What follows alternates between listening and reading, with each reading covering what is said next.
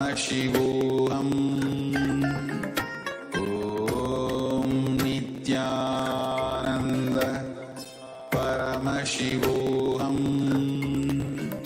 Om Nithyananda Paramashivoham Om Nithyananda Paramashivoham.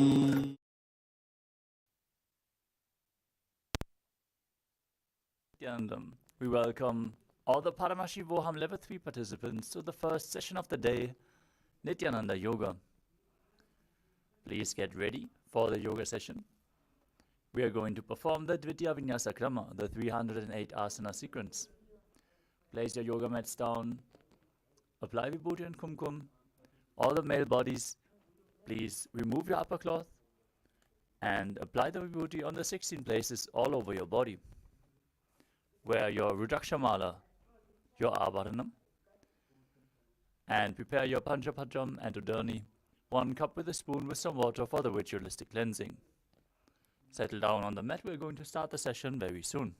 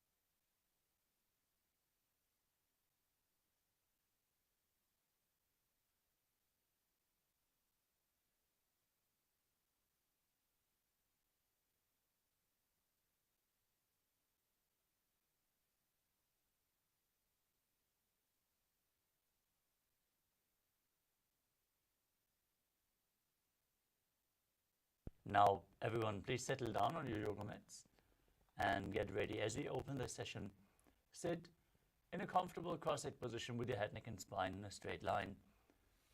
Keep your hands in Namaskara Mudra in front of the heart center. Close your eyes, take a deep breath.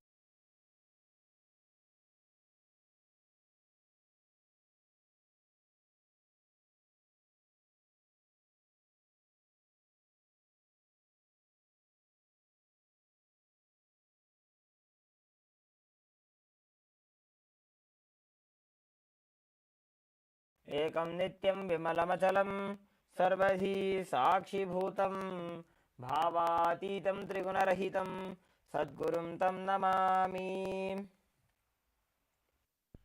Next, we will invoke Paramashiva's presence by chanting the Shiva Mula mantra, Om Ham Ham Shivaya Namaha, 11 times.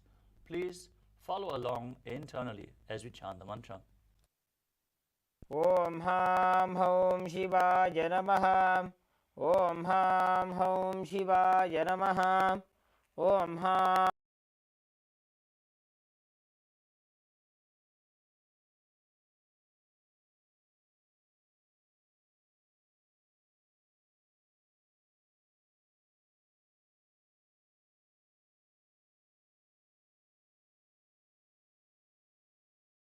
Namaha.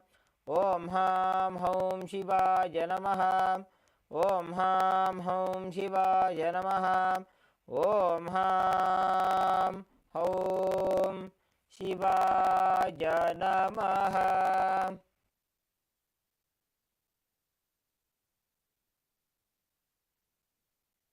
Next, we will perform the Tattvachamanam, the ritualistic cleansing.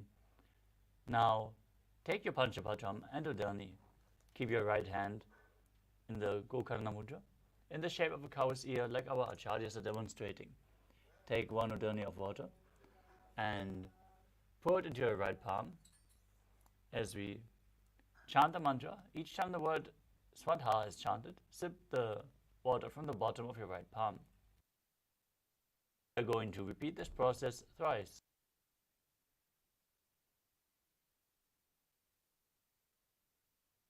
Om Atmatattvam Shodhayami Swadha.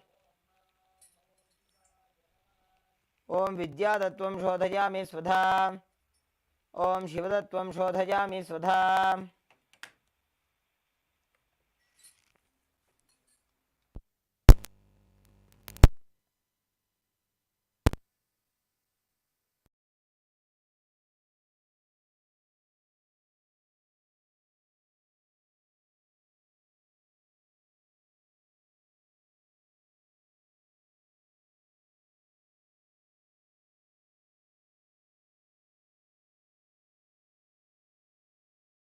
Lower lip with the index, middle and ring finger joined together.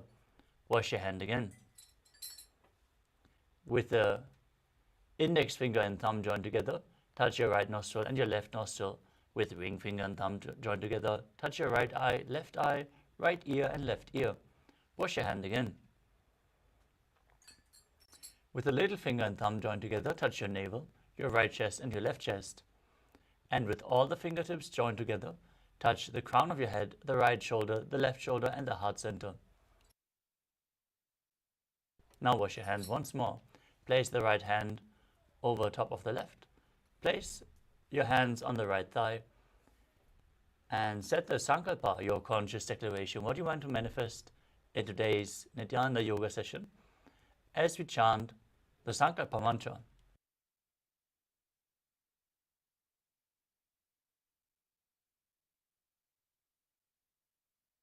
Om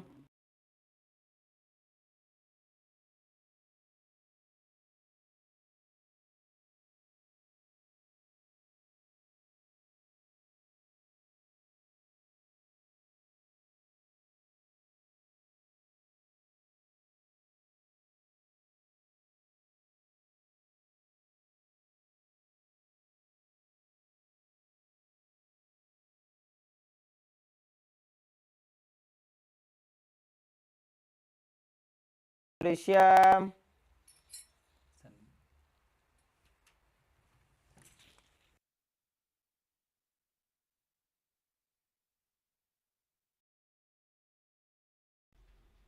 Prepare yourself to hold the intense energy of Paramashivam.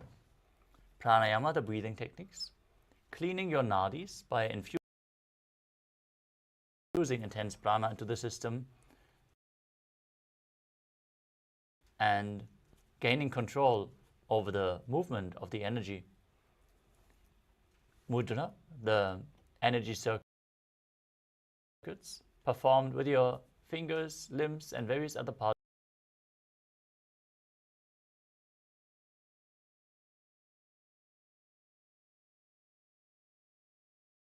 of your body, sometimes even your tongue.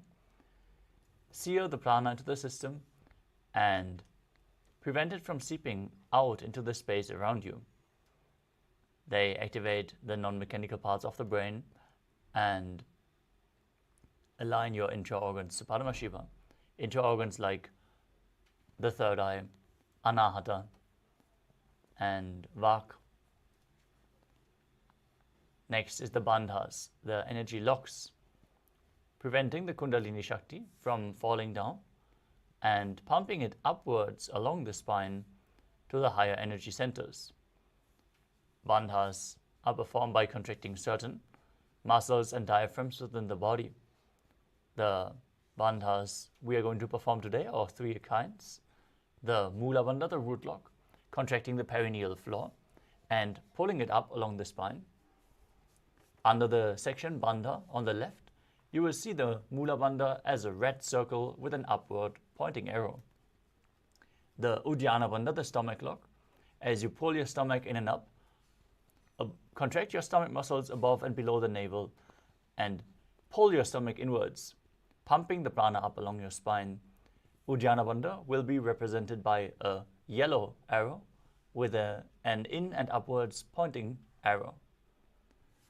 And the final bandha is the Jalandhara Bandha, the throat lock, tucking your chin to the chest and internally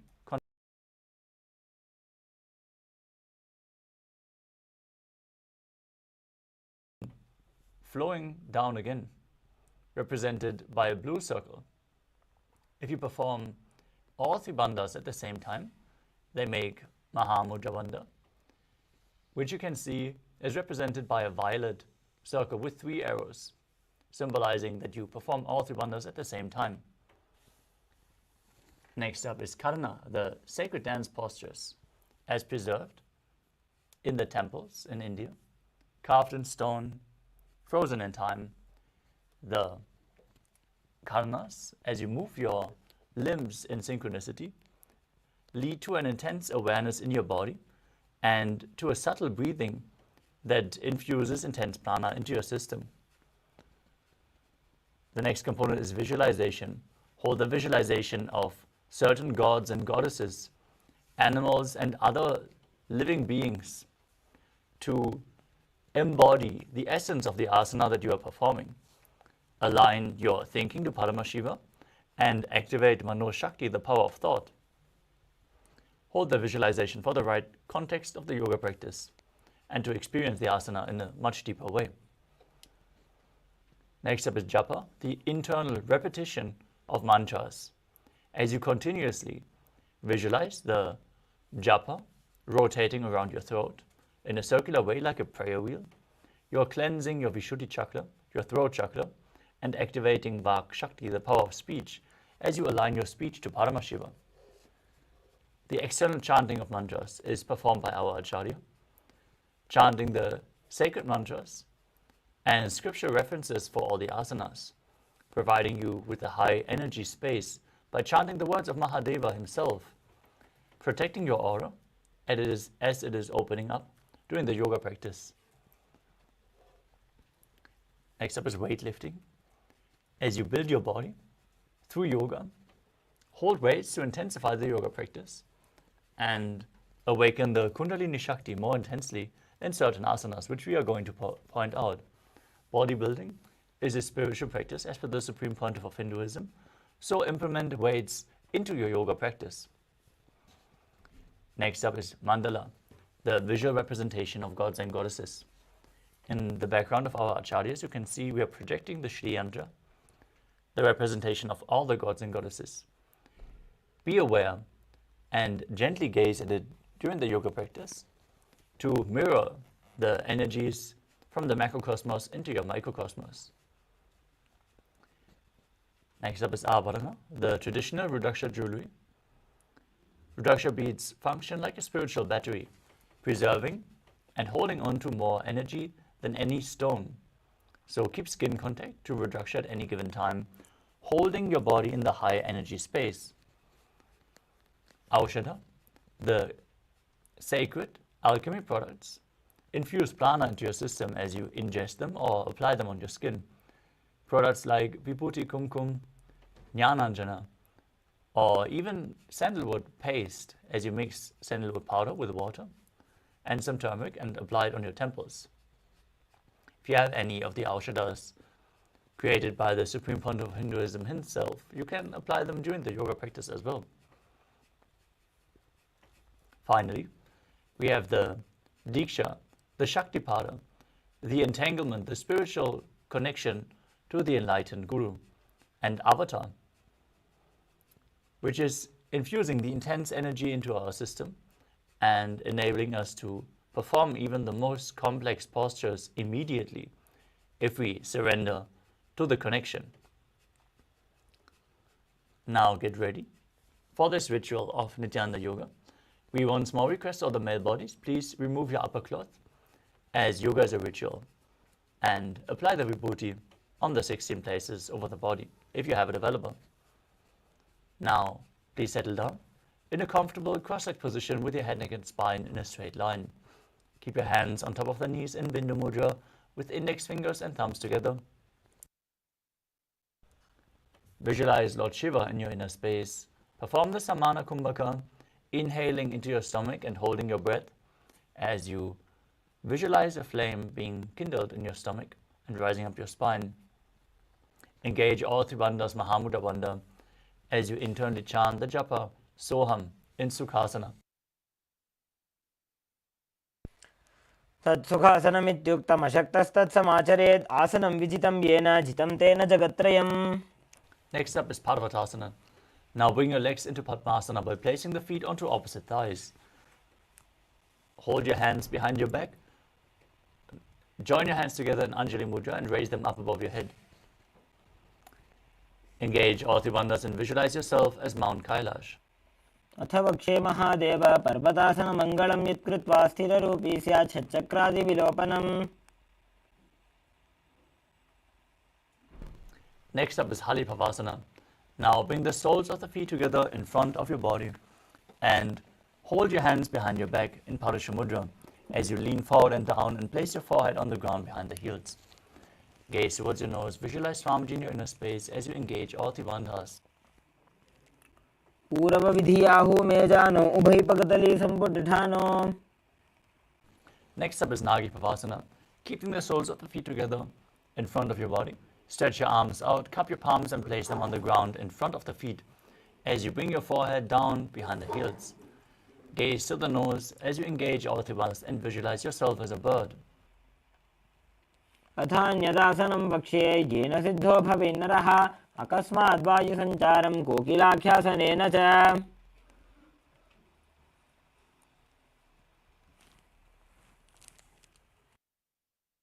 Next up is Nithyananda. Now stack your knees and ankles. Hold on to opposite elbows. Start rotating your arms in a circle as you perform Mahamudra Bandha. Gaze to your nose and visualize Swamiji in your inner space and change the direction of the movement every once in a while. गोडावामाम्बादिकी आशमाहिली shows दक्षचरणको पारलौता परिकुल्फ समोज.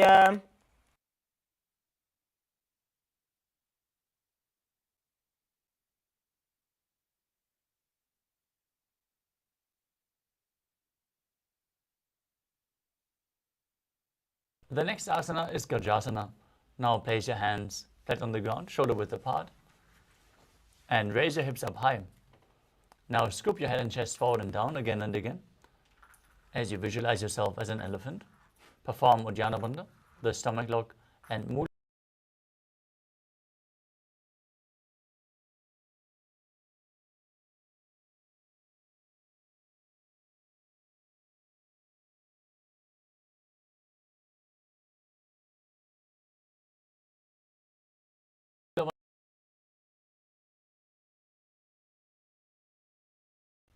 as you visualize yourself as a bear.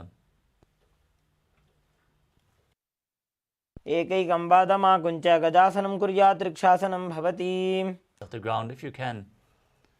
Keep your hands in Hridaya Mudra.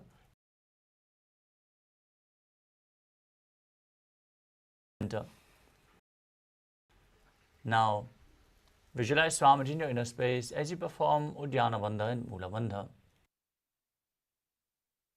केशेन पादयुगलं बद्ध्वा तिष्ठेदधोमुखः अथ वैश्यावक्षे यत्कृत्वा सत्यवान् भवेत्.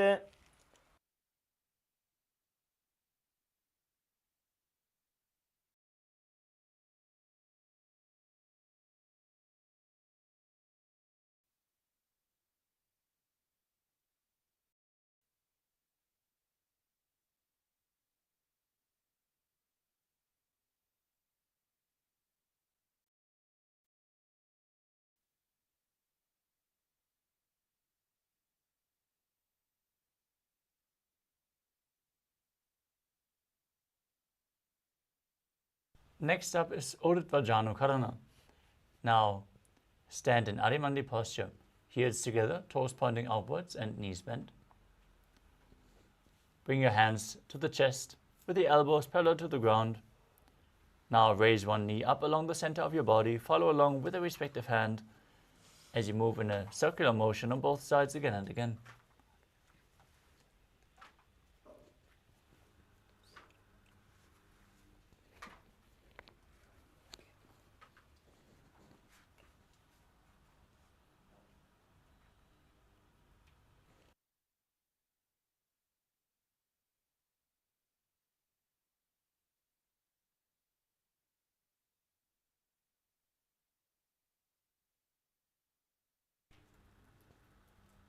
We want to complete with everyone for the technical issues.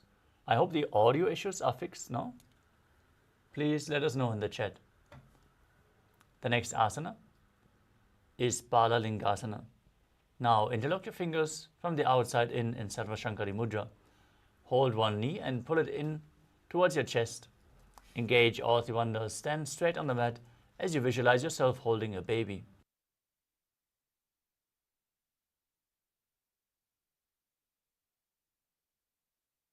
एकं जानूरसि आलिङ्ग्य स्थातव्यं बाललिङ्गनं भवति. The next asana is Parapidanasana. Now take the foot and pull it behind towards your buttocks. Holding it with both hands. As you engage all three wonders, visualize Swamiji in your inner space.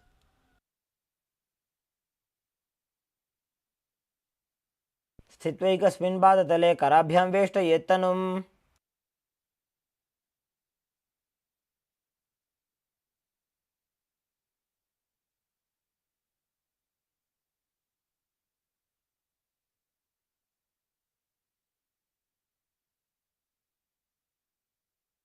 The next asana is Natarajasana. Now hold the sole of the foot from the inside and extend the leg back and up. Lean forward and down, extend the front arm with the hand in Bindu Mudra. Index and middle finger joined together. Now visualize yourself as Lord Nataraja as you perform the Mula Bandha. उत्तानपादं क्रौञ्चं च मरीचिं वीरभद्रकं नटराजं त्रिकोणं च सुप्ताङ्गुष्ठप्रसारणे. Now stand on the other leg. Pull the other knee in towards your chest. Engage your Bandhas and visualize yourself holding a baby in Balalingasana on the other side. एकं जानूरसि आलिङ्ग्य स्थातव्यं बाललिङ्गनं भवति. Now repeat Parapidanasana. On the other side, pull the other foot in towards your buttocks and visualize Swamiji in your inner space. स्थित्वैकस्मिन् पादतले कराभ्यां वेष्टयेत्तनुं पृष्ठे संस्थाप्य यत्नेन पादपीडनमासनम्. Next up is Natarajasana. On the other side, hold the sole of the foot, kick it back and up while leaning forward with the opposite hand extended in Bindu Mudra, visualizing yourself performing the cosmic dance as Lord Nataraja. उत्तानपादं क्रौञ्चं च मरीचिं वीरभद्रकं नटराजं त्रिकोणं च सुप्ताङ्गुष्ठप्रसारणे. Next up is Ardha Chidakarana. From Adimandi posture, heels touching, toes pointing outwards and knees bent. Step the right foot behind the left. Bring the left hand to the chest and swing the right arm back and forth like a pendulum. Gracefully move your fingers one by one. As you place the right hand over your nose and cross your ankles, step the left foot behind and repeat the movement on the other side.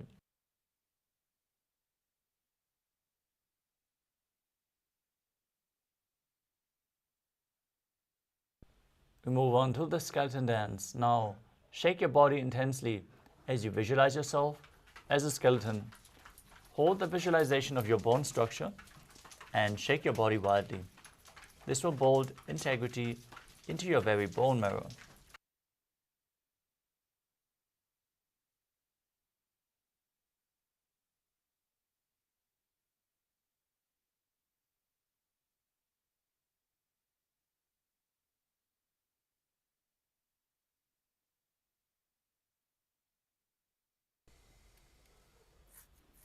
Please let us know if the video issues are fixed now as well.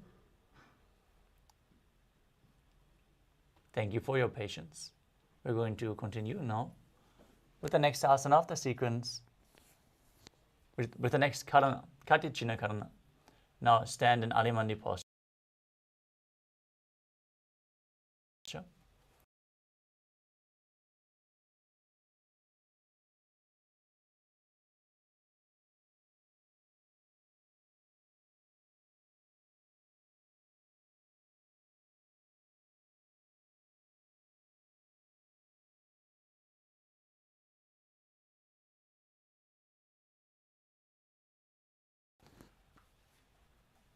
And cross your arms above your head with the palms facing backwards. Now turn your hips to one side, open up your arms above your head, cross the arms back, return to the center, and repeat the movement on both sides again and again.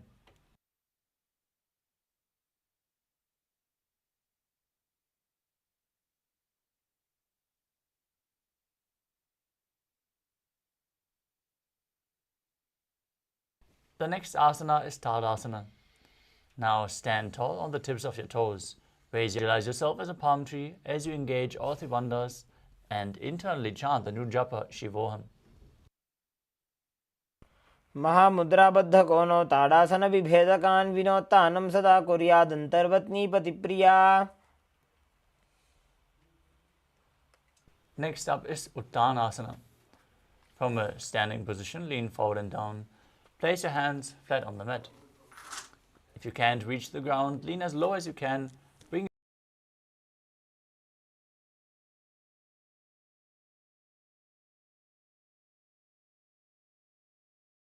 आसन विभेदकान् विनोत्तानं सदा कुर्यादन्तर्वत्नी पतिप्रिया. Now place your hands flat on the ground, shoulder width apart, and step your feet.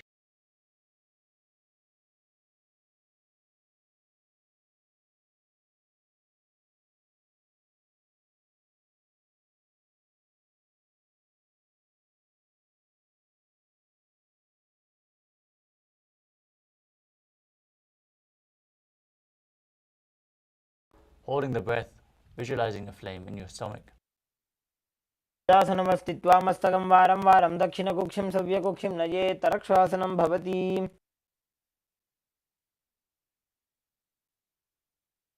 Now lower your body down onto your stomach. Keep your hands by the side of your chest and raise your head up using the strength of your lower back. Don't push yourself up. Lift yourself up by the strength of your back. Perform the Bhujangani Mudra.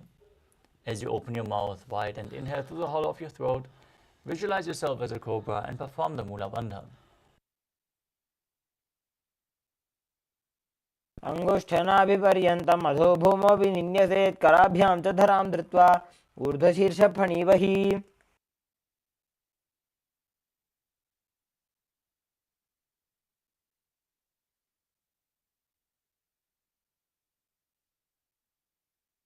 The next asana is Shashasana.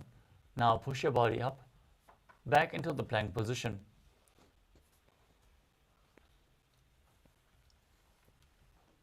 Alternate, bringing one knee in towards your chest back and forth. As you visualize Swamiji in your inner space, breathe calmly through your nose in Sahajra Kumbhaka, leading the prana along your spine, keeping control of your breath independently from your body movements. Be in control of your breath in Sahajra Kumbhaka as you perform the Mula Bandha.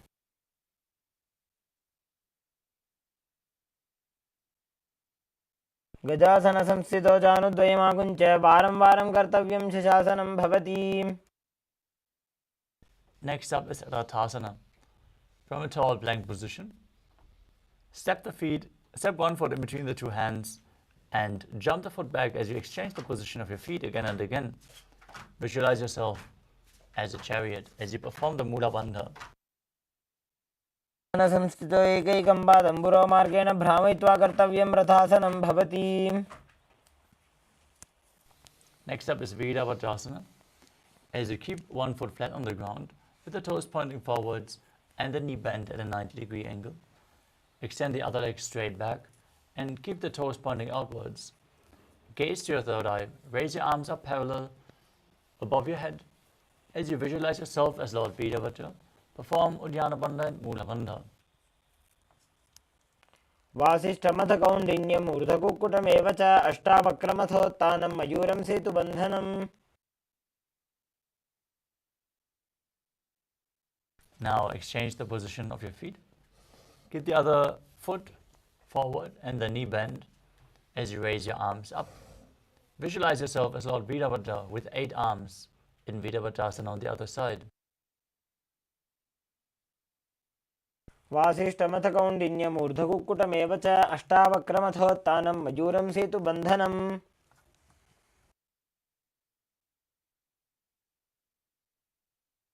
Next up is Vrikshasana. Now raise one foot up towards the inner opposite thigh. Join your hands in Anjali Mudra and raise them up above your head. Engage Uddiyana Bandha and Mula Bandha, stomach and root log, as you visualize yourself as a tree. वामोरुमूलदेशे च याम्यं पादं निधायतो तिष्ठेत्तु वृक्षवद्भूमौ वृक्षासनमिदं विदुः.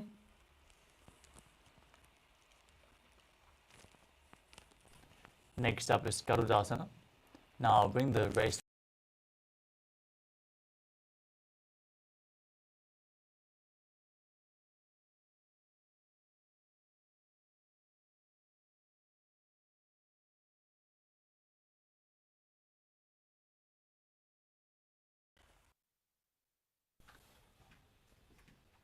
Now raise the other foot up towards the inner opposite thigh.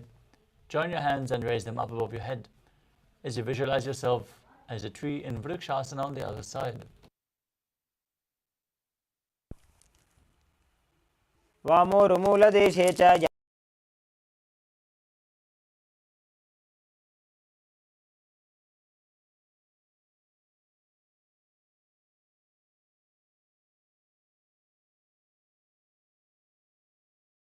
And visualize yourself as Lord Garuda with big wings on your back. गरुडासनमावक्षे येन ध्यानं स्थिरं भवेत् सर्वदोषाद् विनिर्मुक्तो भवतीह महाबली. Next up is Trikonasana. As you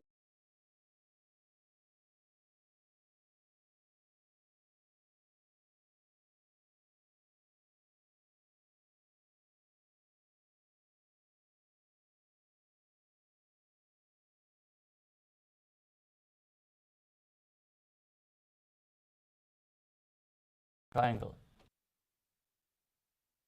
उत्तानपादं क्रौञ्चं च मरीचिं वीरभद्रकं नटराजं त्रिकोणं च सुप्ताङ्गुष्ठप्रसारणे.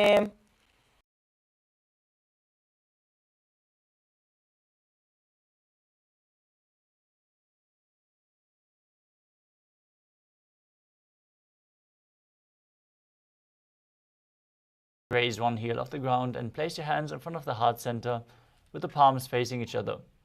Now stomp the raised heel to the ground, lift the other heel up as you exchange the position of your hands again and again.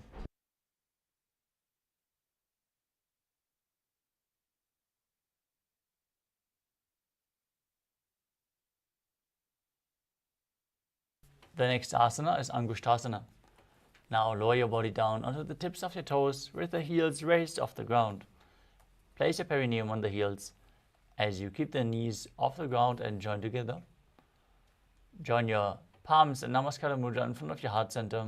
Visualize Swamiji in your inner space as you start buzzing like a bee on the inhalation and exhalation in Brahmari Kumbhaka. Engage the Mula Bandha and internally chant the new japa Paramashivoham. कबन्धासनमित्याहुः गोरक्षासनमेव च अङ्गुष्ठमुष्टिकं ज्ञेयं ब्रह्मप्रासादितं तथा. Next up is Saurasana. As you extend one leg forward, keep the heel down and the toes pointing upwards. Keep your hands at the side of your body with the palms facing forward, fingertips just touching the ground. Visualize Swamiji in your inner space as you perform the Mula Bandha. प्रसार्यैकं पादतलं संस्थाप्य त्वेकपादकम्. Next up is Vidhunanasana. From the same position, lean forward and down. Hold onto the big toe of the front foot in Prana Mudra with index and middle finger. As you hold the back heel with the other hand and visualize Swamiji in your inner space. गुल्फस्थितो पादमेकं प्रसार्य तत्पादाग्रं संस्पृशेत् तत्करेण.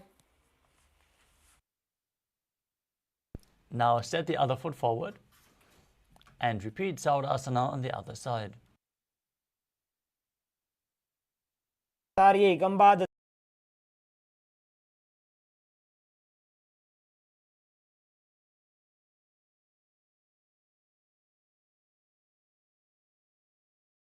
forward and down. Hold on to the front foot.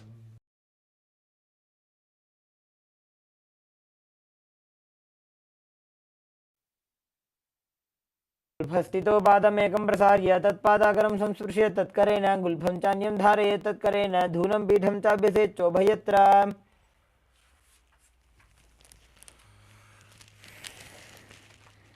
Next up is Brahma Kushasana. As you step both feet in and sit on the raised heels with your perineum, spread your knees apart and place the back of your hands on top of them. As you perform the Mula Bandha and the Jalandhara Bandha, tucking your chin to the chest, gaze in the gap between the palms in Shambhavi Mudra, eyes open wide, actually gazing within. Visualize Swamiji in your inner space and keep breathing in Brahmani Kumbhaka. दो फणा पानी होए वैसे एड़ी दो गोदानी वैसे कोरपक तलियां की माहिली आयस माहेरा शेमिली. Next up is Kapilasana. Now, place your knees on the ground, keep them wide apart.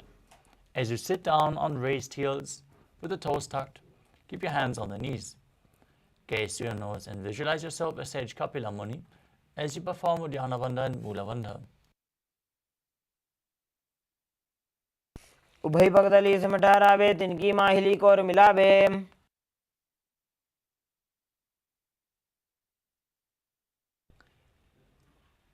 Next up is Bhadragurukasana. Maintaining the same position, shift your gaze to the third eye, your visualization to Swamiji and the Bandha to the Mula Bandha. दो वो पगदली संपुट करे core बारली भूपरि धरे. Next up is Suryasana. Now, raise your knees off the ground, bring the soles of the feet together with the heels touching.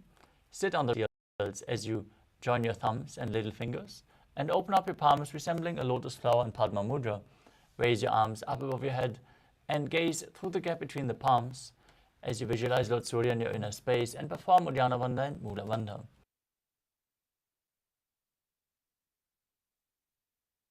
एड़ी दो गुदा तरियाने फना पानी बैठक पुनिठाने.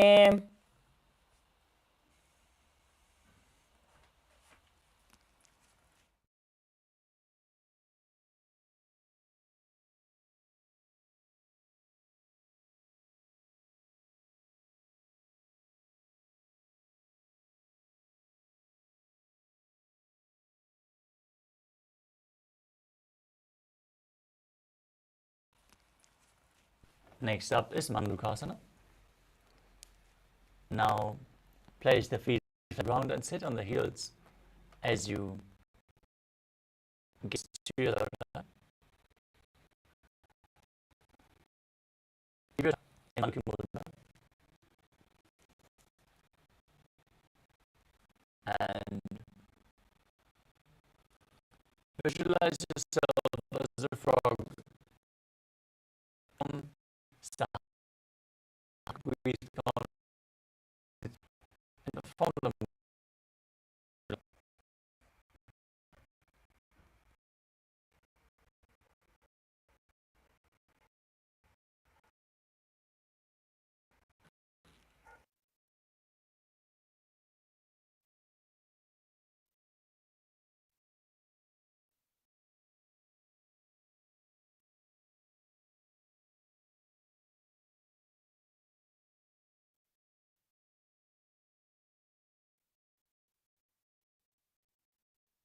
pressed against the palate of the mouth in Mandukya Mudra. Gaze to your third eye, visualize yourself as a frog, breathe through your nose in Sahajra Kumbhaka, and perform the Mula Bandha as you internally chant the Japa Sadashivoham.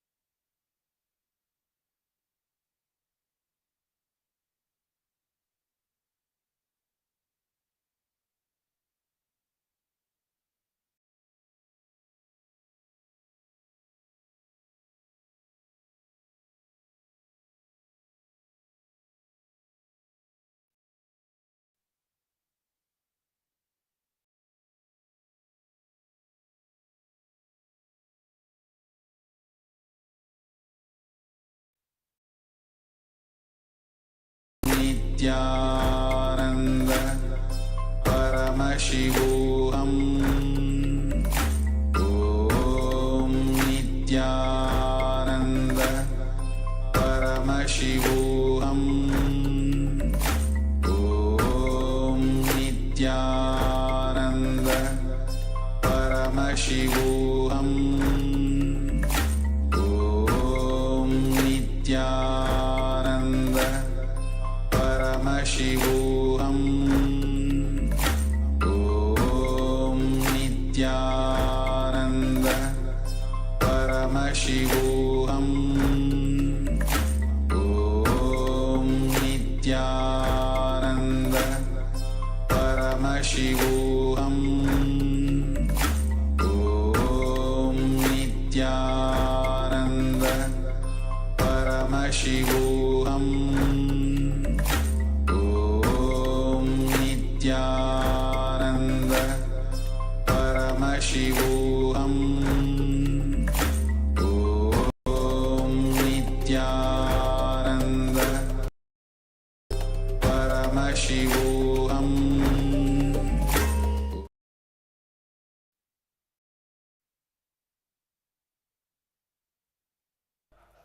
Sorry for the technical glitch. We hope now the audio and video issues are fixed. Please let us know in the chat if any errors continue. We are going to continue with the next asana of the sequence, Mandukasana. Now sit with your toes flat and the perineum on the heels. Keep your hands on the knees. Gaze to your third eye. Keep your tongue pressed against the palate of your mouth in Mandukya Mudra.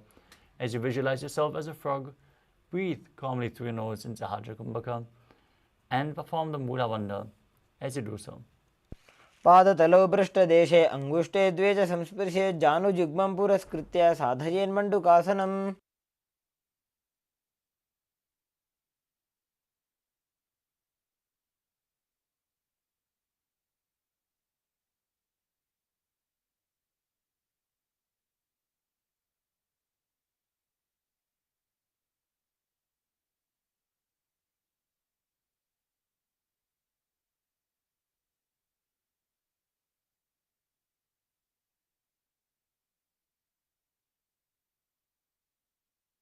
Next up is Uttana Mandukasana.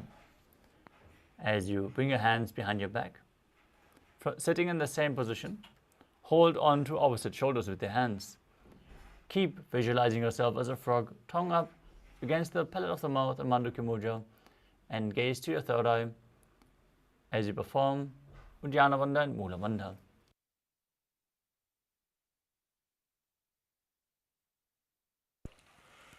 मण्डुकासनमध्यस्थं कूर्पराभ्यां धृतं शिरः एतद्भेकवदुत्थानमेतदुत्थानमण्डुकम्.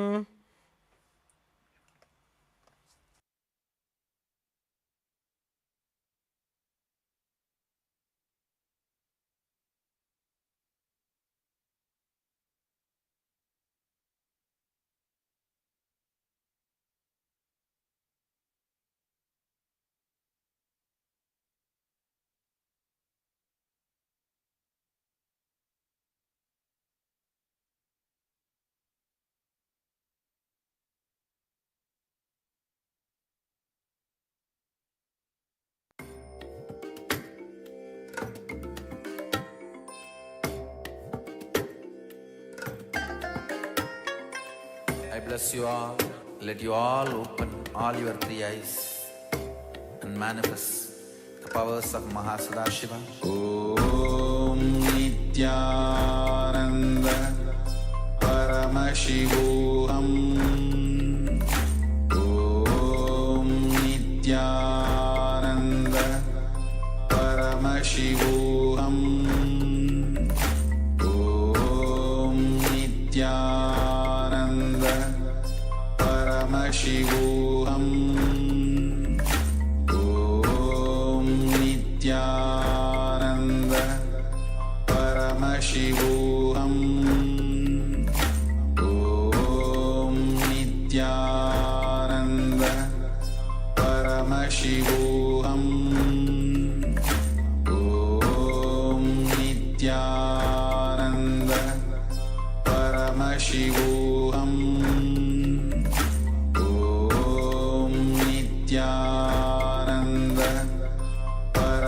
Paramashivoham Om Nithyananda Paramashivoham Om Nithyananda Paramashivoham Om Nithyananda Paramashivoham Om Nithyananda Paramashivoham Om Nithyananda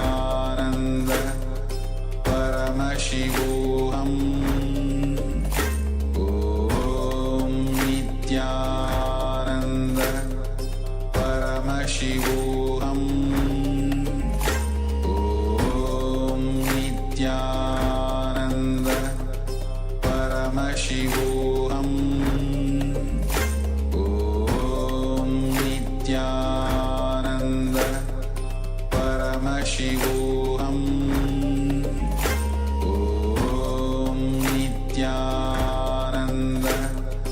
Paramashivoham Om Nithyananda Paramashivoham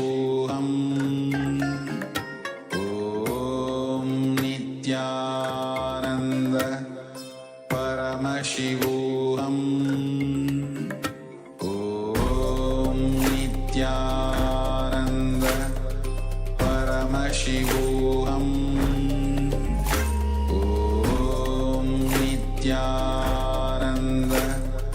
Paramashivoham Om Nithyananda Paramashivoham Om Nithyananda Paramashivoham Om Nithyananda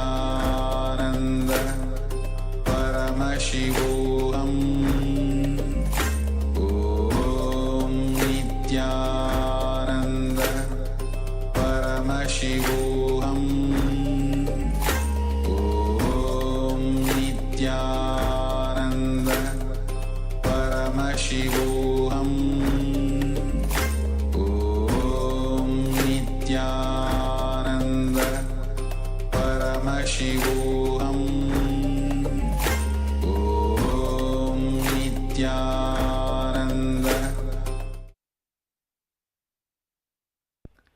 We want to once more complete for all the delay that is happening due to the technical difficulties. I hope we are now audible and the video is running smoothly as we continue with the next asana of the sequence, Uttana Mandukasana.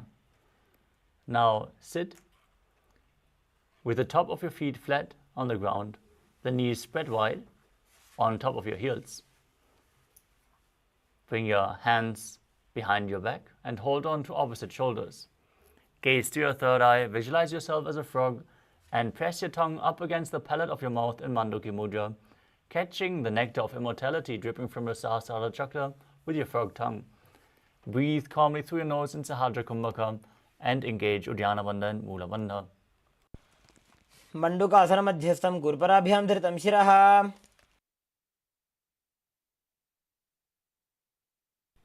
Next up is Simhasana. Now cross your ankles and sit on your feet. As you place your hands on the knees, gaze to your nose, stretch your tongue out, exhale forcefully again and again while visualizing yourself as a lion.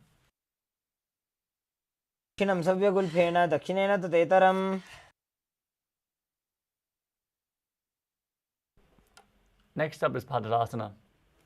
As you hold on, as you bring your feet behind your back, sit on the heels with the toes pointing backwards. Hold onto the big toes in Prana Mudra as you cross your arms behind your back. Gaze to the nose and visualize Swamiji in your inner space as you return to buzzing like a bee in Brahmari Kumbhaka, performing Jalandhara Bandha and Mula Bandha. Interlock your fingers behind your back. Gaze to the nose and visualize yourself as a crow. प्रथमे वेसको उकडठाने दोबुहात पगमीच आने. Next up is Kani Pavasana. As you place your palms on the floor, shoulder width apart, bring your knees onto the back of your arms towards your armpits. Lean forward and down as you raise your feet off the mat and visualize Swamiji in your inner space. आसन को गुण आशीर्षिता होई तो आछी होई।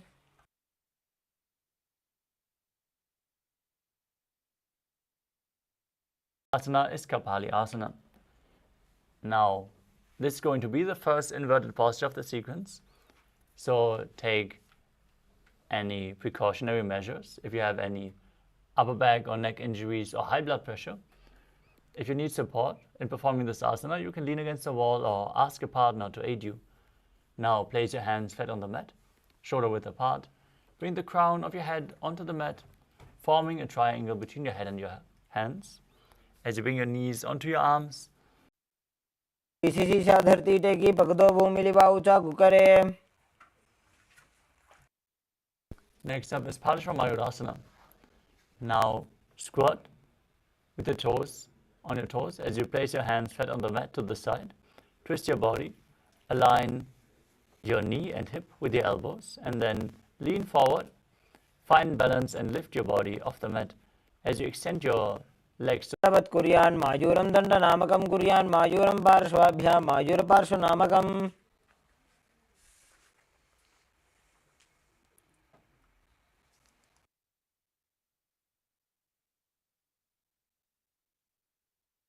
Now twist your body to the other side.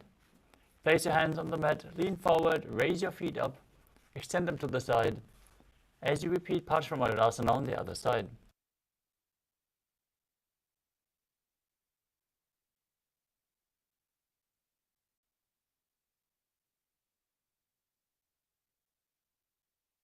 The next asana is Bhairaganathasana.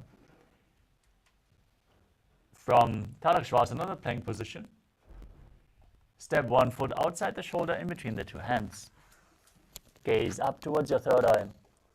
Visualize yourself as Lord Kala Bhairava, the Lord of Time. As you perform the Mudra Bandha, push your hips forward and breathe in Vechaka Kumbhaka hands. As you gaze to your third eye and visualize yourself as Lord Kala Bhairava in Bhairaganathasana on the other side.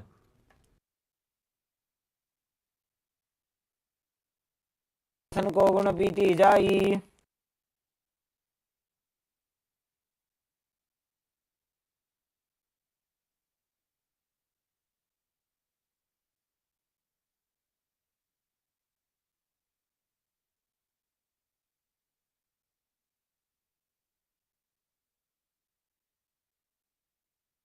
Next up is Unmukha.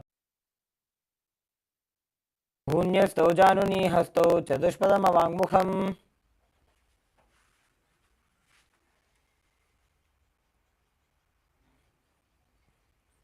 How long will this last? 10%.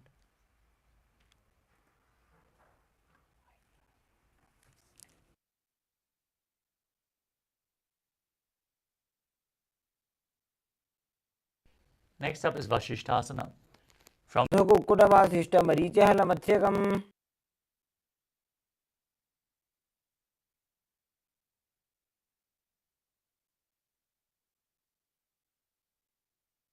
Now rotate your body to the other side and repeat Vashishthasana.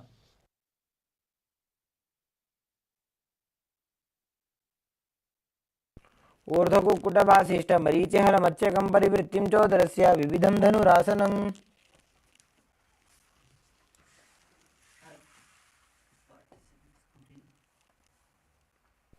Next up is Anjani Asana. Now sit with your legs extended forward, hands underneath the buttocks with the palms facing up.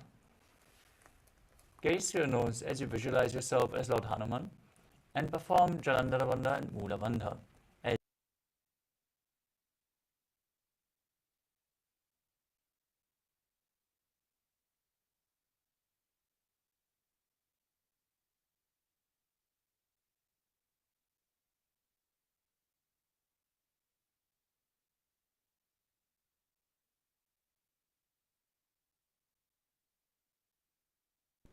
The next asana is Paschimottanasana. With the legs extended forward, lean forward and down from your जानु परिललाटन्तो पश्चिमं तानमुच्यते. Next up is Ugrasana. With the legs forward, interlock your fingers behind your head in Parusha Mudra. Then lean forward and down, bring your head towards the knees. As you visualize Kali in your inner space, engage all three bandhas.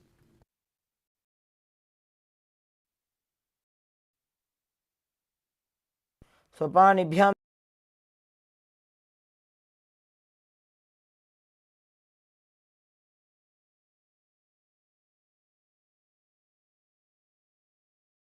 दृढं धृत्वा जानुपरि शिरोन्यसेत्.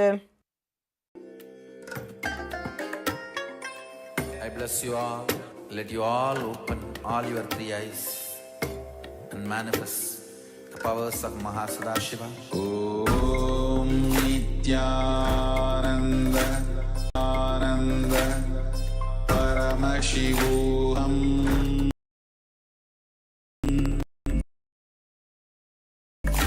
Om Nithyananda Paramashivoham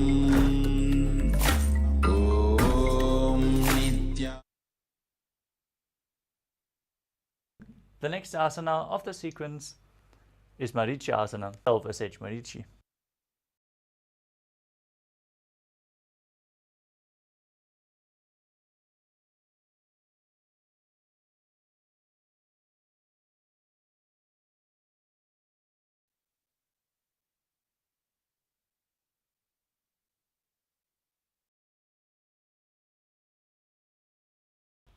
Gaze to your nose. Exhale fully. Visualize Swamiji and perform Mahamudra Bandha, all three bandhas, in Mahamudrasana. Just behind your back.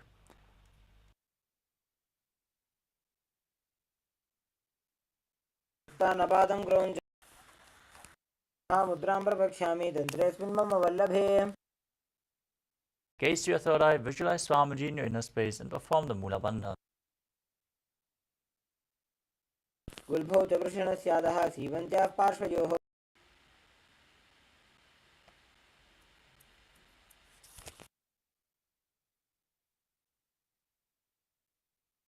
Next लिङ्गुदरे. Next up is Midaki Pavasana. Extend your feet out. Keep the heels together. Asana. As you keep the toes together and the heels apart, bring your arms below the shins with the palms facing up. Bring your chin on the ground in front of the feet with your toes touching your throat as you visualize Surya on your inner space.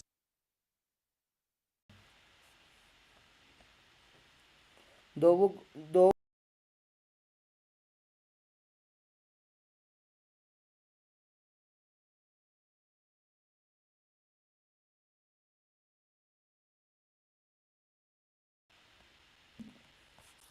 पगा की एड़ी धरती मगिवा मेढ लगावे. Next up is Bhairavasana. Keeping the soles of the feet together.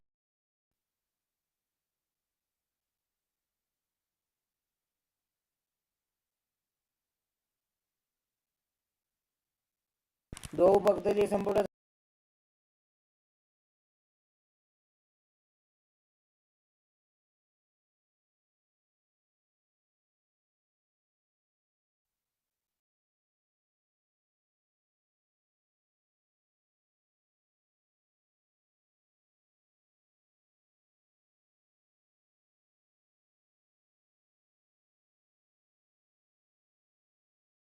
Forward and up. Keep your hands at the side.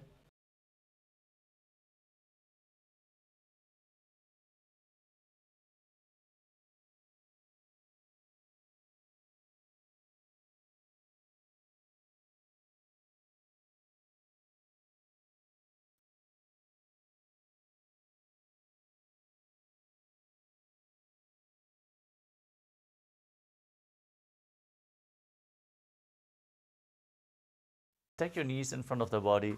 Keep the heels outside the hips and interlock your hands on top of the knees as you gaze to your nose. Visualize the face of a cow.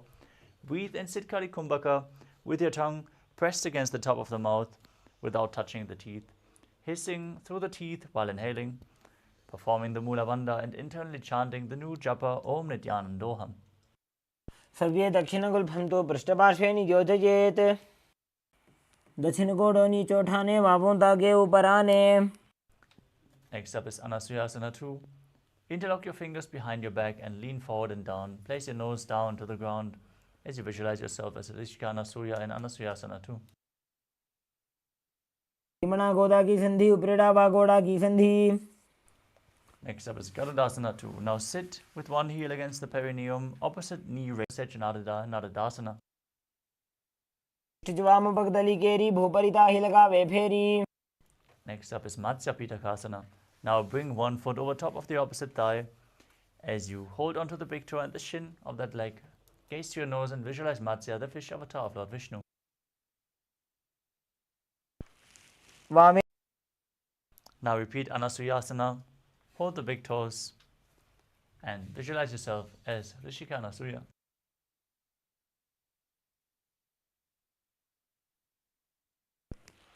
दक्षिण घोड़ों नीचे उठाने बाहों ताके ऊपर आने. Repeat Anasuyasana 2 by interlocking your fingers behind your back, leaning forward and down, and visualizing yourself as Rishikana Surya. जीमणा गोदा की संधि उपरेड़ा वागोड़ा की संधि. Now place the other perineum against the heel. Now repeat Nadadasana on the other side. Raise your perineum on the heel, interlock your fingers behind your neck, twist your elbows outside the knee. वाम पगदली केरी भूपरिता ही लगावे फेरी. Now repeat Matsya Pitakasana. Place the other foot on the opposite thigh. Hold onto the shin and the big toe. वामेन वामांगुष्ठन्तो गृहीतं मध्य पीठकम्. The next asana is Matsyendrasana. Extend your legs forward. Place one foot on the opposite thigh.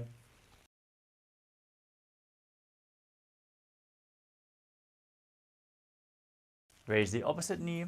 Twist your opposite elbow outside of the raised knee as you place the raised hand by the neck, the other hand on the ground behind you. Gaze to your third eye. Visualize Sage Matsyendrasana. उदरं पश्चिमाभासं कृत्वा तिष्ठति यत्नतः. Now extend the front arm to the foot. Place the other hand on your ear. Gaze to your third eye and visualize yourself as a camel in Kubasana. आसन को गुण झोलो जाए. Now place the back hand down on the ground. Twist your body even further. Gaze to your third eye. Visualize Matsyendra, the master of Hatha Yoga, in Matsyendrasana 2. मत्स्येन्द्रपीडं जठर प्रदीप्तिं प्रचण्डरुक्मण्डलखण्डनास्त्रम्. Now extend both legs forward. Place the other foot on the opposite thigh. Twist your body around the raised knee as you repeat Matsyendrasana on the other side. उदरं पश्चिमाभासं कृत्वा तिष्ठति यत्नतः. Next up is Kubasana. Extend the front arm down to the foot. Hold the back ear and visualize yourself as a camel. मत्स्येन्द्रपीडं जठर प्रदीप्तिं प्रचण्डरुक्मण्डलखण्डनास्त्रम्. Now place the back hand on the ground. Twist your body even further. Repeat Matsyendrasana 2. अभ्यासतः kundalini प्रबोधं दण्डस्थिरत्वं हि ददाति पुंसाम्. Now place your feet onto your thighs. Gaze to your nose. Place your hands on the knees. Engage all the bandhas as you visualize yourself as Lord Shiva and internally chant Om Nithyananda Mahasadaशिवोहम in Padmasana. As you breathe in Sitali Kumbhaka, hissing through the teeth with your tongue pressed against the back of the teeth. आसनं द्विधं प्रोक्तं पद्मं वज्रासनं तथा. Now cross your arms in front of the body, hold onto the big toes, and visualize yourself as Goddess Parvati in Padmasana 2. उत्तानो चरणौ कृत्वा ऊरो संस्थो प्रयत्नतः. From Padmasana, bring your hands in between the legs. Place them flat on the mat as you lift your entire body up.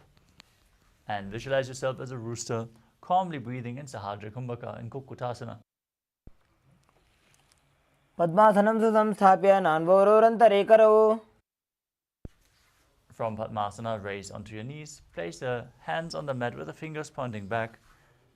Balance on your elbows, with the elbows pressed against your navel as you lift your knees off the ground and visualize Swamiji in your inner space in Bandha Asana. धरामष्टपकरद्वयेन तत्कूर्परि स्थापितानाभिपार्श्वः. Now extend your legs back and keep your hands flat on the mat, fingers pointing back as you lean onto your elbows, find balance and lift your legs straight off the mat in Mayurasana, visualizing yourself as a peacock. अथ पक्षे Mahadev मयूरासनमुत्तमम्. Next up is Makarasana. Lay down flat on your stomach. Interlock your fingers behind your neck. Place your forehead on the ground and keep the toes pointing outwards with the heels down on the mat. Visualize yourself as a crocodile in Makarasana. अध्यासशेते हृदयं निधाय भूमौ च पादौ च प्रसार्यमानो. Next up is Shalabhasana. As you lay on your stomach with the hands by the side of your chest, raise your entire legs off the ground by the strength of your lower back. Visualize yourself as a locust. अध्यासशेते करयुग्मवक्षौ भूमिमष्टभ्यकरयोस्तलाभ्याम्. Next up is Ushtrasana. Now hold onto your feet and pull them outside the hip, down towards the ground, as you visualize yourself as a camel.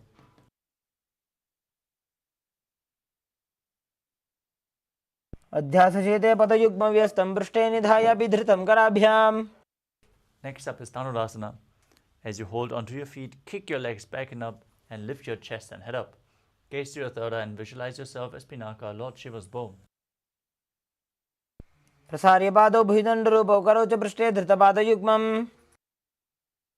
Now come to a kneeling posture. Sit in between the heels with the toes flat on the ground, touching behind your body. Gaze to your third eye, keep your hands on the knees and visualize Swamiji as you internally chant the new japa Om Nithyananda Paramashivoham in Bhagasana.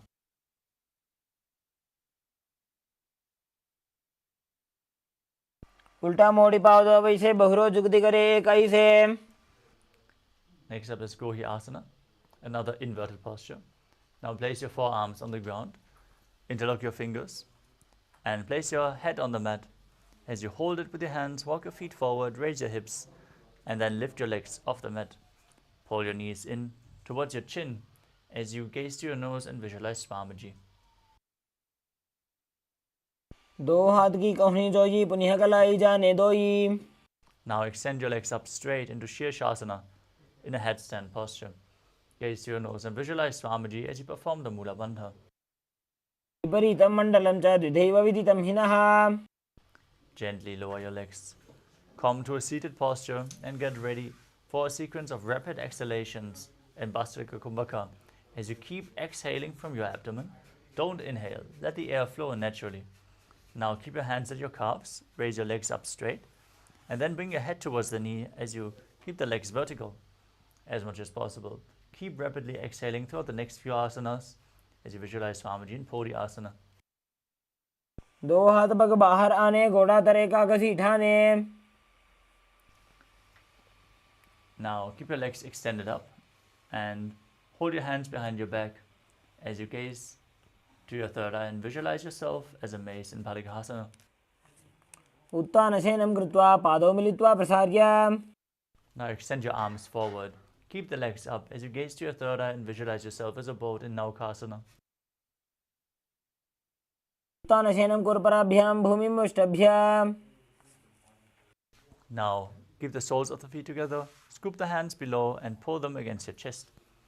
As you gaze to your nose, visualize yourself as Lord Rudra in Rudrasana. पगतली संपूट करी हाथस्य पग उचाजी. Next up is Unmukha Pitasana 2. As you lay on your back with the feet flat, knees raised, keep your palms just behind your heels. Facing down, push your hips up, contract the perineal floor, and tuck your chin to the chest in Jalandhara Bandha. As you perform Murcha Kumbhaka, exhaling through the locked throat lock, pushing the prana upwards forcefully in a controlled manner, leading to a state of swooning in the yogi. Gaze to your nose and visualize Swamiji in Unmukha Pitasana 2. ऊर्ध्वे च जानूनि कृत्वा शवित्वोर्ध्वमुखं तथा. Now lay down flat. Relax completely from any external or internal movements. Keep your palms facing up next to your hips as you forcefully pull the Kundalini Shakti up along your spine and Shakti Chalan Mudra from Muladhara to Sahasrara Chakra. Visualize your body is dead and Swamiji is liberating you as you internally chant Om Nithyananda Paramashivoham in Shivasana. उत्तानं शववद्भूमौ शयनं तु शवासनं शवासनं श्रान्तिहरं चित्तविश्रान्तिकारकम्.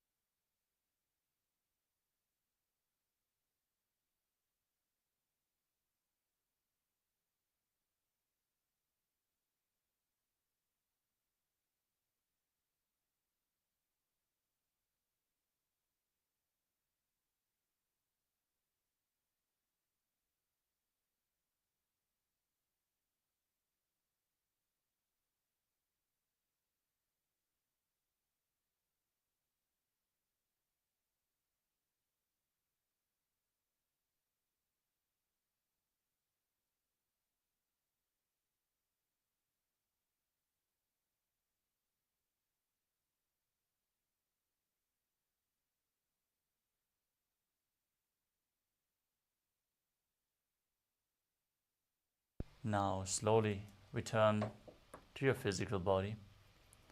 Start to wiggle your fingers and toes, your wrists and your ankles, your elbows and your knees. Pull your knees towards your chest, rock your body from side to side, and slowly sit back up in a comfortable seated position.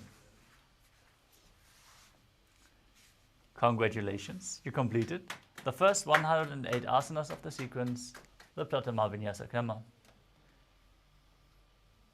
Let us now continue with the next asana of the sequence, Yathasana Ishtasana. Now sit in a posture that brings ease to your physical and mental space.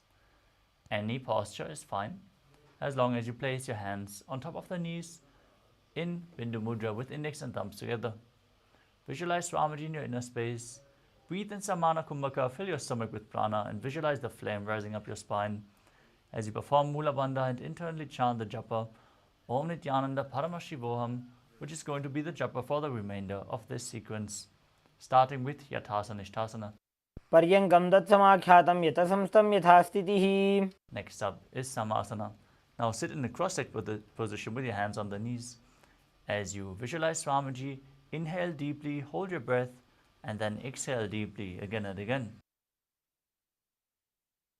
इदानीं गर्भिणीनां योगाभ्यासो यथा लघु. Now place the left heel against the perineum and the right foot on top of the left.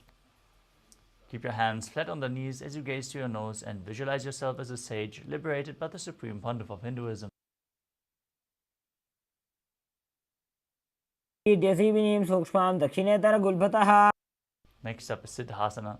From the same position, switch your gaze to the third eye and visualize Swamiji in your inner space.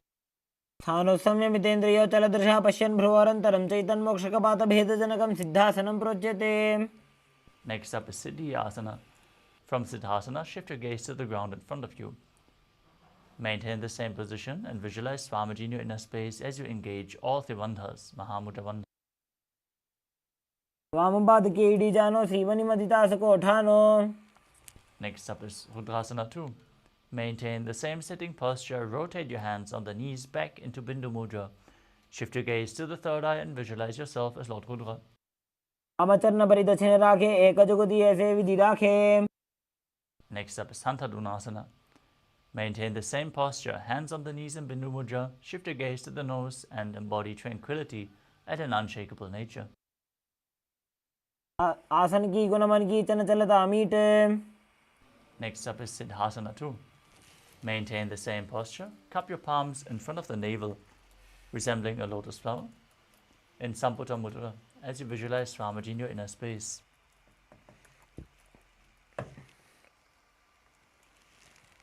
ऋजुकाय समासीना सिद्धासनमुदीरितम्. Next up is Bandha Yoni Asana.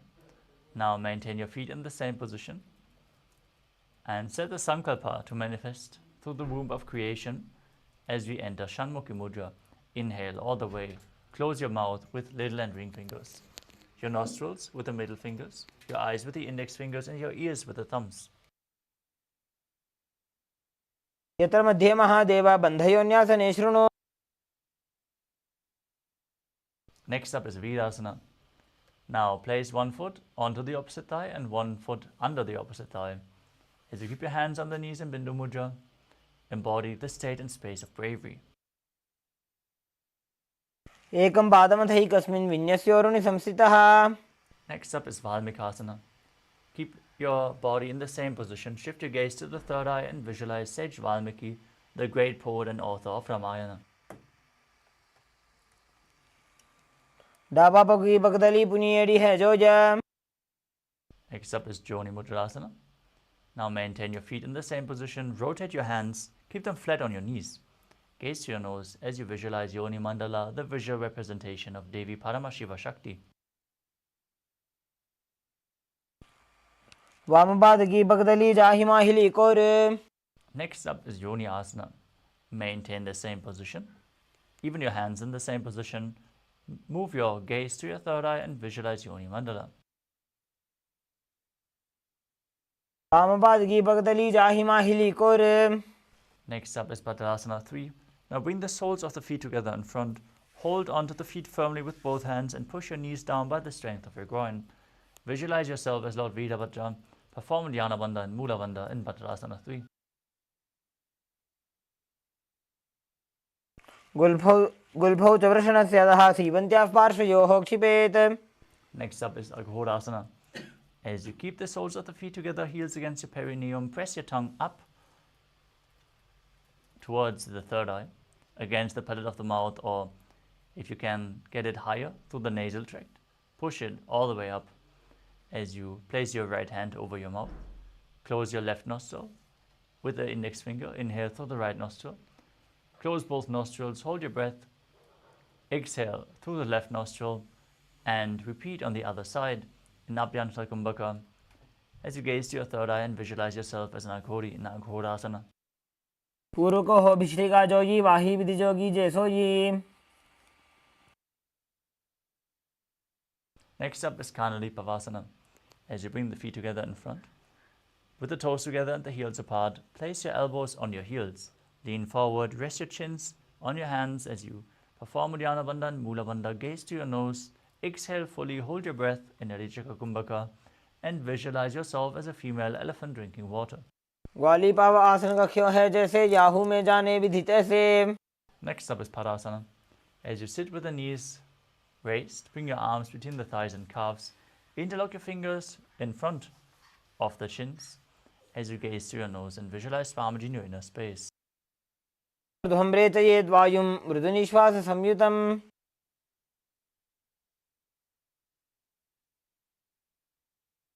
Next up is Gopi Chandasana. Now interlace your fingers around the feet with the soles together. Keep the toes at the groove of your throat as your heels touch at the chest. Place your chin on the hands and gaze to your nose as you embody the state and space of a king.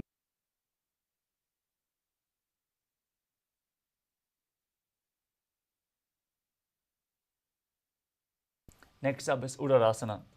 As you sit with the soles of the feet together, scoop your hands below the feet and hold the feet from the top with the fingers interlocked.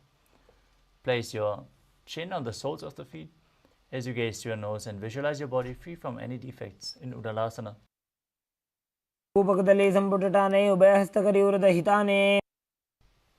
Now raise your feet up higher in front of your face from the same position.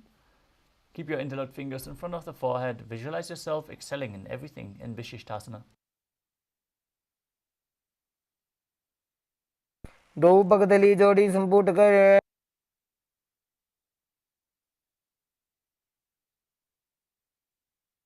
Next up is Bujasana.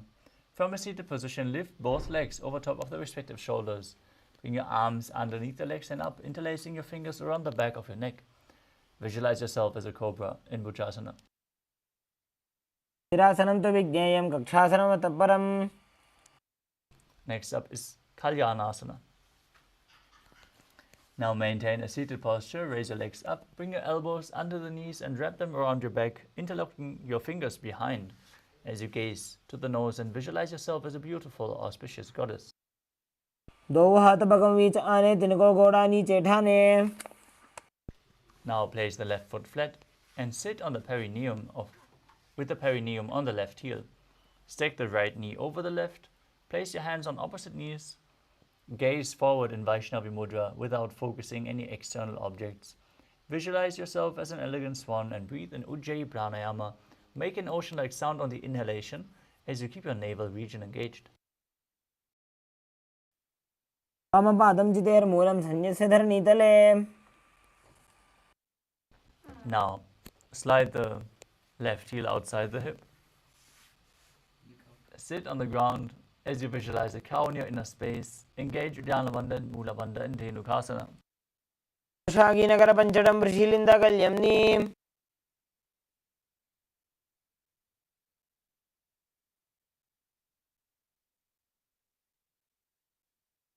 Next up is Machandravasana. Now place the right foot on the left thigh and the left foot on the right knee. Bring the left hand behind your back, reach for the opposite thigh. As you place your hands on opposite thighs, twist your spine, gaze to your third eye and visualize Swamiji in your inner space. वामजङ्गपरिदक्षिणटाने वामहस्तभिष्टेजस आने. Untwist your spine, hold onto the big toes in Prana Mudra. As you lean forward and down, place your forehead on the mat in Machandravasana 2. तमजीमणो चरणजोजी वामजङ्गपरिराखे sooji.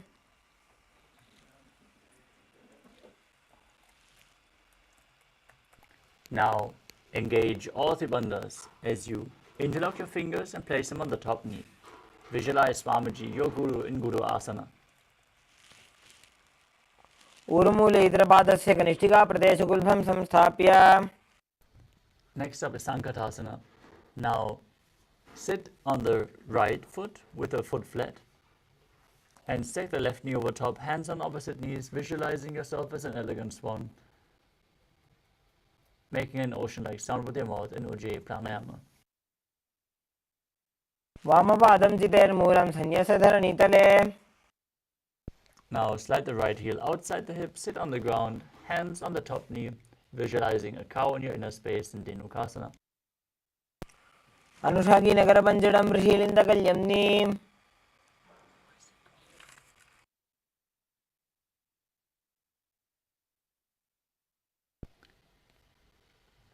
Now place the left foot on the right thigh and the right foot on the left knee.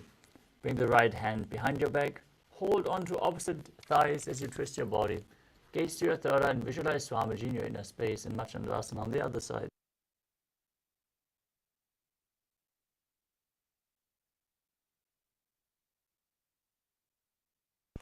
वामजङ्गपरिदक्षिणटाने वामहस्तभिष्टेजस आने.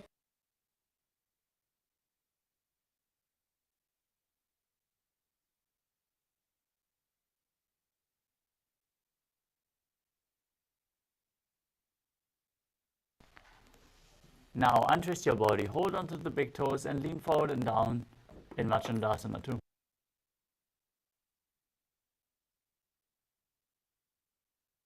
प्रथमजीमणो चरणजोजी वामजङ्गपरिराखे sooji. Now interlock your fingers, place them on the top knee. Engage all three bandhas as you visualize your Guru in Guru Asana. ऊर्मूले इतरपादस्य कनिष्ठिका प्रदेशगुल्भं संस्थाप्य. Next up is Parshasana. As you place your feet flat on the ground, knees raised, hold on to the knees with opposite hands and pull them in towards your chest. Gaze to your third eye as you visualize Swamiji in your inner space. पादतले भूमौ निधाय जानु निवृसि निधाय. Now hold on to opposite wrists and place your chin on the knees. Pull them close as you gaze to your nose and keep your tongue up in Kechari Mudra, visualizing yourself being in an abode of bliss. दो भगदली भूपरिधरे कोरमाइली ऐसे करे. Now bring your arms underneath the knees and hold on to opposite elbows. Pull the legs in, gaze to your nose, and visualize Swamiji in your inner space in Kudakatasana. दो हाथ पग बाहर ले आवे, घोड़ा नीचे ले टहरावे. Maintain the hold underneath the knees. Cross the right ankle over the left as you keep the toes pointing up. Gaze to your nose and visualize the great sage Maharishi Sumati in Sumati Asana. मूलद्वारी धरती परिठाने, डाबा पग परिदश बताने. Now extend your legs forward and stretch your arms straight up. Interlock your fingers with the wrists pointing outwards. Engage your Orthobandhas and gaze to your nose in Dandasana. इदानीं गर्भिणीनां योगाभ्यासो यथा लघु. Next up is Arambhasana. As you sit with the legs straight, hold onto the big toes with index and middle fingers as you lean your chest forward and down, and start breathing in Nadi Shodhana without the support of your hands, inhaling through one nostril and exhaling through the other alternatingly as you visualize Swamiji in your inner space. दो वो पग मिलिबा पसारी पगा का अंगूठा पकड़ी लीला टकोड़ा लगावे. Next up is Bidukasana. As you sit with the legs straight, slightly raise your knees and bring a gap in between the heels as you lean forward. Bring your arms below the shins and hold the soles of the feet from the outside. Gaze to your third eye and visualize Swamiji in your inner space in Bidukasana. प्रथम बैसी दो पाव पसारी कछको उर्द को कुर्डो डारे. Next up is Jalandhari Pavasana. As you extend both legs forward, bring the soles of the feet together and bring your arms below the shins with the palms facing up, bringing your head towards the feet. Gaze to your nose and visualize Swamiji in your inner space.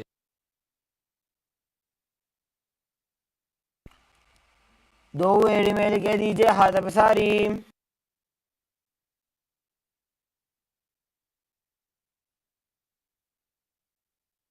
Next up is Urdhva Paschimottanasana. As you sit with the legs extended forward, bring one leg behind your neck. If you can't bring it behind your neck, bring it over your shoulder or cross it over your knee as you pull it towards your chest. Lean forward and down, hold onto the front foot, visualize Swamiji in your inner space as you perform Pratyahara Kumbhaka. As you visualize the prana flowing through the 9 points of the body as revealed by Mahadeva.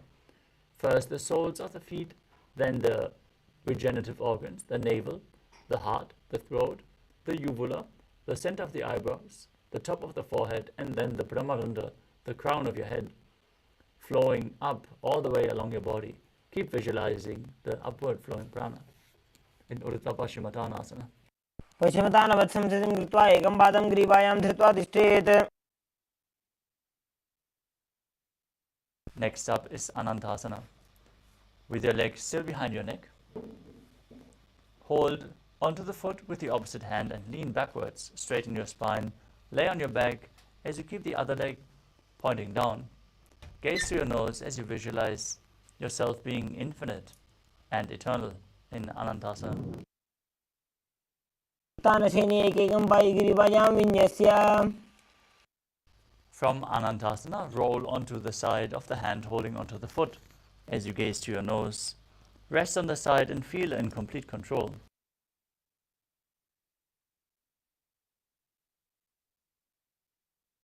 उत्तानसहित एकैकं पादं ग्रीवायां कुर्वन्.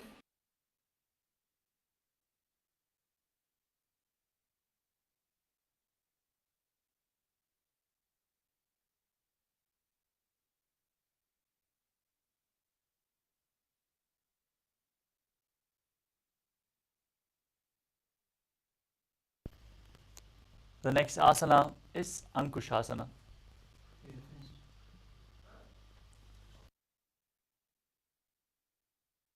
Is Dirishasana. As you lay on your back, pull your knees in towards your chest and raise your feet off the ground as you encircle your knees with your hands. Now, rock your body from side to side and visualize Swamiji in your inner space.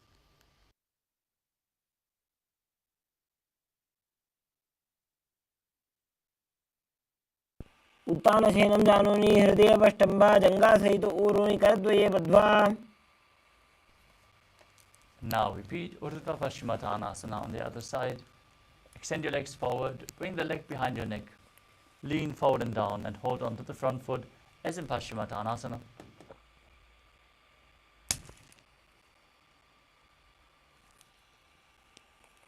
पश्चिमतानवत् संस्थितिं कृत्वा एकं पादं ग्रीवायां धृत्वा तिष्ठेत्.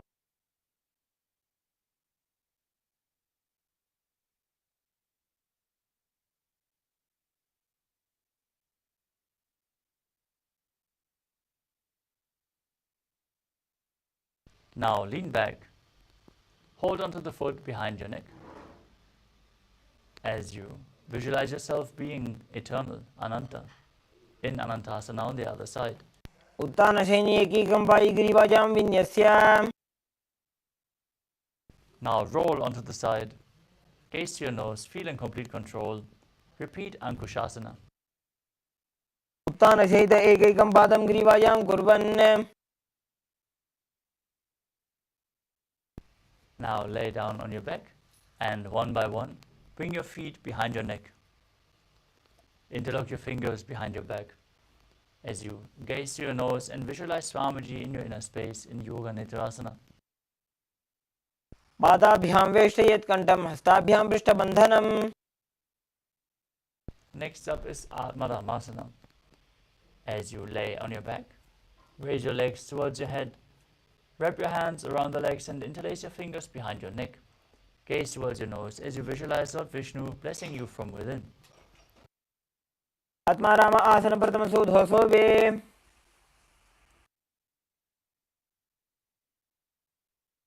Next up is Kochikasana. As you lay on your back, lift your legs and pull your knees in towards your chest with the soles of the feet facing up. Extend your arms to the side at shoulder level as you gaze to your third eye and visualize Swamiji in your inner space. Keep visualizing the upward flowing prana and Pratyahara Pranayama. दो हाथ चीदासा करे तिनसो ube Sapa करे. Next up is the Jatara Parivritti. This asana consists of 3 steps. We are going to perform all 3 steps on one side and then on the other. Now visualize Swamiji in your inner space and keep the Mula Bandha engaged as you visualize the prana flowing up. Extend your arms to the side and pull your knees in towards your chest. Then drop one knee towards the side and extend the other leg down. Bring both knees bent to the side. Extend both legs to the side, hold the feet and gaze away from the feet. Now again bring both knees towards your chest. Keep the arms extended. As you then drop the other knee to the side, extend the opposite leg down. Bring both knees bent to the side. Extend both legs to the side, hold the feet and gaze away in Jatara Parivritti. परिवृत्ते कुक्षे भागे तृता हि परिकीर्तितः. Next up is the Dviparapitam. As you lay on your back, place your feet flat and keep the knees raised.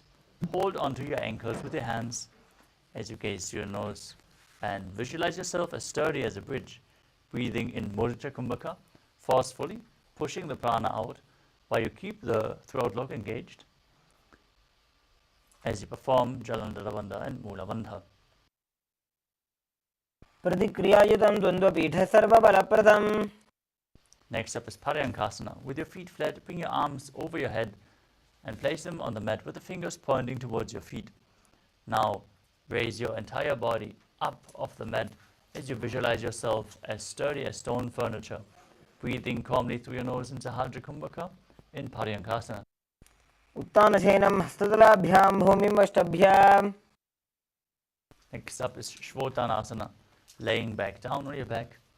Bring your hands on top of your shoulders and pull your knees in towards your chest, moving your hips in a circular motion while visualizing yourself as a dog playfully rolling around on its back. शरीरं संस्थाप्य जानुनी सम्मील्य नाभुवा निजा. Next up is the Viparita Karani. As you lie supine, keep your arms flat and lift your legs and hips up off the ground. Move your feet in a circular motion as you visualize Swamiji in your inner space. भूतले स्वशिरो दत्त्वा खेनये चरणद्वयम्. Now stop the circular movement of your legs. Be stable as you perform Viparita Karani 2. Karni विपरीताख्या सर्वाधिव्याधिनाशिनी. Now place your legs down. Bring your hips up with the feet over top of your head, placing the toes down on the ground above you. Interlock your fingers and push them onto the ground behind your back as you visualize yourself as a plow in Langalasana. प्रकाशने स्थित्वा नासिका प्रदेशे भूमौ पादपृष्ठे स्थाप्य. Next up is Shaita Paschimottanasana. From the same position, hold onto your feet, keep your arms straight, and visualize Paramashiva, as this is one of the 84 asanas revealed directly by Lord Paramashiva himself. तानं शयित्वात् कुर्वीत शयितपश्चिमतानकम्.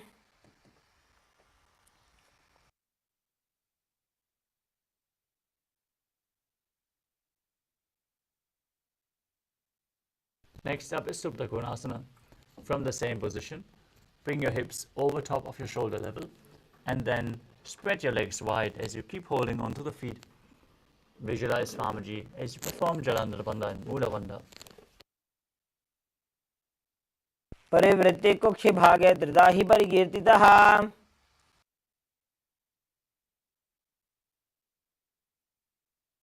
The next asana is Chakrasana. Now bring your feet back together, hold onto your ankles and roll onto your back as you keep arms and legs straight, visualizing yourself as a wheel, a chakra in Chakrasana.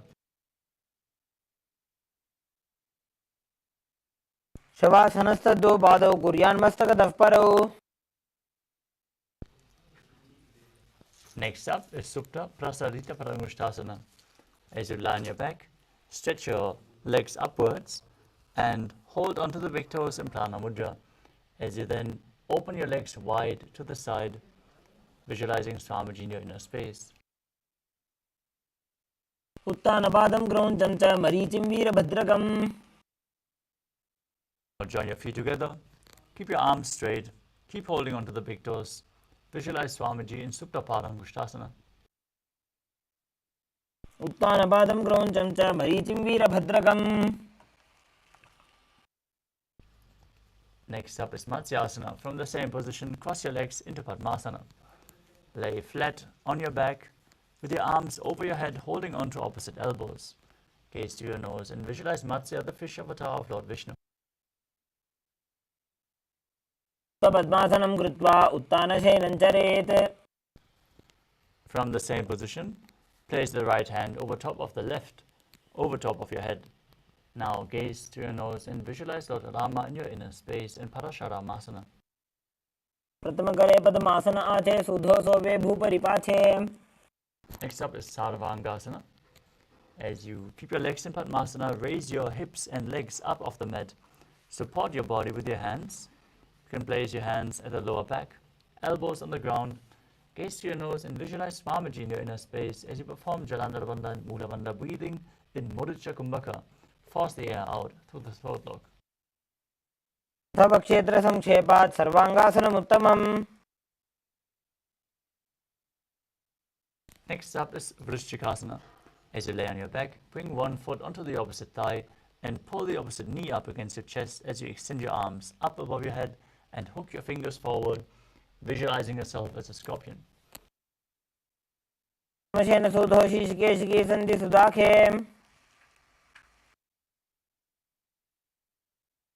Now place the other foot on the opposite thigh. Repeat Vrishchikasana on the other side. प्रथमशेन सूधो शीशिकेशिकी सन्धि सुदाखे. The next asana is the Vrishapadakshepasana. Now interlock your fingers behind your neck and lift your legs up as you alternate, bringing one knee in towards your chest back and forth. As you visualize Swamiji in your inner space, calmly breathe through your nose in Sahadra Kumbhaka. उत्तानशयनं कृत्वा अङ्गुलिभिकन्दरां बद्ध्वा. Now place your hands next to your hips and alternatingly touch one knee towards your ear back and forth, visualizing Swamiji in your inner space in Maruttanasana. श्रोतानवत्सं स्थितीकृत्वा जानुद्वयं पर्यायेन कर्णयोः संस्पृशेत्. Next up is the Vrikrasana. As you lay on your back, place the soles of the feet flat on the ground and then stand up and lay back down, visualizing yourself as a wolf.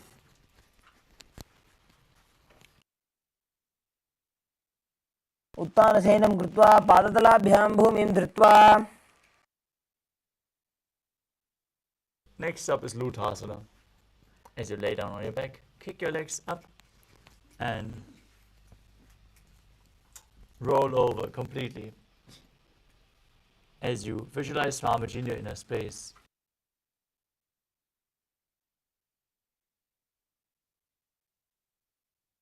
उत्तानशयनं पादौ शिर उल्लङ्घ्य.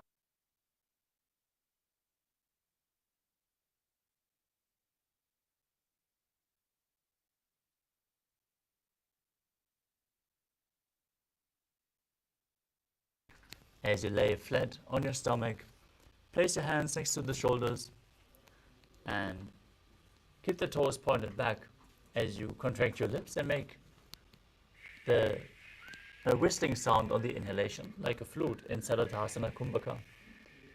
Visualize yourself as a chariot carrying warriors into a battle for Dharma on your chariot back in Saladhasana.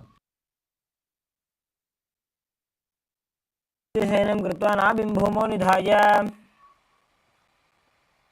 Next up is Dehalyulanganasana.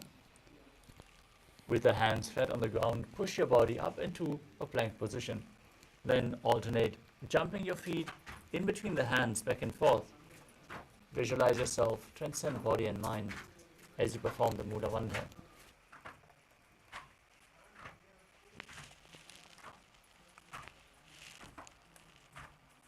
श्रोतानवत्सं स्थितीकृत्वा जानुद्वयं पर्यायेन कर्णयोः संस्पृशेत्. Next up is Jatyasana. Now place your hands flat on the mat and walk around on all fours as you visualize yourself as a wise 60-year-old elephant.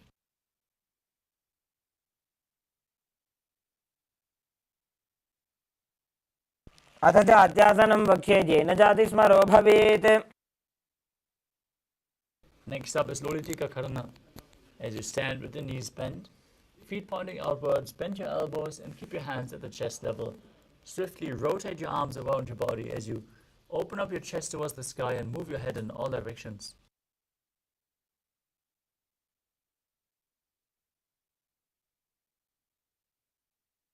Next up is Tadapasana.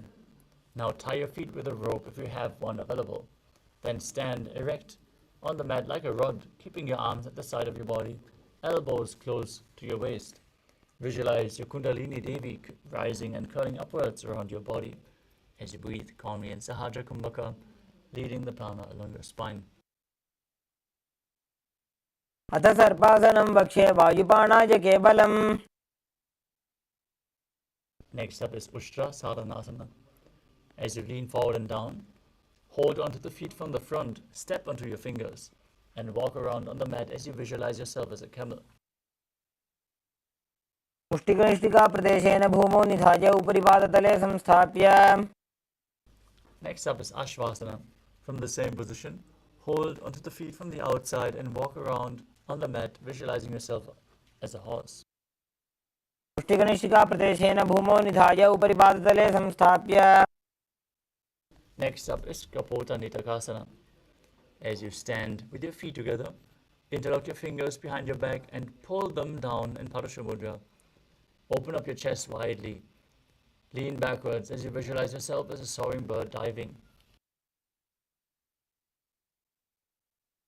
पादतले भूमौ निधाय पृष्ठभागेन हस्तौ जङ्घापर्यन्तं नीत्वा. Next up is Tala Pushpa Putam Karana. As you stand tall with the palms together in Namaskara Mudra, gently bend the knees and keep the toes pointing outwards. Simultaneously open up the palms, raise one heel off the ground and slightly lower the waist and shoulder off the respective heel. as you visualize you're holding and offering a bouquet of flowers to Paramashiva.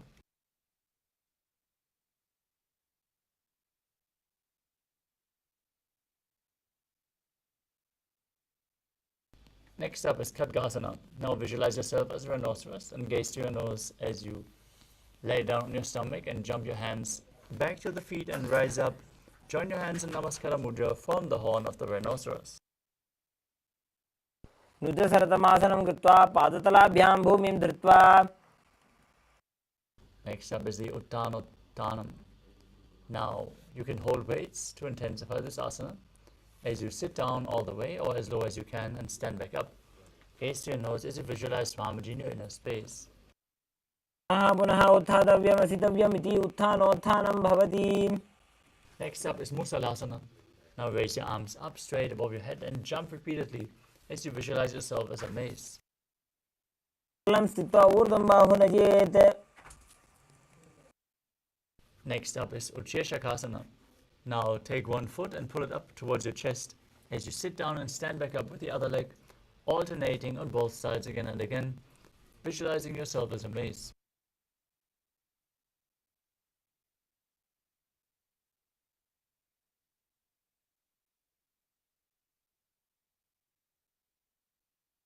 एकैकम्बादतलं कुक्षौ निधाय तिष्ठेत् उच्छीर्षकं भवति.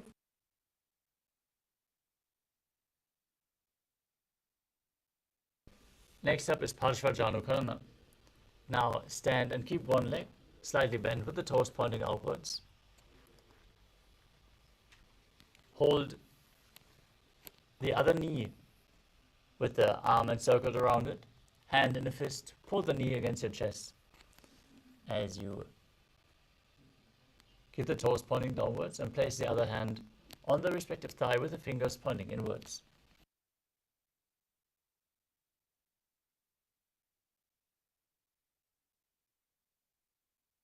The next asana is Tandavasana.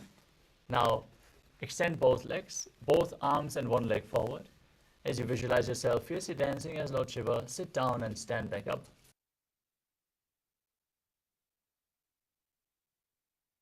एकेन पादेन स्थातव्यं ताण्डवासनं भवति. Next up is Brahmanasana.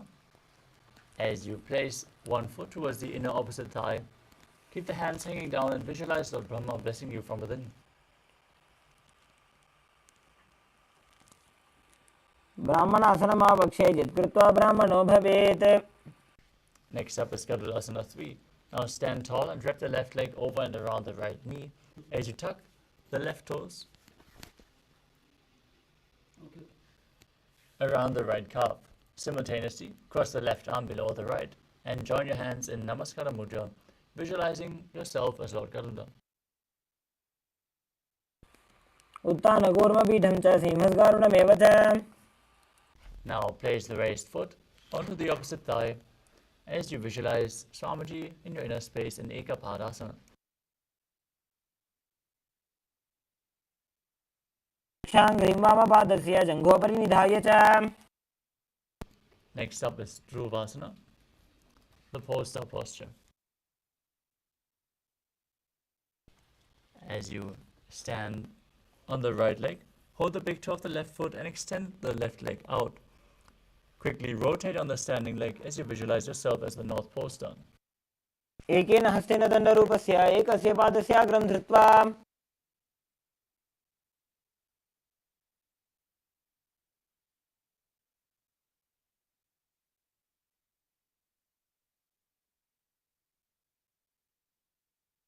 Next up is Trivikramasana. Now stand on the right leg with the left foot behind your neck. Stand tall. If you can't bring the leg behind your neck, you can pull it up towards your chest. And sit down and stand back up as you perform the 3 steps of Lord Vishnu. Sitting down and stand back up. ग्रीवायां पादं संस्थाप्य स्थातव्यम् उत्थातव्यं त्रिविक्रमासनं भवति.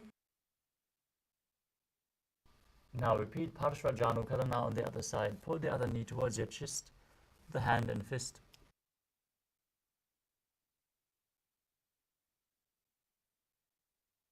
Now visualize yourself fiercely dancing as Lord Shiva as you extend your arms and one leg forward, and repeat Tandavasana, sitting down and standing back up. एकेन पादेन स्थातव्यं ताण्डवासनं भवति. Now repeat Brahmanasana on the other side. Bring the right foot to the inner opposite thigh, visualizing Lord Brahma blessing you from within.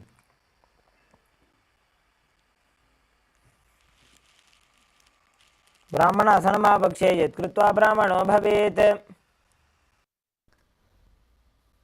Next up is Kailāsa 3 on the other side. Now bring the right foot over top the knee and tuck the toes behind as you bring the arm below and place your hands in Namaskara Mudra, visualizing yourself as Lord Garuda. नकूर्मपीठं च संहिमस्कारुणमेव च. Now place the right foot on the opposite thigh. Keep your hands hanging down. Visualize Swamiji in Ekapadasana on the other side. दक्षाङ्घ्रिं वामपादस्य जङ्घोपरि निधाय च. Now repeat Dhruvasana, the post-star posture on the other side. Hold on to the right foot, big toe, and rotate your body quickly on the standing leg as you visualize yourself as a North Poster.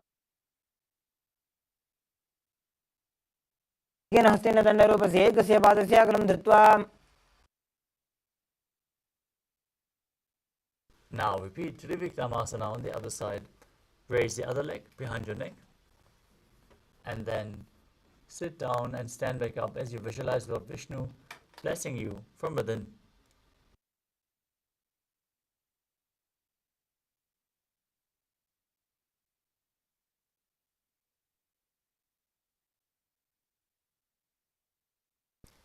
Next up is Samanaka Karana.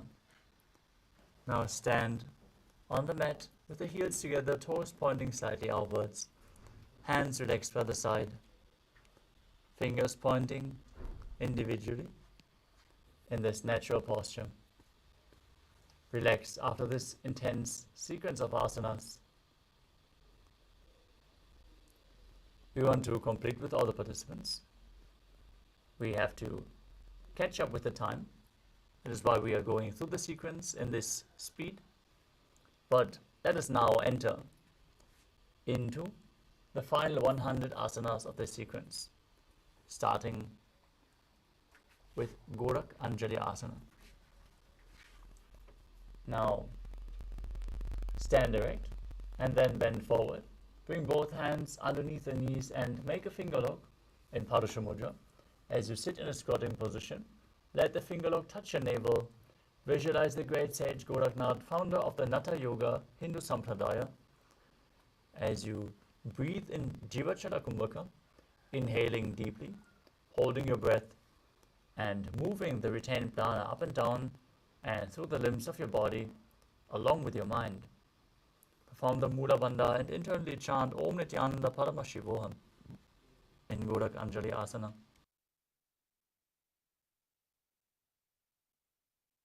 प्रथमहि बोहो ये बाहुरी नीचो पुनिहोवे. Next up is Kanchi Asana. Now, insert your hands between the thighs and calves, then wrap them around behind your butt. Squat down and hold your hands behind as you keep your chest upright. Visualize Swamiji in your inner space.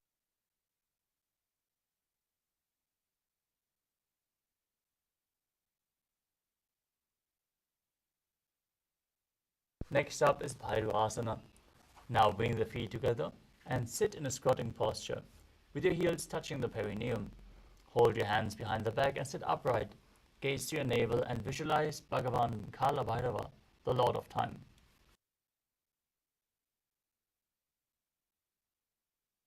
दो पग की थलिया की माहिली को और मिला जी फना पानी उकड़ मोड़ वैसे.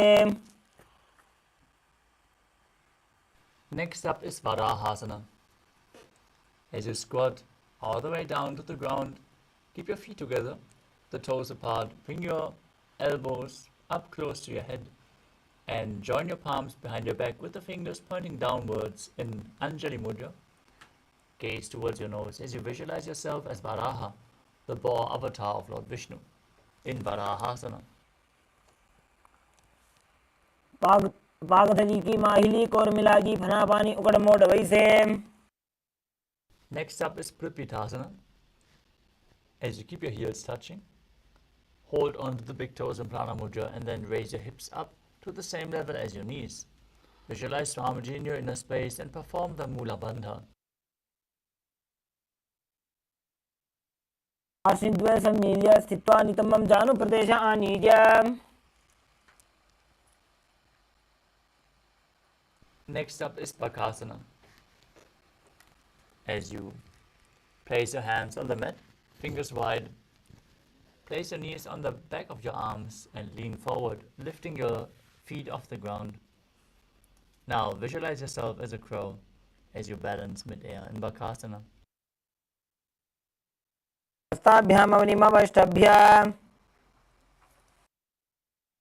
Next up is Sushtanga Kapali Asana, another inverted posture. Set yourself up in front of a wall if needed.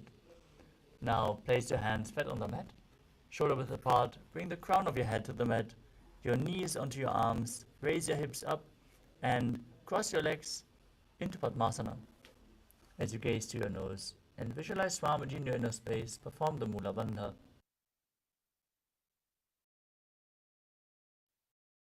आसन को गुण कपाल आछो होई. Next up is Guptasana. Now sit in a kneeling posture. Keep the toes flat. Sit in between the heels as your toes are touching behind your body. Gaze to the nose.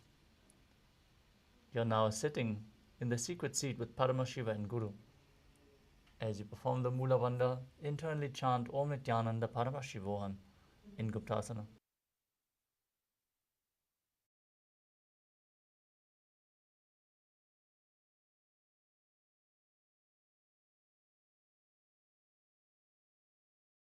Place your hands on the ground, fingers wide, and lift your body up straight into a handstand.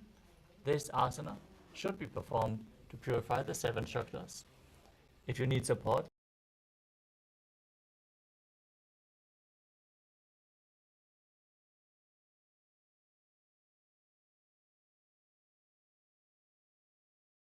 Sahadra Kumbhaka. सप्तचक्रक्षालनाय vrikshasana विशेषकान्. From Vrikshasana, bring your hands and feet closer together.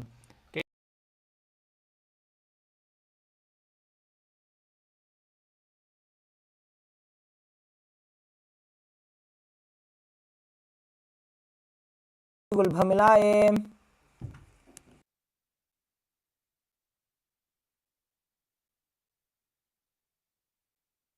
Now place your hands flat on the mat, shoulder width apart.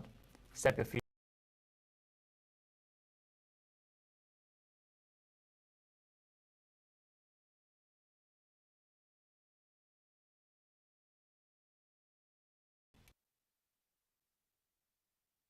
दुब्जं शयनं कुर्वरो पार्श्वभागायामूर्धकृत्य. Next up is Savapasana 2. Now lay down flat on your stomach.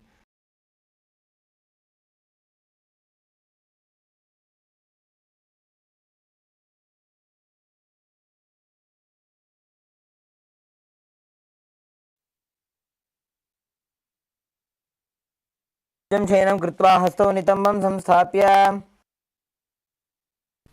Next up is Niralambanasana. As you keep the toes pointing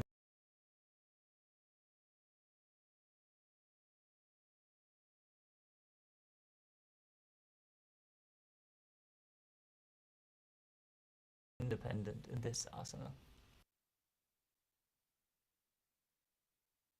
पराभ्यां पङ्कजं कृत्वा तिष्ठेत् कुर्परया सुधीः.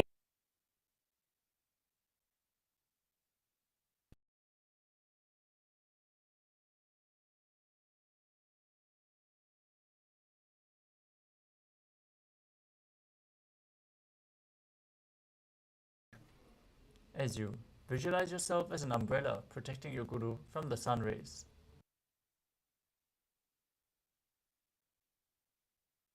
अर्ध्यासनवस्थित्वा हस्ततलाभ्यां भूमि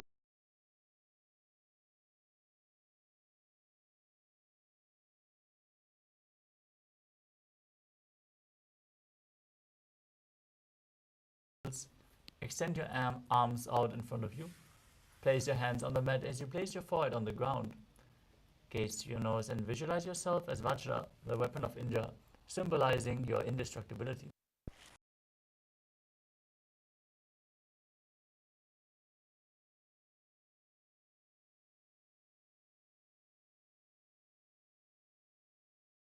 Raise your hips up high into Gajasana and then alternate striking the ground with your hands as you visualize yourself as powerful as a ram. गजासन संस्थितो एकैकं बाहुं भूमौ ताडयेत्.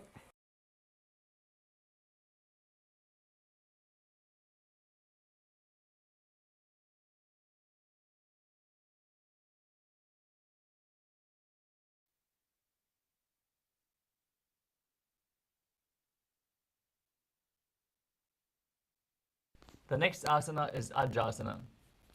Now place your hands on the mat.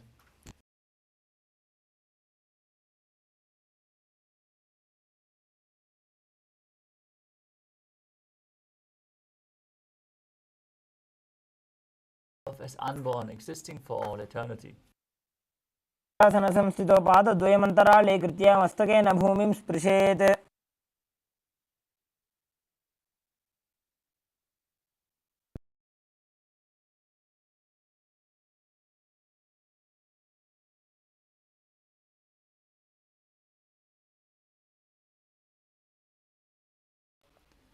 Gaze to your nose as you visualize Swamiji in your inner space and perform the Mula Bandha, returning to Ujjayi Pranayama.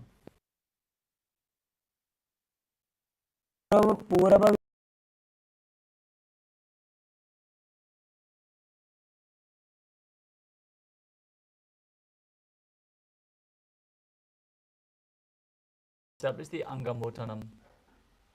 Now interlace your fingers in front and move your body, move your arms up, down, left, right in all directions, giving massage to various different joints and muscles of your body.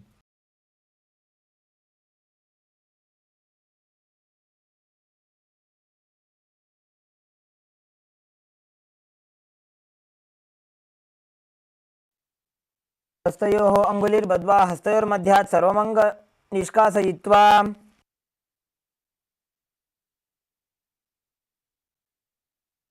Next up is Garudasana form.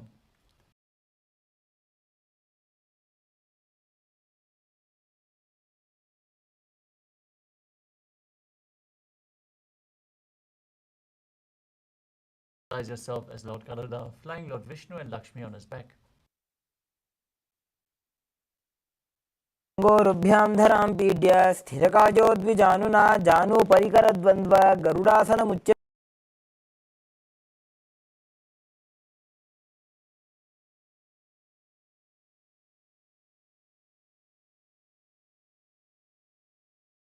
Pointing backwards, knees open wide. Bring your hands below the ankles and place the front of your buttocks on the ground.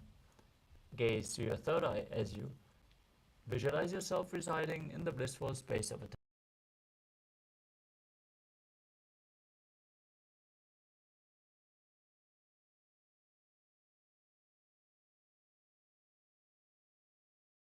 साधकः हस्तयुग्मं पाददेशे पादयुग्मं प्रदापयेत्.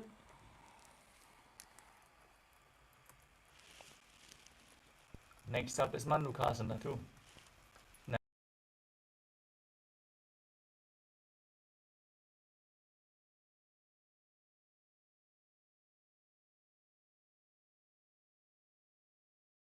Press your tongue up against the palate of your mouth in Manduki Mudra as you visualize yourself as a frog. Perform Uddiyana Bandha and Mula Bandha in Mandukasana too.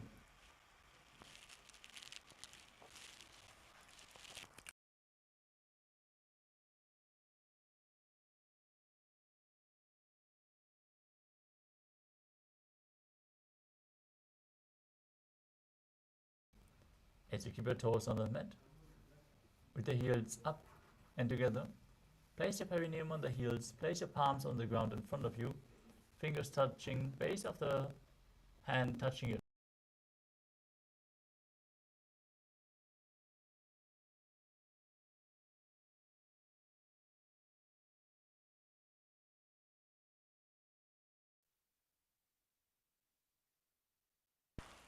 दोवु फणा पाणी होय वैसे AD Mailer गुदा निवैसे समशरीरनी काट हरावे NASA अग्र दृष्टि को ल्यावे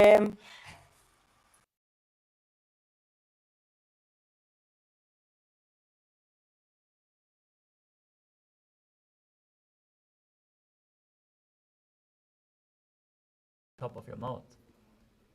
Place your thumbs underneath the teeth and lock your lips as you inhale through the right nostril and exhale through your mouth as per your capacity in Vishraka Kumbhaka.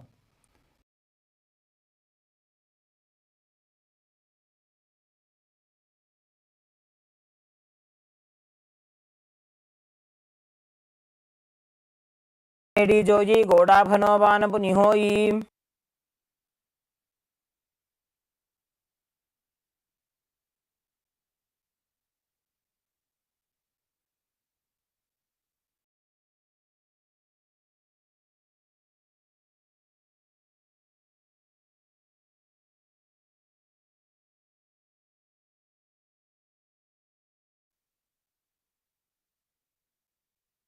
Perform the Mula Bandha in Makadasana. दोवु पकदली संपुट आने तिनकी पिष्टि भूमि परिठाने मूलद्वार एड्यां परिन्यावे मूडा हाथ ऊंचा टहरावे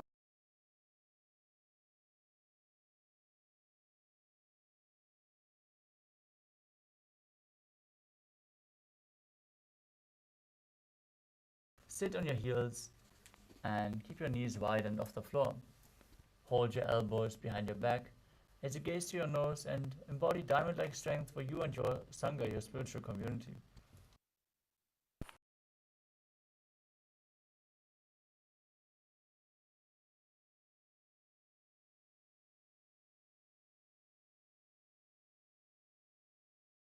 Next up is Kanjanasana.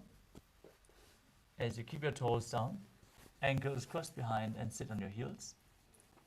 Place your palms onto the side of your body, flat onto the mat.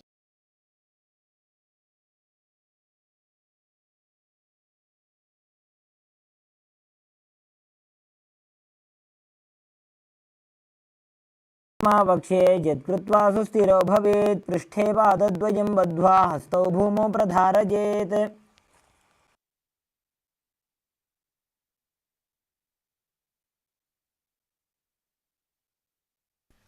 Next up is Kurmasana.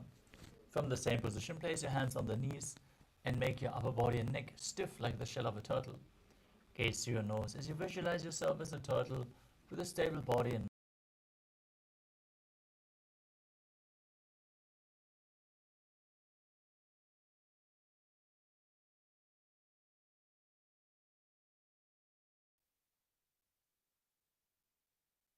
Next up is Yogasana.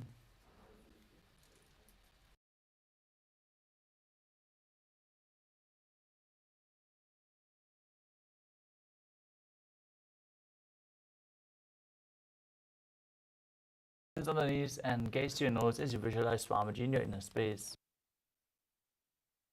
दम नियम्य गुल्फाभ्यां व्युत्क्रमेण समाहितः Now perform Vijogasana. Now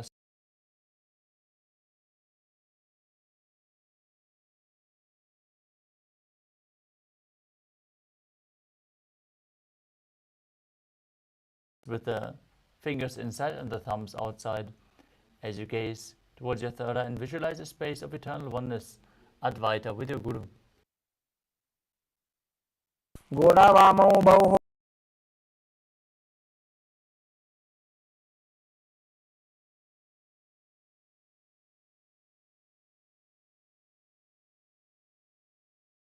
With your hands, keep your arms straight and push your hips forward as you tilt your head back and visualize yourself as a camel. दण्डग्रन्थिदाढ्य संविवादयिषु पुमान्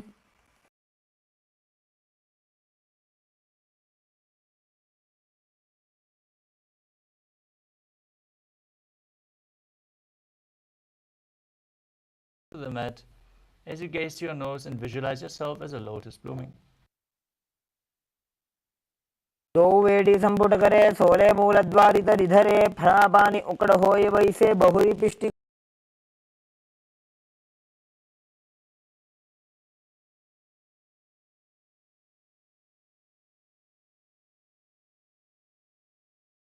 from the knees with the thighs and calves together. Lean back and touch your back to the ground, then rise back up. Use the support of your hands if needed. As you gaze to your nose and visualize the healing and liberation of all causal, subtle forms.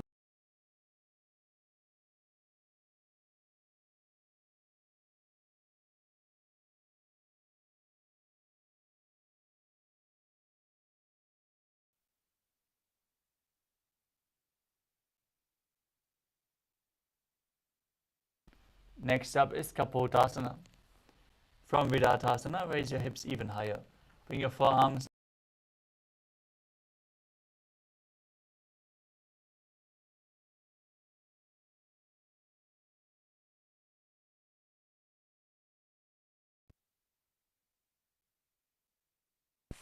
मेरुदण्डग्रन्थिदाढ्य संविपादयिषु पुमान्.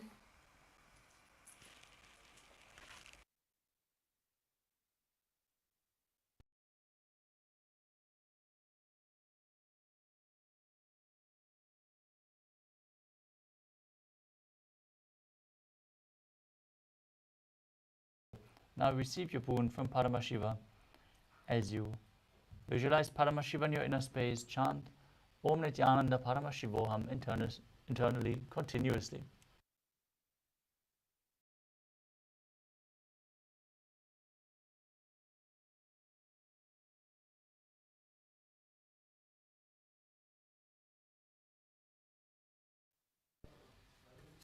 Next up is Varahasana 2. As you keep your knees together and the toes tucked, lean forward and bring your elbows to the mat with your hands holding your head.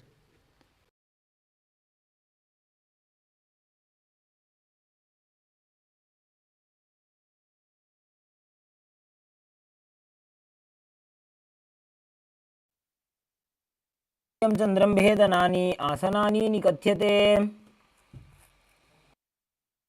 Next up is Mundasana. From the knees, place your forearms on the ground, shoulder width apart.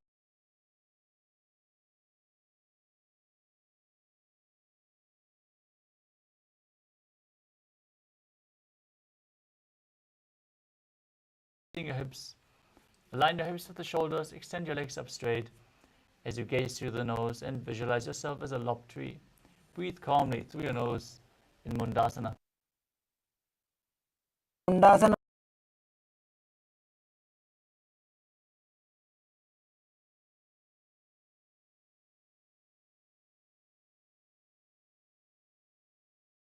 Between the knees and your elbows adjacent to the knees.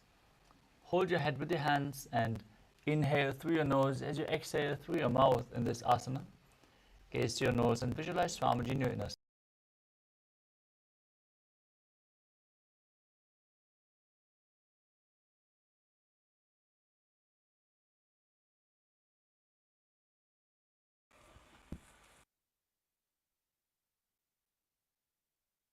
Next up is Viparita Shalabhasana. You can hold weights if you want to intensify this asana. Lay down on your stomach.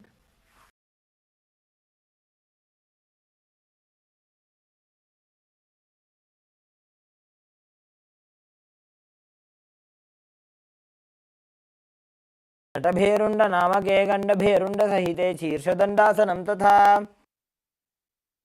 Next up is KAILΑSA. Now place your hands next to your hips with the palms facing down.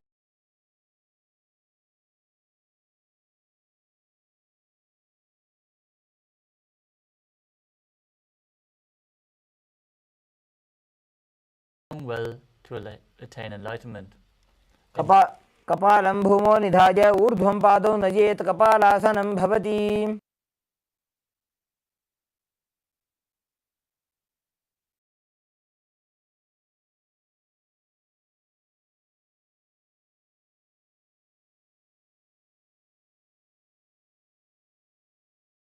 Feet over top of your head. Now, keep your palms flat on the mat behind as you visualize yourself as a free and open dove. उष्ट्रासने स्थित्वा चरणौ भूमि.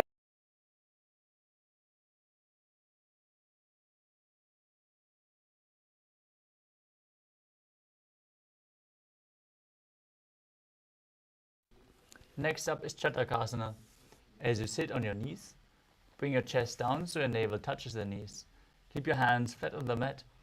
With your forearms on the ground, be sturdy and visualize yourself as a sparrow as you perform.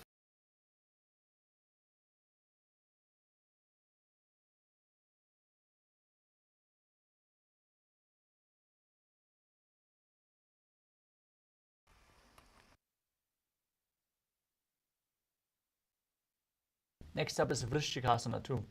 As you keep your forearms on the ground, raise your hips up and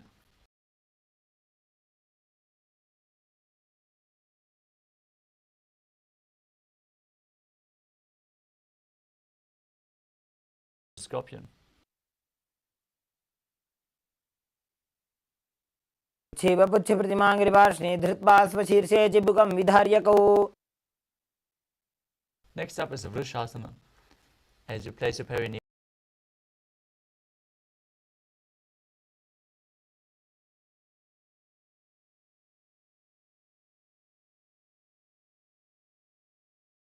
Parangaka Kumbhaka, forcefully inhaling through the nostrils, holding the breath for a short while and then exhaling slowly again through the nose.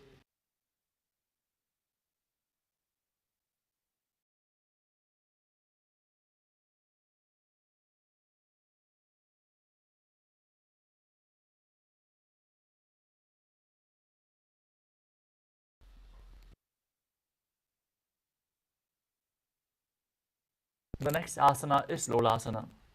With your hands flat on the mat in front, lift your knees and legs up off the mat. Cross the toes of the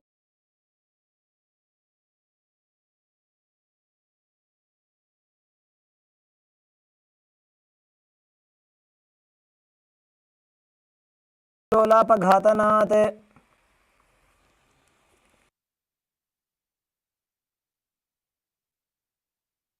Next up is a Vrishasana on the other side. Now sit on the left heel with the right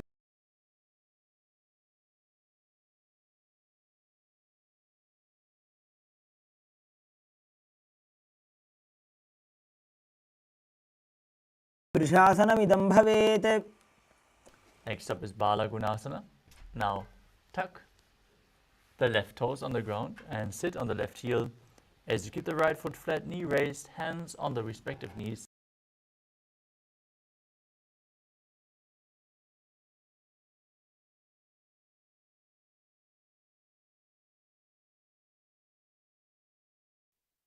आसन को गुणजलविकारजायी.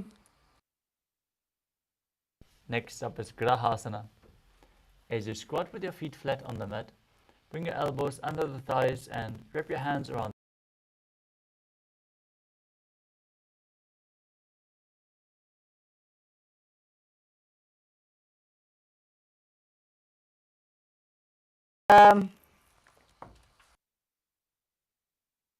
Now repeat Bala Gunasana on the other side. Sit down on the right heel, the right toes tucked. Hands on the knees.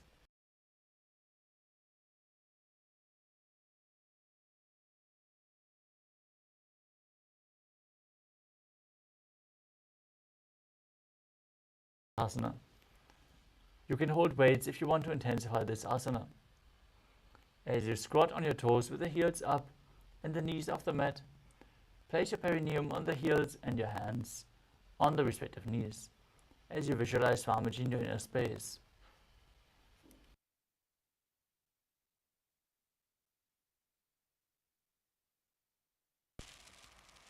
जास्पिजोस्त्रीत ऊर्वजानो यत्रासने पादतलद्वयोपरि.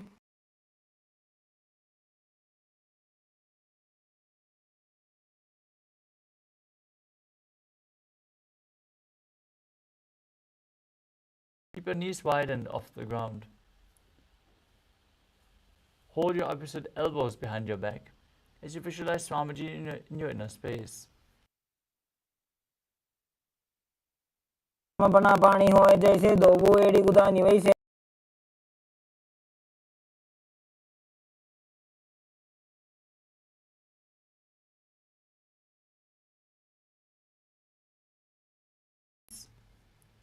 Keep your arms straight, gaze to the nose, and Visualize you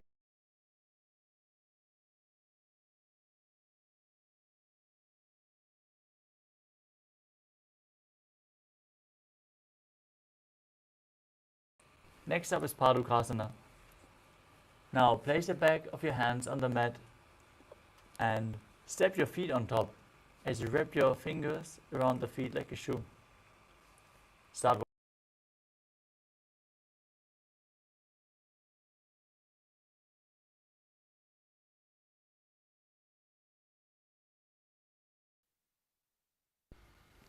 Next up is Kukkuttanasana.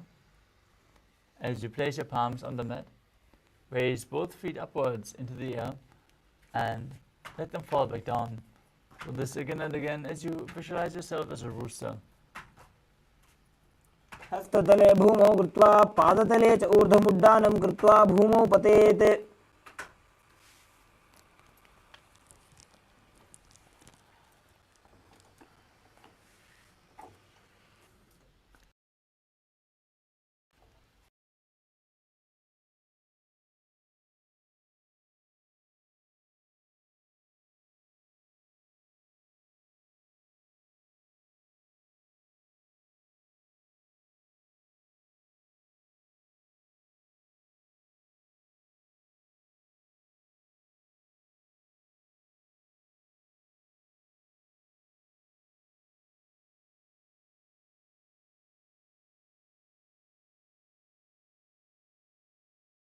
Next up is Viparita Nrityasana.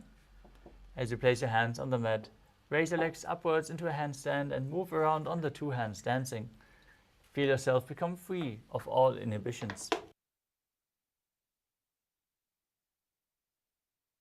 हस्ततलाभ्यां भूमिमष्टभ्य ऊर्ध्वपादाग्रे कुर्वन्. Next up is Kunjarasana. As you keep your feet apart, place one palm down on the mat. Place the other hand on your neck or ear as you visualize Swamiji in your inner space.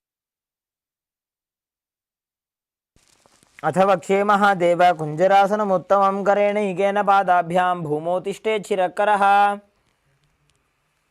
Now place the other hand down. Repeat Kunjarasana on the other side. अथ वक्षे महादेव कुञ्जरासनमुत्तमं करेणैकेन पादाभ्यां हस्तौ भूमौ प्रधारयेत्.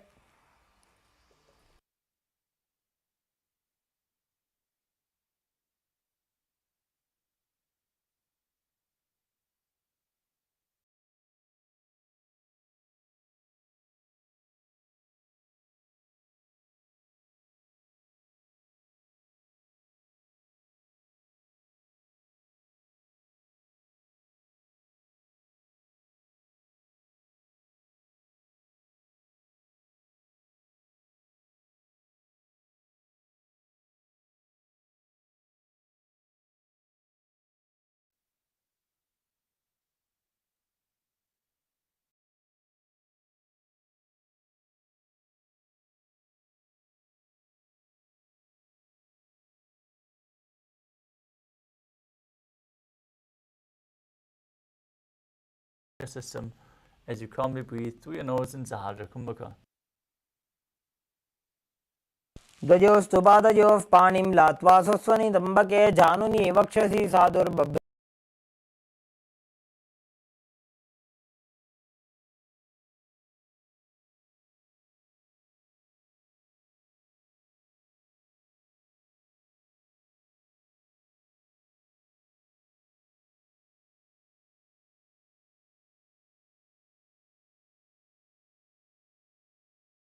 Self as a powerful source of energy in Chakrasana.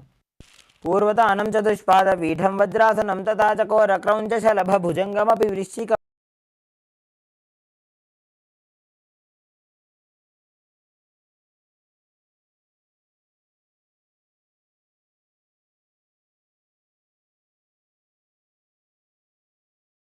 Foot towards your ear as you visualize yourself as a bow.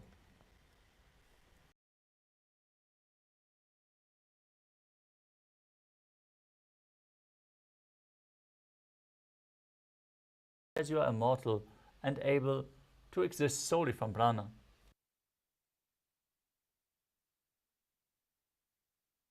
एतत् प्रभेदं वक्ष्यामि करोति यः स चामरः एकपादमुरो बद्ध्वा स्कन्धेऽन्यत्पादरक्षणम्. Next up is Parshvamatsyendrasana. Now bring the right foot outside of the left hip and step the left foot over top of the right knee. Bring your right arm outside the raised knee. Bring the hand underneath the raised leg as you interlock your fingers behind your back. Gaze to your third eye as you visualize Sage Matsindranath, the master of Hatha Yoga. वामोरुमूलार्पितदक्षपादो जान्वो बहिर्वेष्टितदक्षदोष्णाम्. Now repeat Chakodasana on the other side. Bring the other leg over top of the shoulder as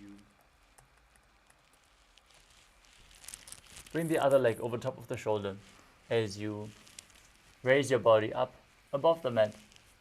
Gaze to your third eye and visualize yourself as a powerful source of energy. पूर्वतानं चतुष्पादपीठं वज्रासनं तथा चकोरक्रौञ्चशलभभुजङ्गमपि वृश्चिकम्.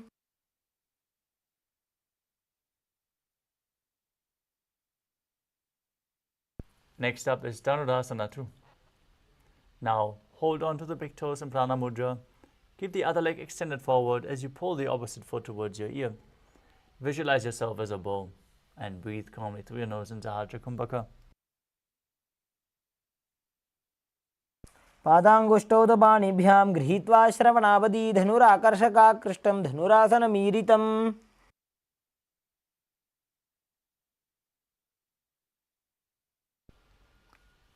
Next up is Ashtavakrasana on the other side.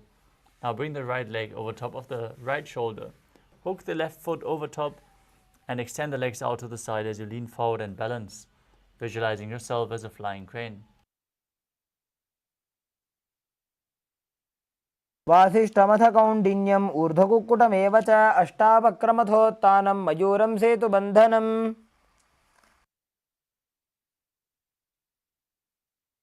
Next up is Pranasana on the other side. Now bring the other foot on the opposite thigh. Keep the knee raised, shoulder underneath the knee, and push the other knee down towards the ground as you visualize you are immortal and able to exist solely from prana. प्रभेदं वक्ष्यामि करोति यः स चामरः एकपादमुरो बद्ध्वा स्कन्धेऽन्यत्पादरक्षणम्.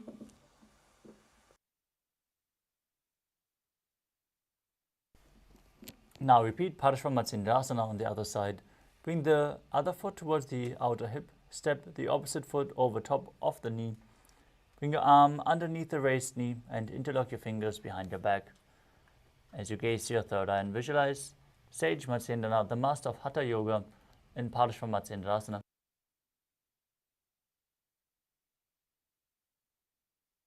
अभ्यां धृत्यते यास्तु पार्श्वमत्स्येन्द्रमुत्तमम्.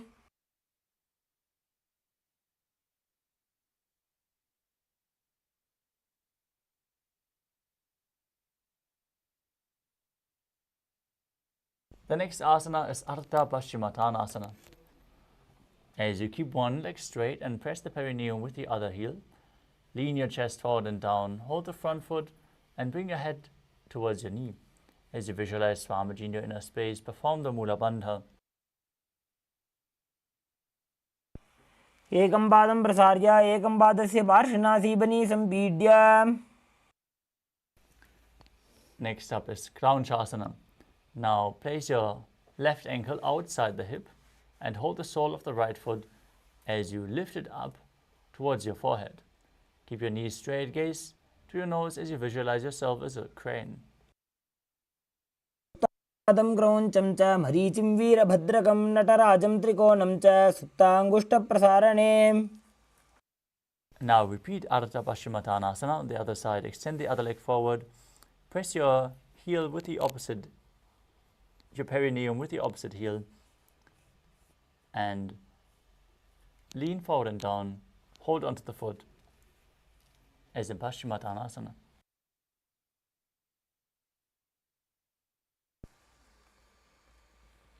एकं पादं प्रसार्य एकं पादस्य पार्श्वनासीबनी सम्पीड्य.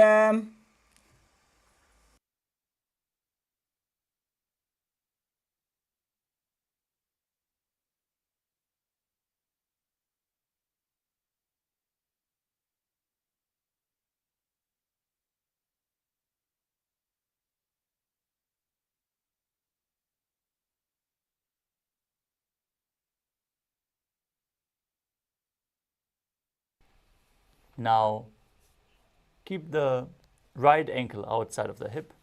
Hold onto the left foot and extend it up in front of your face. Keep the knees straight and visualize yourself as a crane and crown shasana on the other side. उत्तानपादं क्रौञ्चं च मरीचिं वीरभद्रकं नटराजं त्रिकोणं च सुप्ताङ्गुष्ठप्रसारणे.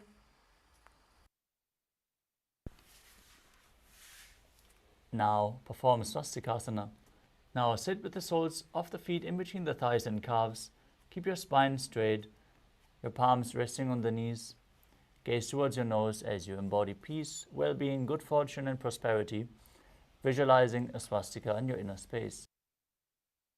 तानूर्भोरन्तरे सम्यक् कृत्वा पादतले उभे.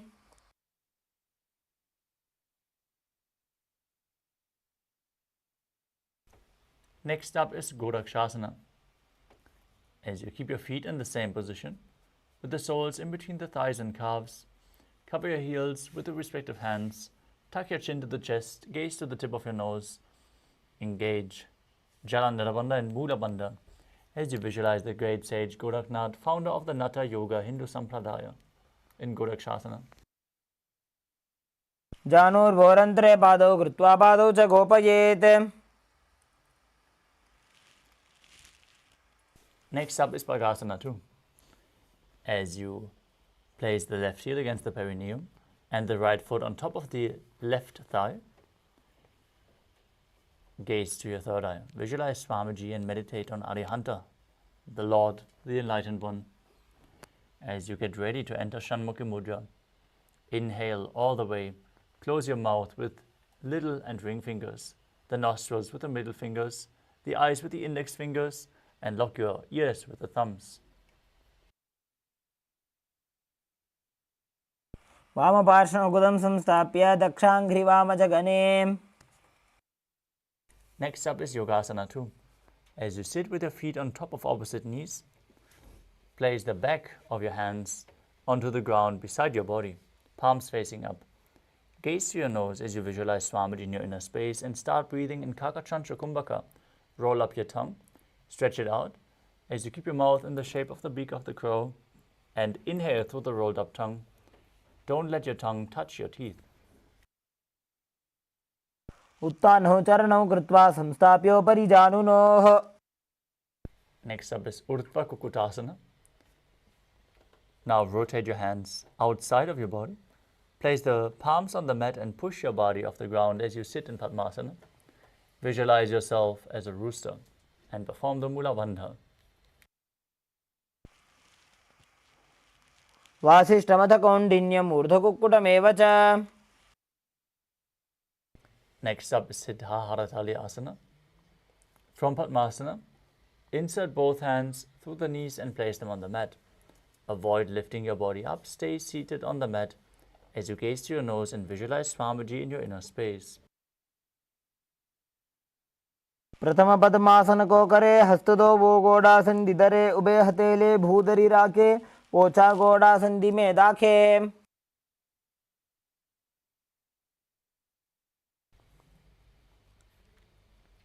From the same position, push your hands into the ground and lift your body up. Gaze to the nose and visualize yourself as an elegant swan in Hamsasana. कुक्कुटासनं स्थित्वा स्कन्दपर्यन्तम् ऊरूनि नीत्वा तिष्ठेत्. Next up is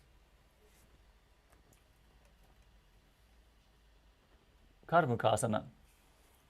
From Padmasana, place your hands in between the thighs and calves and push your hands through behind your back as you lean forward. Interlock your fingers behind your back and place your forehead on the ground. Now visualize yourself as Pinaka, Lord Shiva's bowl, as you perform the Mula Bandha. प्रथम पद्मासन को करे घोड़ासन दिमाहि करि धरे. Next up is Kurmasana 2.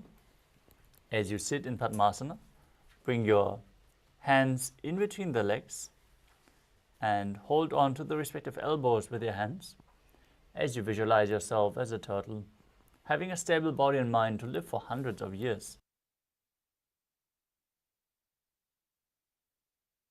By जंग पर दक्षिण बावा दाई जंग परि by ल्यावा. Next up is Granthi Bhedasana.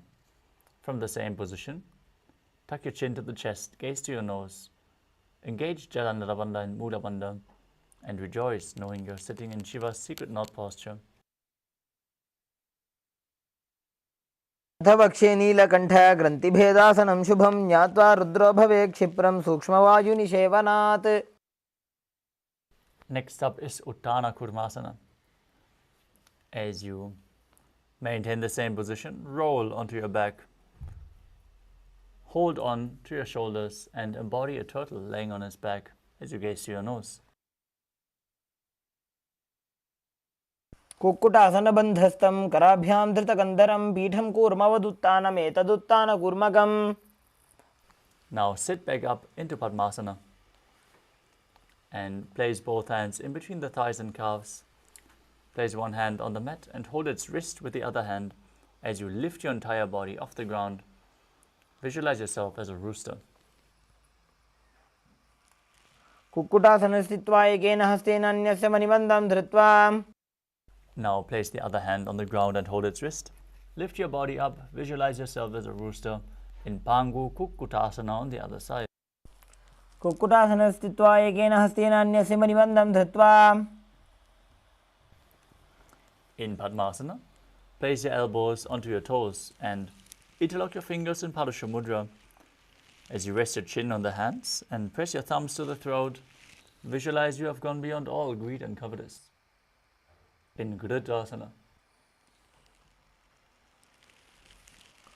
जानूर्वोरन्तरे पादौ उत्तानौ व्यक्तसंस्थितौ गुल्फौ छाच्छाद्य हस्ताभ्याम् उत्तानाभ्यां प्रयत्नतः. Next up is Padmasana 3. From Padmasana, hold one hand over the other with the palms facing upwards. Keep your spine straight, gaze to your nose, engage all three bandhas and visualize Swamiji in your inner space. Keep breathing through the rolled up tongue in Kaka Chantra Kumbhaka. उत्तानौ चरणौ विधाय विधिवत् शक्तिस्थितो योगिरात्. Next up is Padmasana 4. Now place your hands flat on the knees.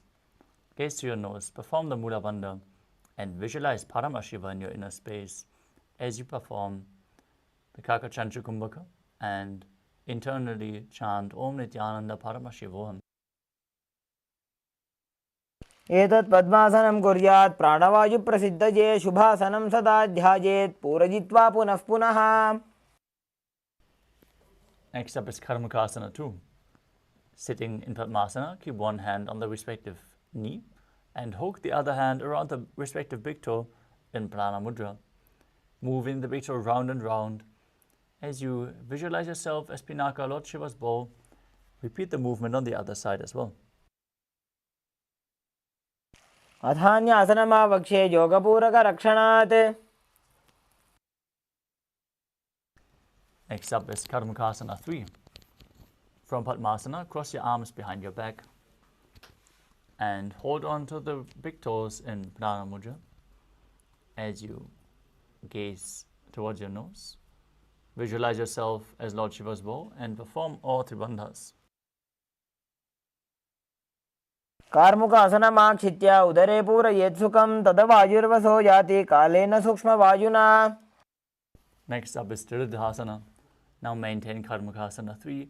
Lift your chest up, gaze to your third eye, and visualize that you are the action of Paramashiva's third eye, destroying anything you come across. ऊरुभ्यामुपरि स्थाप्य पादयुग्मं प्रयत्नतः.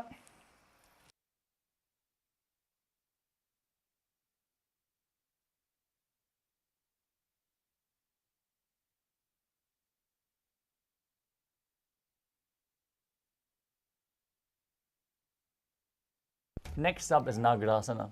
From the same position, roll onto your back. Keep holding onto your feet if you can, otherwise you can lay on the crossed arms. With the legs in Padmasana, gazing to the nose, visualizing yourself as a snake and calmly breathing through your nose in Sahadra Kumbhaka in Nagarasana. प्रथम पद्मासन कोठाने दो हाथ पाछाने आने. Now free your arms and legs. Lay down on your back. Pull your knees towards your chest as you interlock your fingers. Hold on to your knees and pull your chin up towards your knees. Squeeze your body into a ball in Kandukasana. वेत्रासने स्थित्वा हस्तपादान् निष्कुष्य. Next up is Urdhva Pavanasana. Now place your feet flat on the ground, knee raised, hands interlocked behind the back, behind the head, as you gaze to your nose and visualize Swamiji in your inner space. प्रथमे सूधो सैनकरावे गौड़ा ऊभाराशि मिलावे. The next asana is Marakata Pitasana. Now place your upturned palms underneath the heels and push your hips up as you contract the perineal floor and tuck your chin to the chest. Perform Jalandhara Bandha and Mula Bandha as you breathe in Mudra Kumbhaka and visualize yourself as a powerful alpha ape. उत्तानसेनं पादतले उत्तानहस्तयोः स्थापयेत् पृष्ठभागमुत्रमजेत् मरकटपीठं भवति.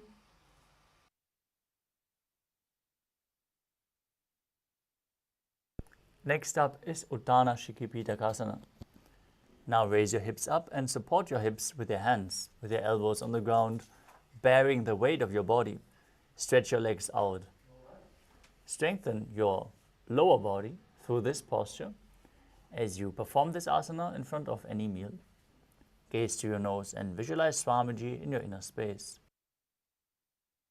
जङ्घोरुबलहीनश्चेत् उत्तानशिखिपीठकम् अप्रमत्तः प्रकुर्वीत भुक्तेः प्राग्विजितेन्द्रियः. The next asana is Narakasana. Now lie supine and raise your hips and legs up straight.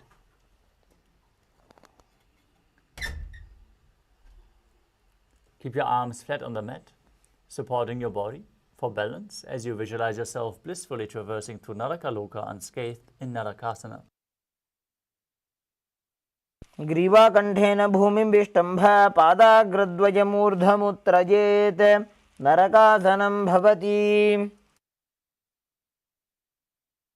Now place your hands towards your lower back and keep your legs vertical as you then slowly lower and anchor them, engaging your core intensely as you visualize yourself as a boat crossing the ocean of samsara in Tiryannaukasana.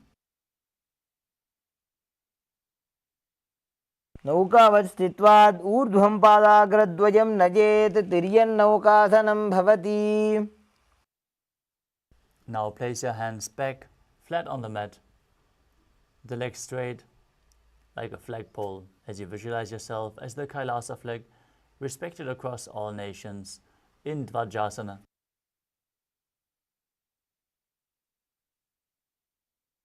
तिर्यन्नौकावते ग्रीवापृष्ठकोर्परैः भूमिं वष्टभ्य.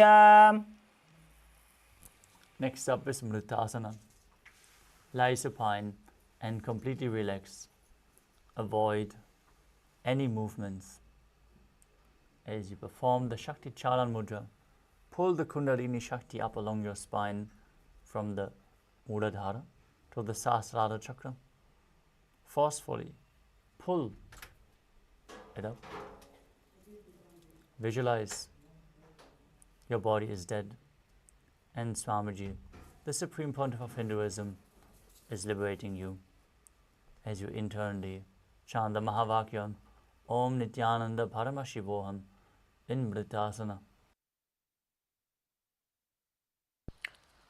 उत्तानं शववद्भूमौ शयनं तु शवासनं शवासनं श्रान्तिहरं चित्तविश्रान्तिकारणम्.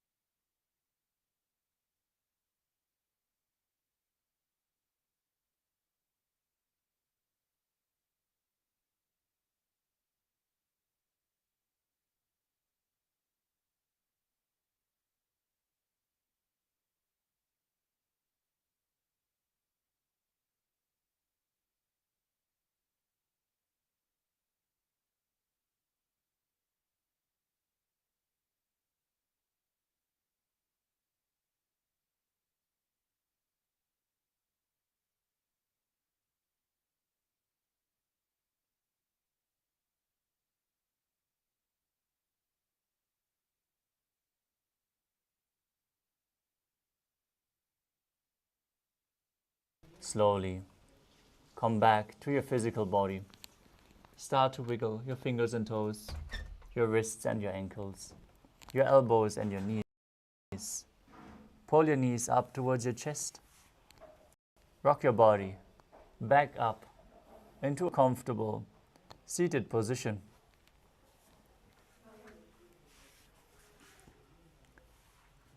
Congratulations for completing the Dvitiya Vinyasa Krama, all 308 asanas of the sequence.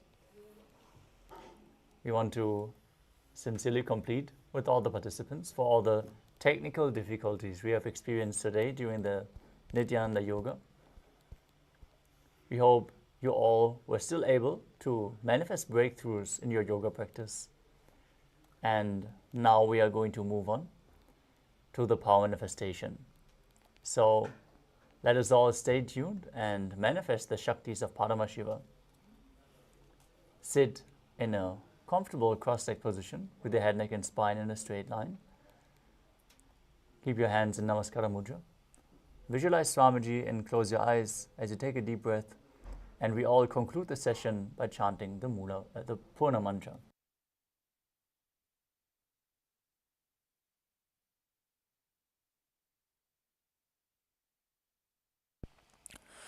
Om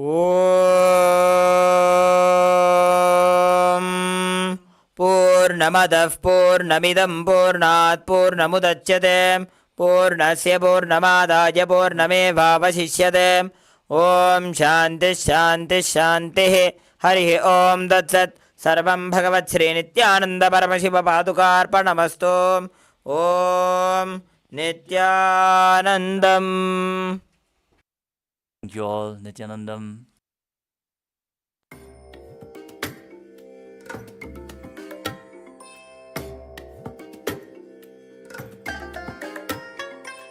I bless you all.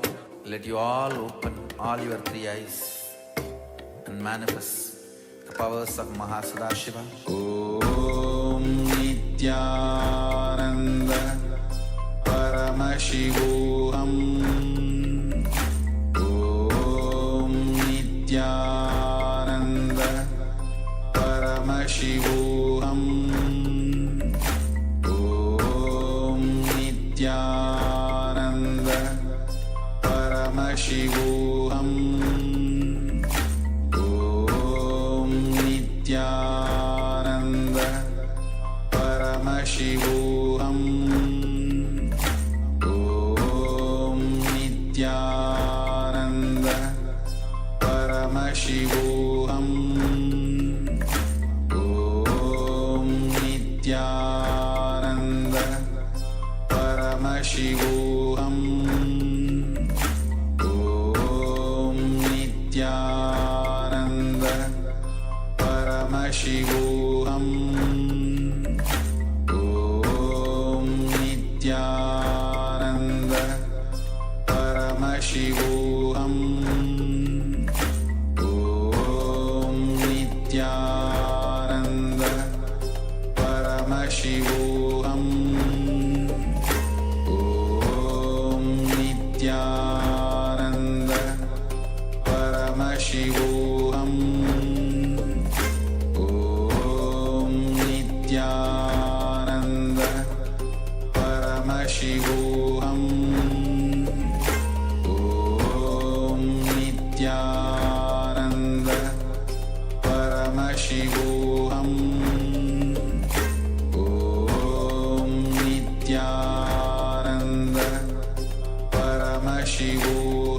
Paramashivoham.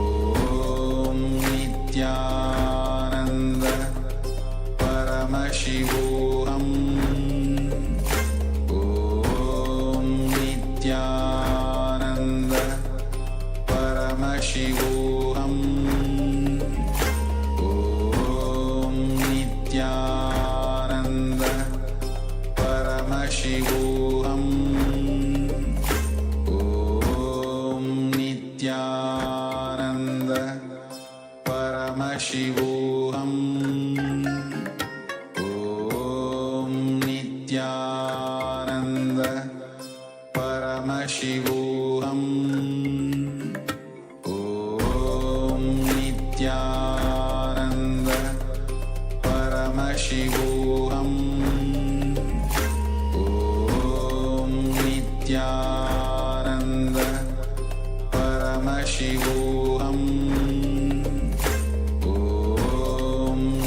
Nithyananda Paramashivoham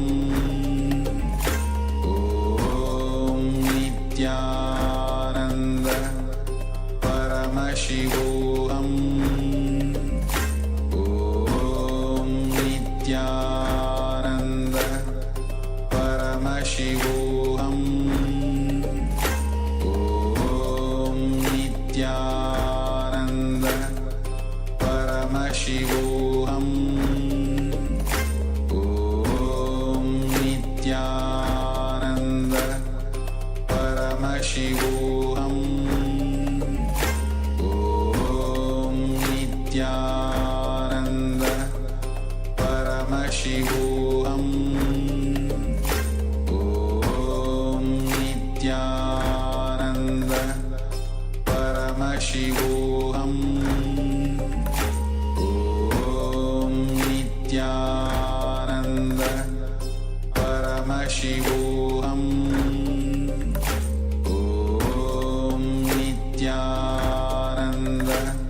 Paramashivoham Om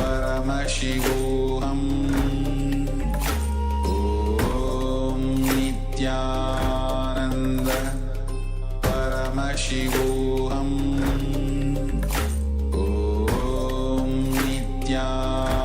Nithyananda Paramashivoham Om Nithyananda Paramashivoham Om Nithyananda Paramashivoham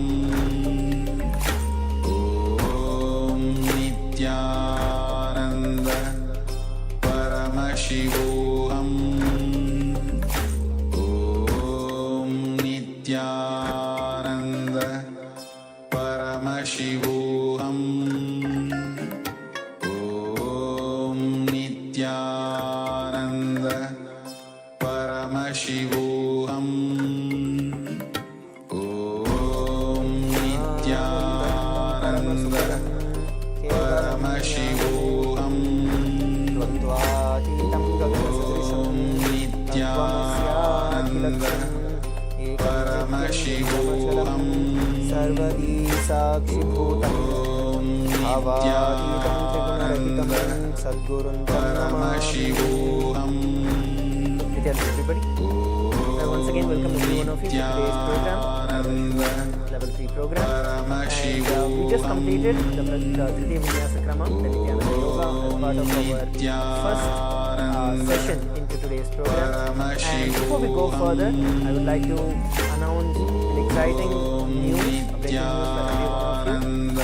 Last couple of days we have been seeing the atrocities that have been caused by the deep state and anti-Hindu elements against Kailasa Trishulam, where they had illegally demolished the property, beaten the monks, persecuted the monks there, beaten the cows, the goats, the animals that were there, and broken the deities and so on. And we had actually taken this matter, we had actually presented to the High Court, and today we received a very, very favorable judgment from the High Court, where the High Court has very clearly stated that this land belongs to Kailasa Trishulam, and the Chief Justice has strongly condemned the actions taken by the anti-Hindu elements, by the deep state, and has asked for investigation by the September 7th. So we have a very, very beautiful breaking news where Paramashivam,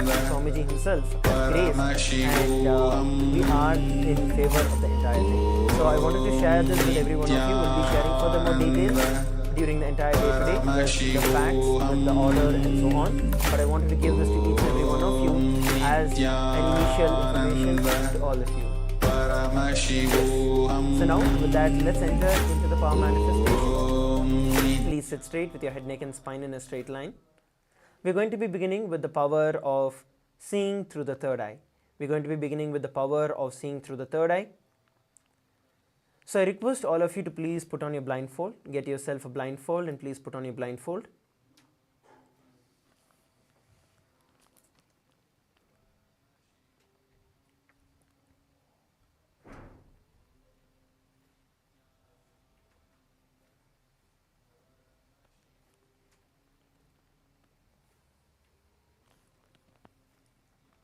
Yes. Some of you are still turning around. Please come and be seated in front of your camera. Turn on your camera and be seated. So we're going to be chanting the Mahavakya, Om Nithyananda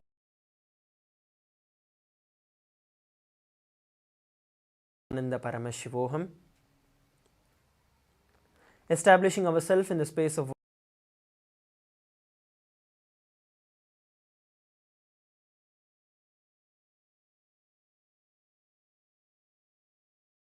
oneness with Swamiji. And from this space of oneness with Swamiji, we're going to manifest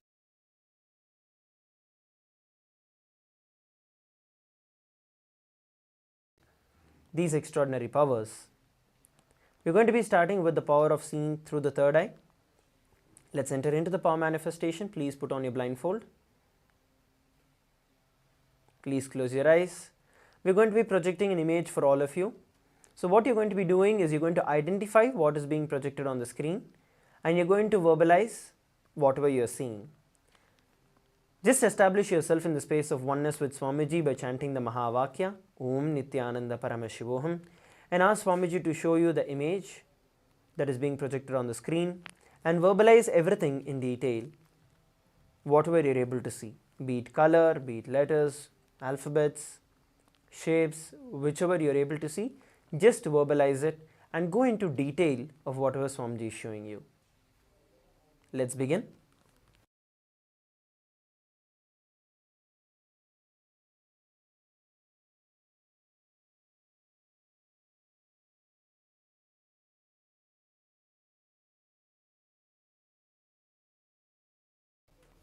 Nithyananda Paramashivoham Om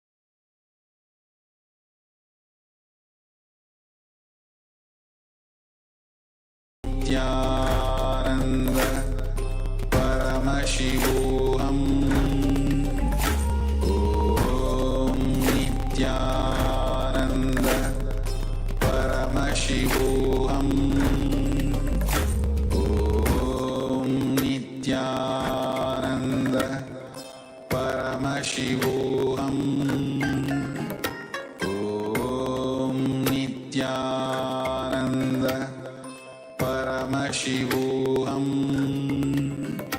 Om Nithyananda Paramashivoham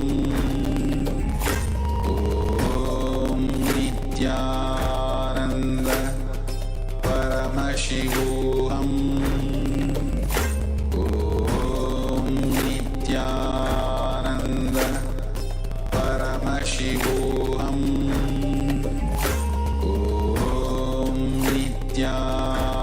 Nithyananda Paramashivoham Om Nithyananda Paramashivoham Om Nithyananda Paramashivoham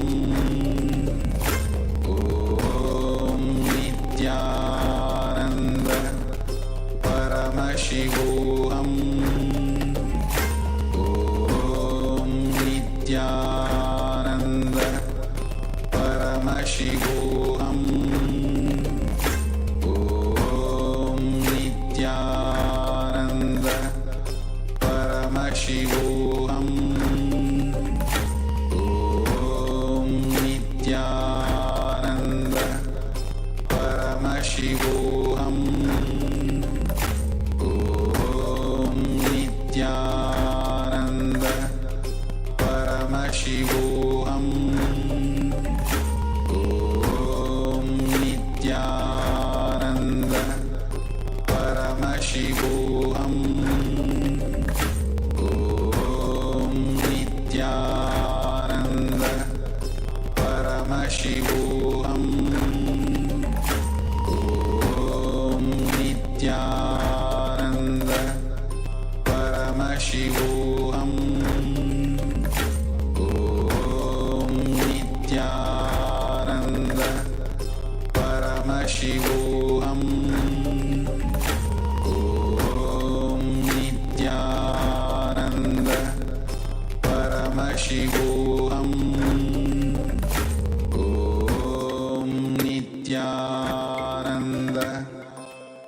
Paramashivoham Om Nithyananda Paramashivoham Om Nithyananda Paramashivoham Om Nithyananda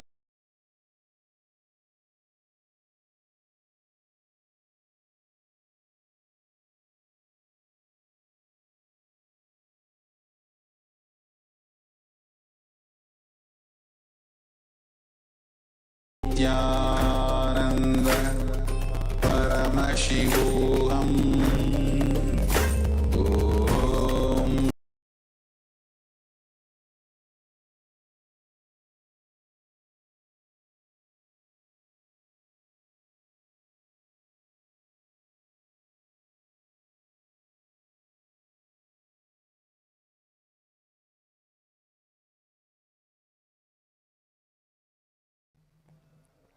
What Swamiji showed you, please post in the Zoom chat whatever Swamiji revealed to you. We're going to be verifying the answer.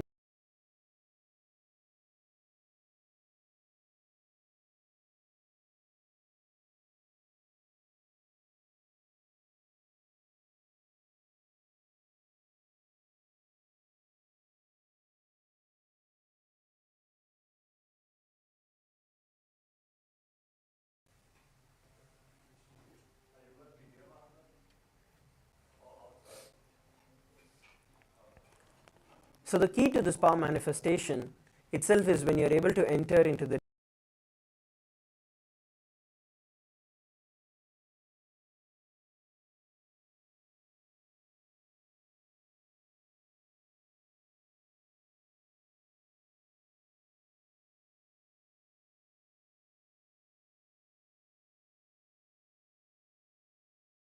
new. The powerful shift, the powerful cognition shift that happens in you, those are the ones that actually manifest as power in your life.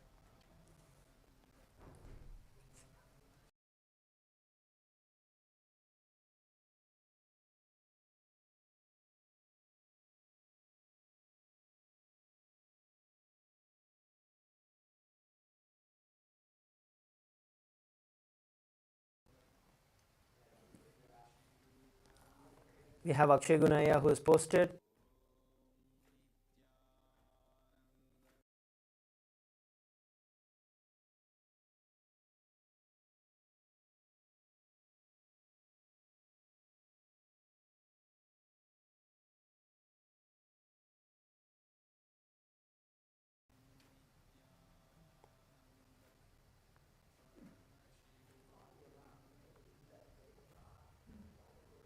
Yes. So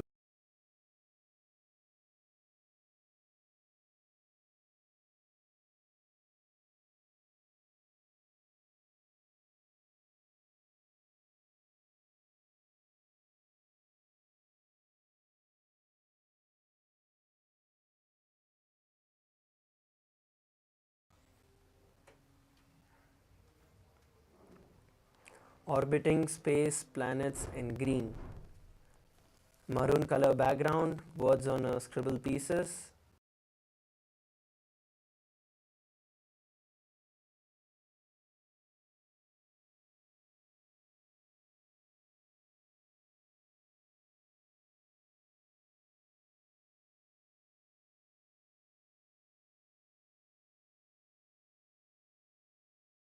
Orangish background for the bottom.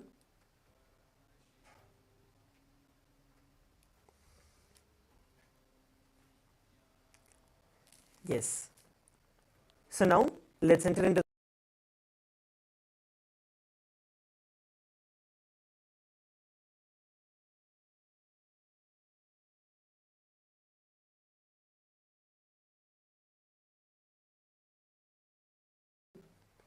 establishing yourself on the space of oneness with Swamiji.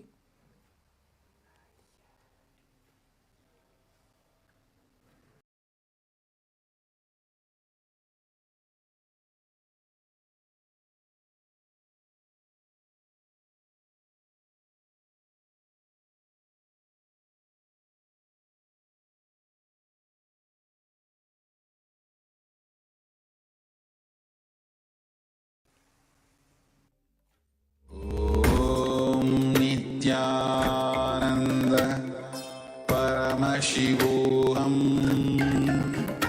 Om Nithyananda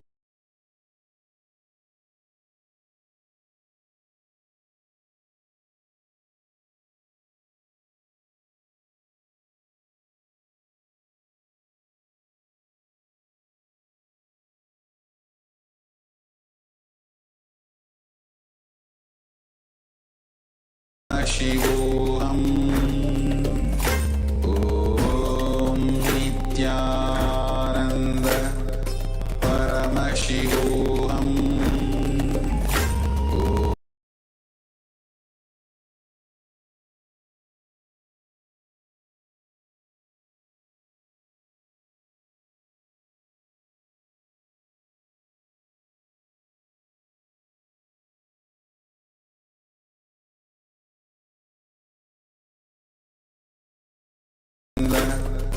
Paramashivoham Om Nithyananda Paramashivoham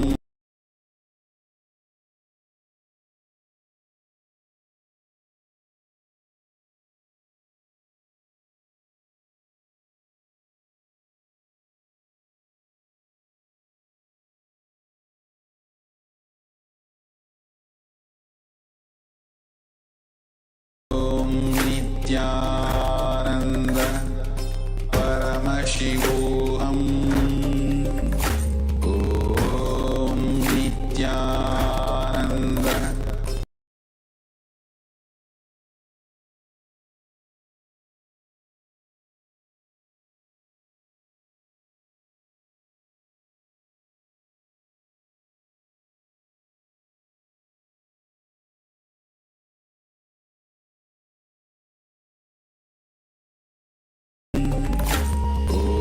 Om Nithyananda Paramashivoham Om Nithyananda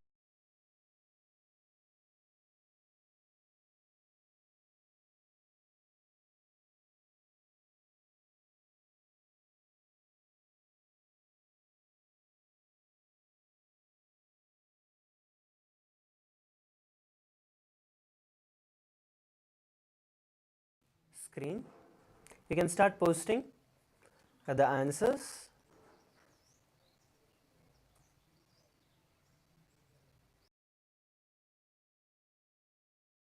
Find the answers in just a few moments. So the words that were posted for all of us were the words detox and example, similar to the Scrabble letters. Yes, once again, see, even if you feel that you did not manifest the power or you got the answer wrong, do not get powerless about it. What you need to do is to identify what is the space that you were in when you were manifesting the power. Because when you are in that space of completion, when you are in the space of oneness, the powers manifest by themselves.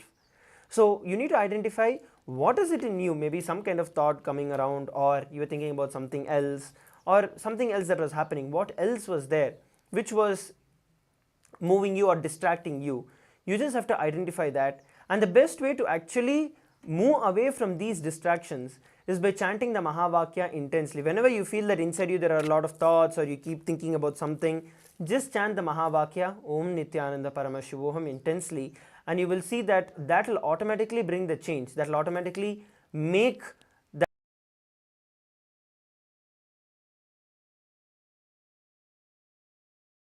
that space in you to become powerful, to become complete. So that's like a thing that completely just settles all any kind of chit chat that goes on inside you or any kind of distractions, and just puts you into that space of oneness. So the words that were projected was detox and examples, and of course a few other letters in the background.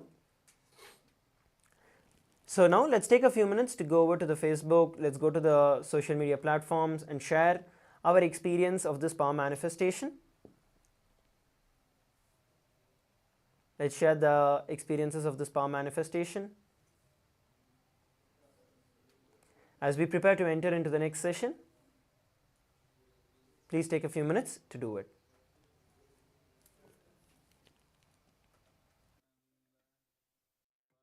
Paramashivoham Om Nithyananda Paramashivoham Om Nithyananda Paramashivoham Om Nithyananda Paramashivoham Nithyananda Paramashivoham Om Nithyananda Paramashivoham Om Nithyananda Paramashivoham Om Nithyananda Paramashivoham Om Nithyananda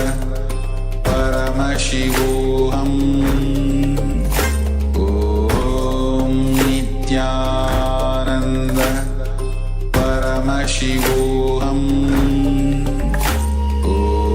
Om Nithyananda Paramashivoham Om Nithyananda Paramashivoham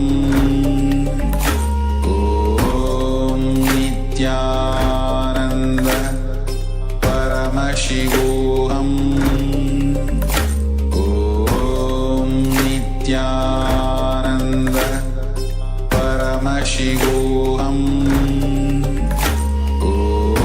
Om Nithyananda Paramashivoham Om Nithyananda Paramashivoham Om Nithyananda Paramashivoham Om Nithyananda Paramashivoham Om Nithyananda Paramashivoham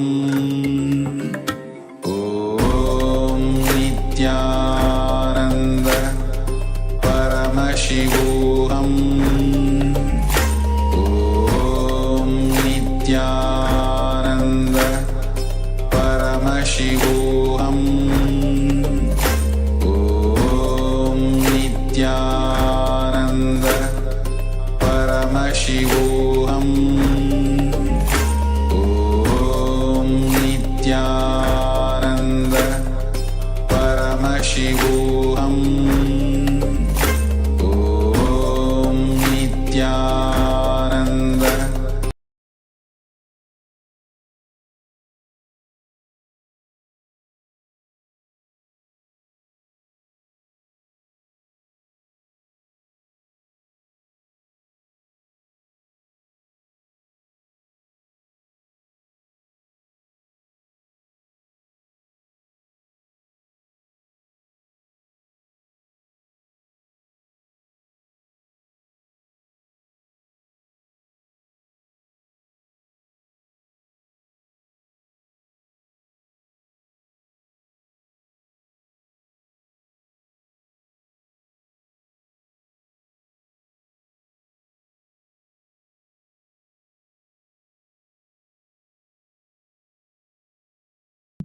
द्वन्द्वातीतं गगनसदृशं तत्त्वमस्याधिलक्ष्यम् एकं नित्यं विमलमचलं सर्वदी साक्षिभूतं भावातीतं त्रिगुणरहितं सद्गुरुं तं Namami.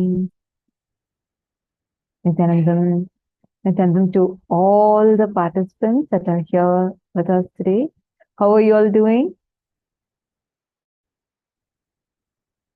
Yes, I know we all are excited for entering into the day 20 of the Paramashivoham Level 3 program.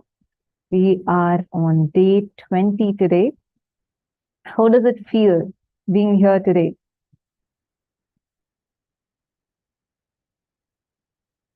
Nithyanandam, Ma Jnana Pradata, Ma Ratna Prabha, Jennifer Poirier, and Isha, Madonna. So nice to have all of you here. We are going to be entering into a very exciting day today because we are going to be having the darshan of Bhagavan Tripurantaka Murthy, the form of Paramashiva as Tripurantaka. And such a very, very, very powerful darshan today, where we are going to be receiving the secret code of power manifestation. You're going to learn about what power manifestation is and why you need to keep practicing power manifestation, and what are the techniques if someone is stuck, not able to manifest. What is the technique that they're supposed to use to start manifesting powers? Swamiji is going to be decoding all of these for us. The first session we are going to be starting with for today is learning about the KAILΑSA loka. And I have a request for all the participants here with us. I just want to request all of you, make sure today you are here fully as much as possible during all the sessions and listening to every session intensely. And today, most importantly, we're all understanding, learning about leadership, how we can experience that space of leadership in life. Our very understanding or definition of leadership that we all carry is very, very different. Swamiji is going to be giving us the real experience of Ishwaratva. What does it mean? The people around us that are there, whether good, bad, whether they want something good for us or whether they're something having a bad intention against us, whatever it is, how can you navigate through every type of relationships in life? How can you manifest what you want in your life as reality? We are going to be learning about this today. And today we have a very, very beautiful process. It's one of the most unique and powerful process where we will be learning and understanding about what is the space in which you can manifest, you can experience Kailasa, having the live darshan of Kailasa as it is happening. So every one of us are going to be having this very, very special process. So do not miss, please be there. And also throughout the day will be a preparation for this. So we request every one of you to be there throughout the day. Do not miss a single session. And every part of the session is a preparatory process for the initiation itself.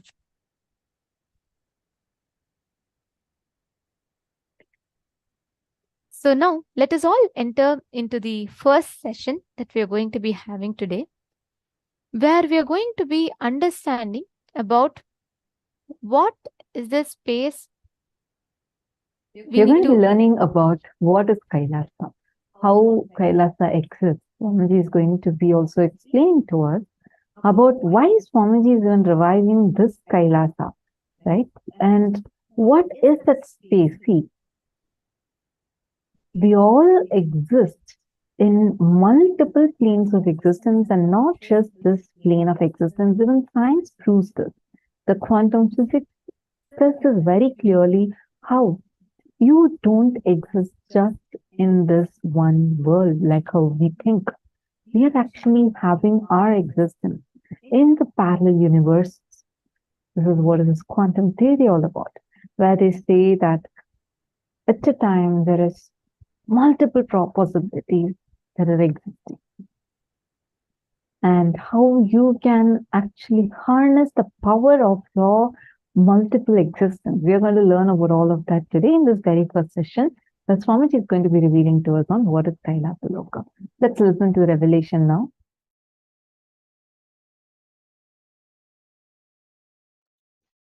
The unit of your life is your identification about you, how you perceive you, is the unit with which you measure whole universe. If you identify yourself as a joyful person, you measure the whole universe with that unit. If you identify yourself as a rich person, you measure the whole universe with that unit. If you identify yourself as a poor person, you measure the whole universe with that unit. How you assert yourself is the unit with which you measure universe. That's the way you live. That is your responsibility. That is your existence. Introducing your higher existence in parallel universe, asserting your higher existence in parallel universe, reassuring about your higher existence in parallel universe, initiating you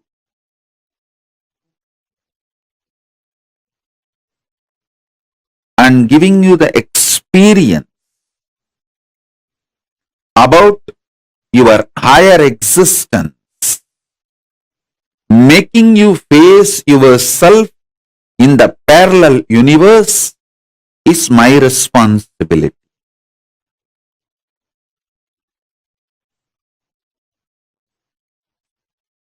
So with this understanding, expand your cognition. You exist in parallel multiverses like Swargaloka, Maharloka, Janaloka, Tapaloka, and Kailasa itself. More than next to Tapoloka is Satyaloka, and beyond the Satyaloka is Vaikunta, the Parandama's space. Satyaloka is the space of Parabrahma. Then the Vaikunta, Parandama space. Then Shripuram, Parameshwari's space. Then above all, Kailasa.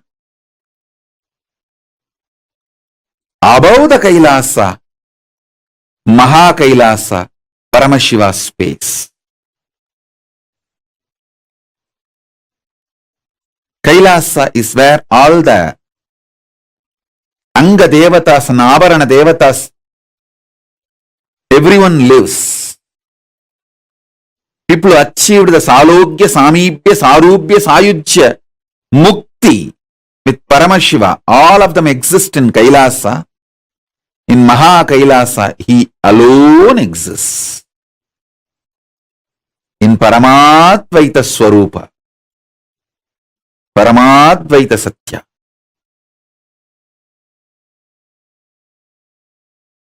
Sometimes people ask me, what's the difference between various states of consciousness and various planes of the universe? Understand? If you go to dream state and come back, what you see in the dream state, what others see in their dream state will not be same. Both of you may be sleeping in the same room. But when you go to dream, the world will be different. When he goes to dream, the world will be different. But conscious planes, the multi-dimension planes of the universe means like a Tapoloka, Satyaloka, Kailasa. If he gets into Kailasa and you get into Kailasa and come back, description will be same. The scene will be same. Listen carefully. The various states of consciousness is more like the subjective truths.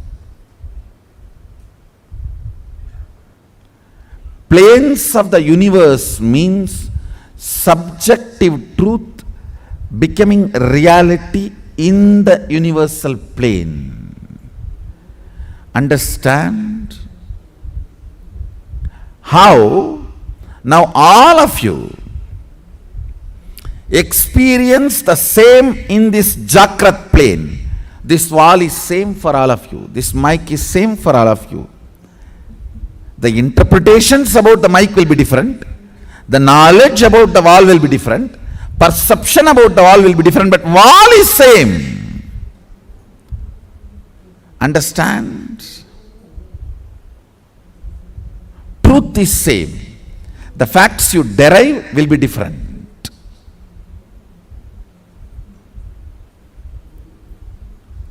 So this is the plane of Bhu. If you enter into the planes of Swa, Tapa, Satya, exploring those planes through the various states of consciousness, I should say, if we need to send a rocket to Mars, the fuel we need to fill is states of consciousness. If we need to reach Kailasa, we need to fill our being with Turyatita. The fuel is the states of consciousness.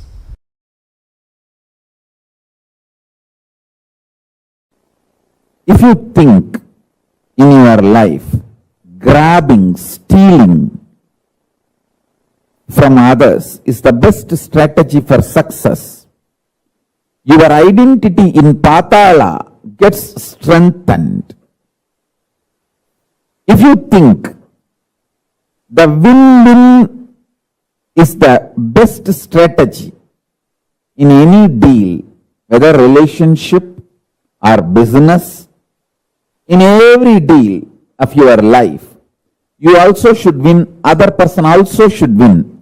The win-win is the most successful, long-term, peaceful, right strategy. Then, your identity in Swargaloka gets strengthened. If you feel no, giving up, Sarva Parityaga, Tyaga is the best strategy for all the auspiciousness in the life. Tyaga is the best strategy. The greatest powerfulness in the life. Then your identity in Tapoloka gets strengthened. If you feel integrity is the best strategy. Your identity in Satyaloka gets strengthened. If you feel integrity to Guru and the God is the best strategy. As I say,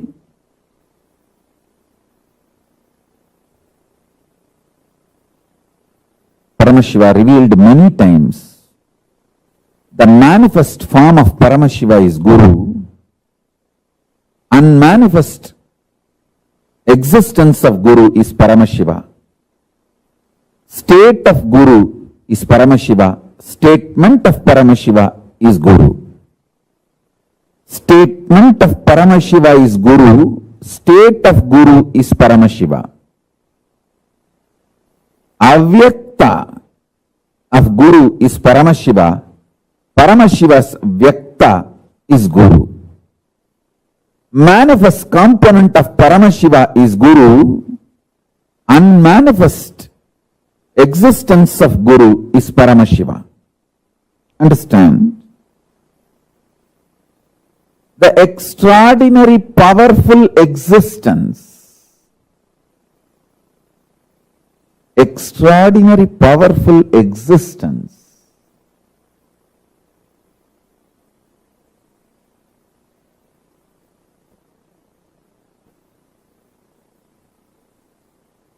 Paramashiva, in his avyakta, unmanifest, remains as Paramashiva. In his manifest, he becomes Guru. Some of the powerful cognitions I repeat, so it enters into your very core cognitions, your very being, your very core. That's the reason I repeat some of the right conclusions, the conscious conclusions you need to arrive. So let me give you the deeper truths now.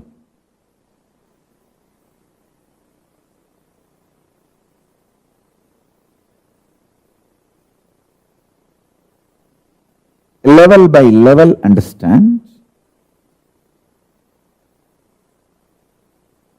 about your body.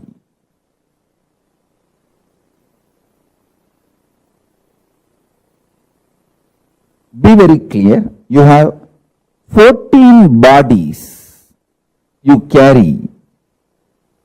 In all these 14 lokas, each loka you have one body, through which you enjoy that loka, you experience that loka.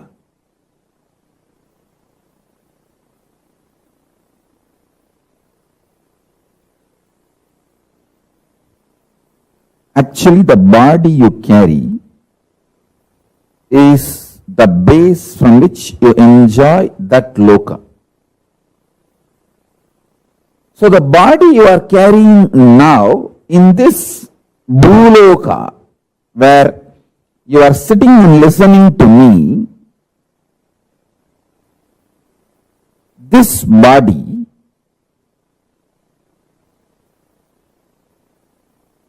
has only one relevance to the body you are carrying in Kailasa or the body you are carrying in Batala, the lowest and highest. The breathing which goes into you and comes out, the prana is same. The prana which goes into your body, in this body you are carrying, goes up to the body you are carrying in Kailasa and goes up to the body you are carrying in Patala. All these 14 bodies are stitched with one sutra, one thread called the prana functioning in you. Understand? These are the most subtle truths. If you start cognizing them, sitting with these powerful conclusions, you will start manifesting powers. Because they are so powerful, they manifest as powers in you.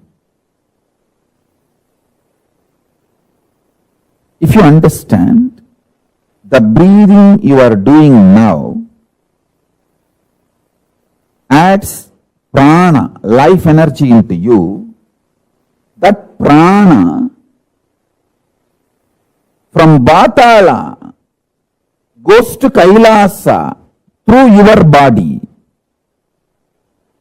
Understand? Now I am wearing 1 lakh Rudraksha, little more than 1 lakh, because this 3 Gauri Shankar Mala which I am wearing is each one of them 108, 108.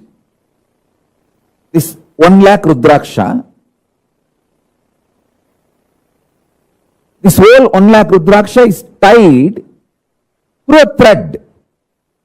Same way, the body you are carrying in all 14 lokas are tied through a thread.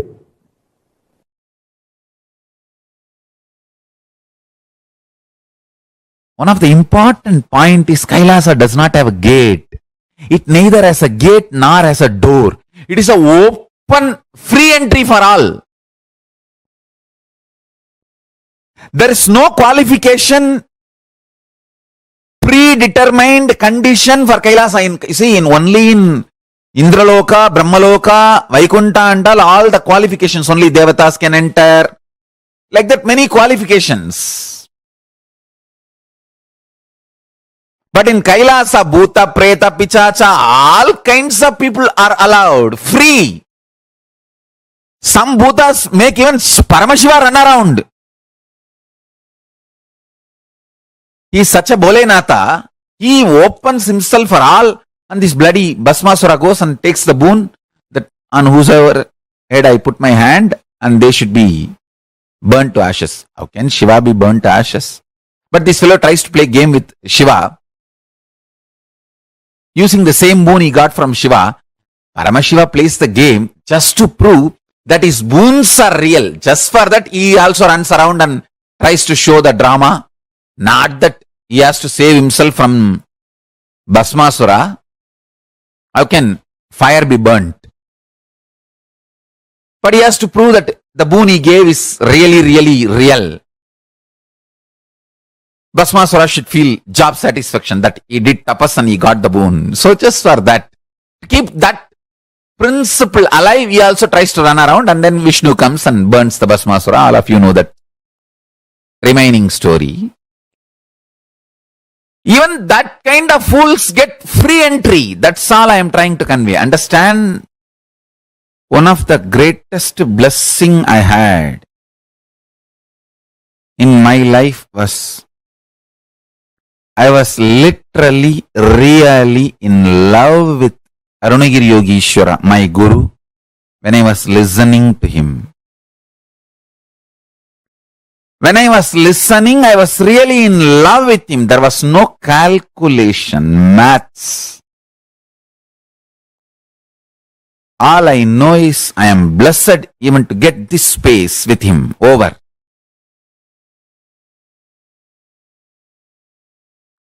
And if my guru has said, after the end of this satsang, your life is going to end,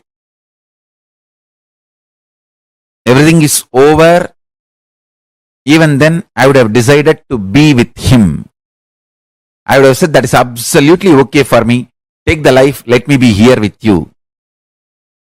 I was ready to pay my life to have that one sitting with him. I was very clear. My life is too small to pay for his presence. I was absolutely clear. If he demands my life, I will, without even having second thought or any maths, I'll just give him. Because I know the logic with which he was functioning is worthy of paying millions of lives. Understand?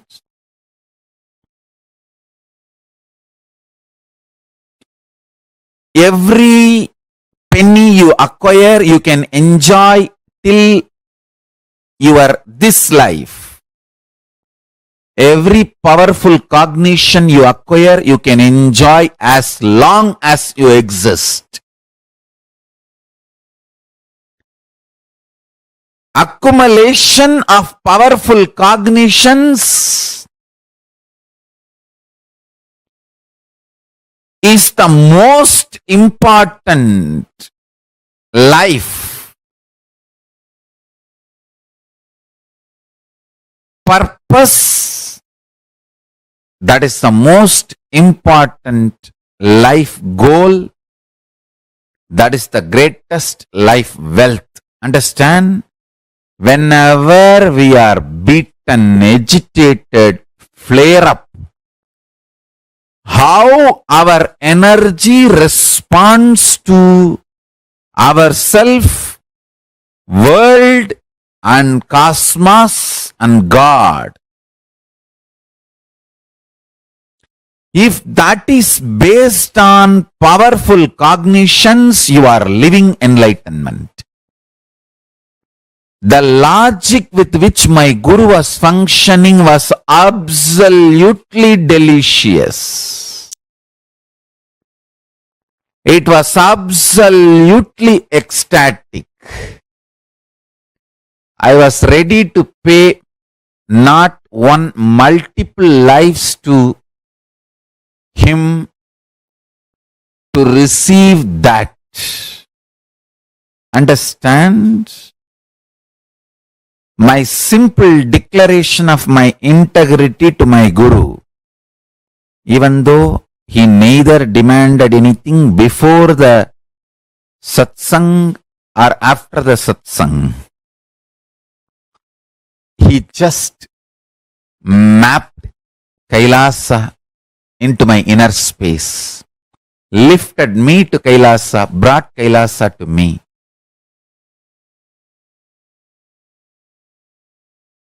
I literally do that to all of you now. I lift you all to Kailasa and bring Kailasa to you. Listen. Listen intensely.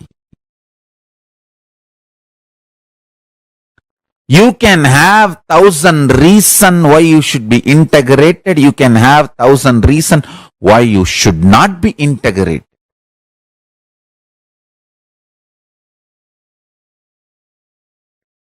If you decide for integrity, you can lift yourself to Kailasa and bring Kailasa to you. It is all about your simple decision. That's all. Nothing else. Decision. Simple decision. When you make simple declaration of integrity, the spiritual umbilical cord connection between you and Paramashiva is immediately connected.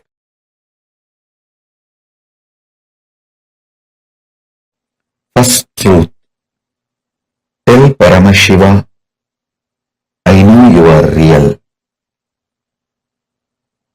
Second truth. Not only Paramashiva is my first priority, he is the only priority. Third truth.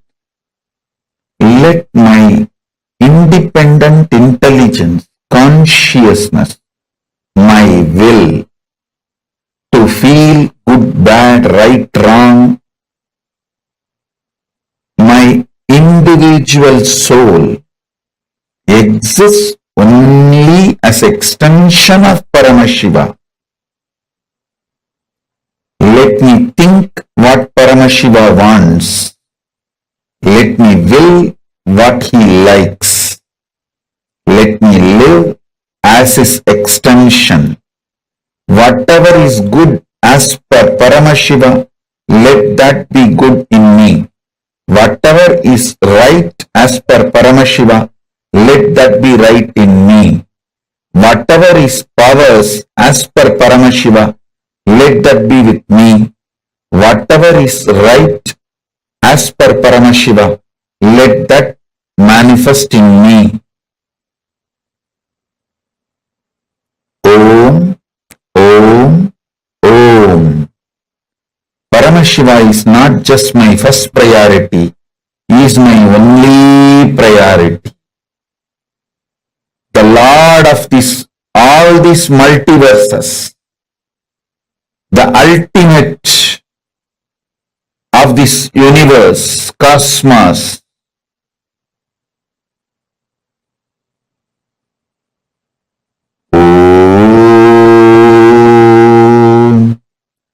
Let Paramashiva's activism manifest in me.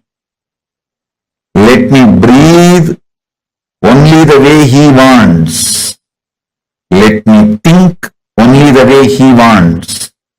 Let me live only the way he wants.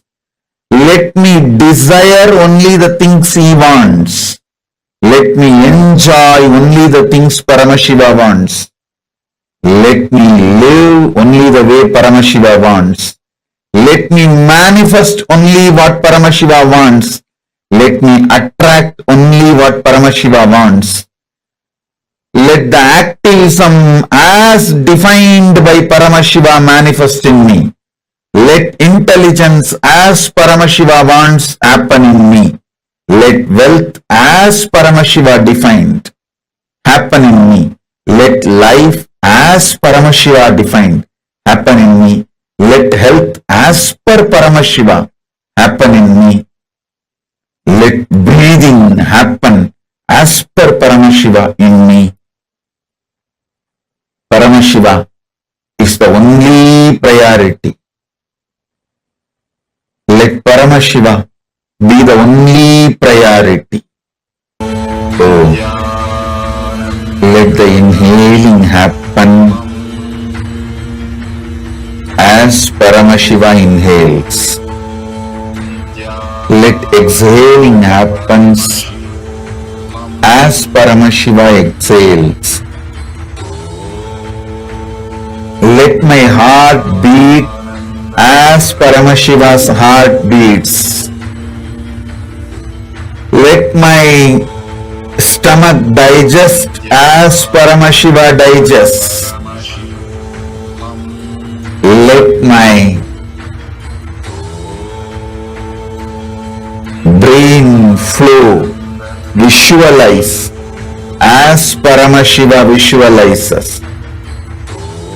Let my will cognize as Paramashiva cognizes. Let my existence manifest as Paramashiva manifests.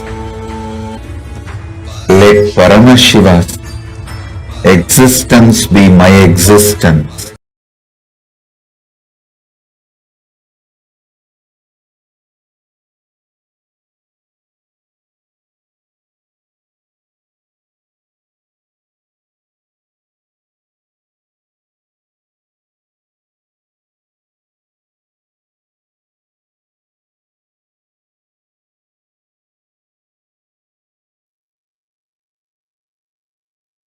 So beautifully, Swamiji explained to us what is Kailasa Loka and how, what type of strategy when we cherish inside us, which loka it will take us to. Swamiji explained about how, whether when you say win-win strategy, it will take you to Swarga Loka.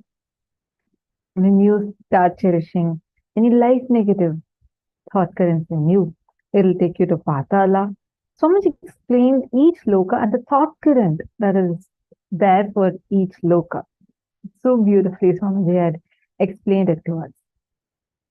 Swamiji also said the best strategy for us to have is the strategy of Tyaga.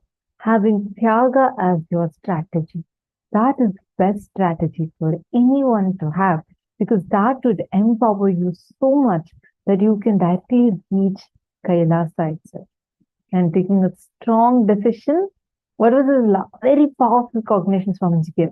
Towards the end, Swamiji said, this one decision will lift you up to Kailasa. What is that? Come on, all of you take a moment and post. What is that one thing? What should we have as a priority, and what type of priority should it be if you want to reach the loka of Kailasa? Take a moment and go ahead and post your answers.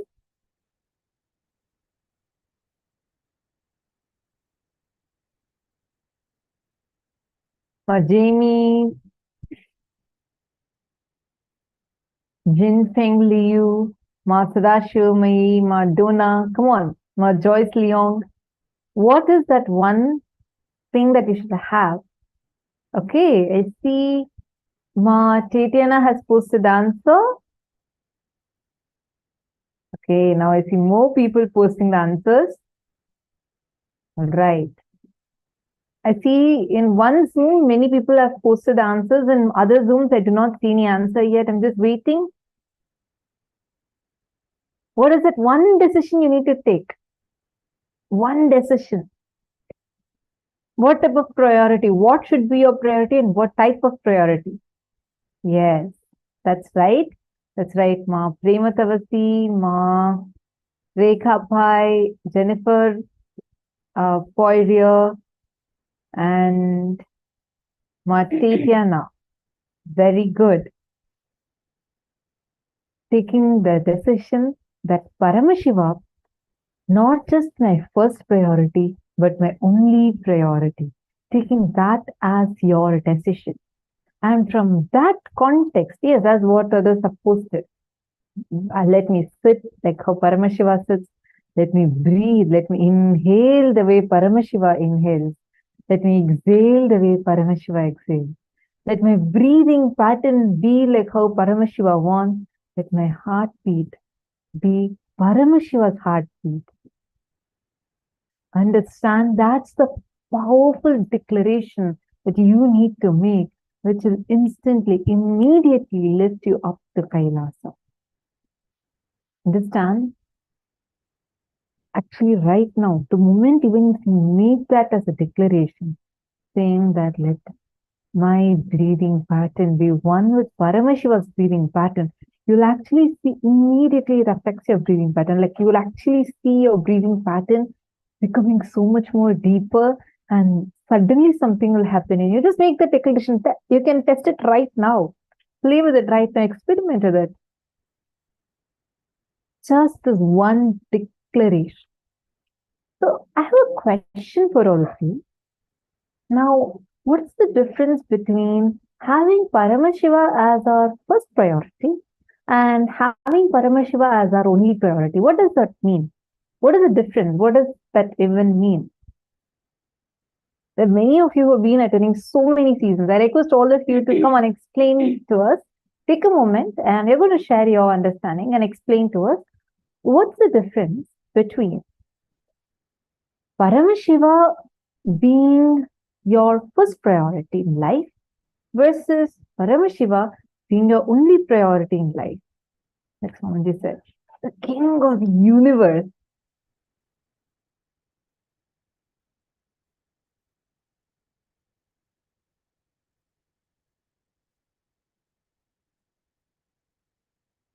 Come on. Take a moment and post.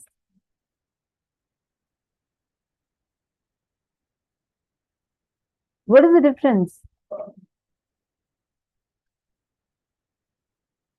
Come on, think each many of of you you- post what what do you understand with that? Because it's a very important statement. Swamiji didn't say Paramashiva is my first priority. Swamiji said Paramashiva is my only priority.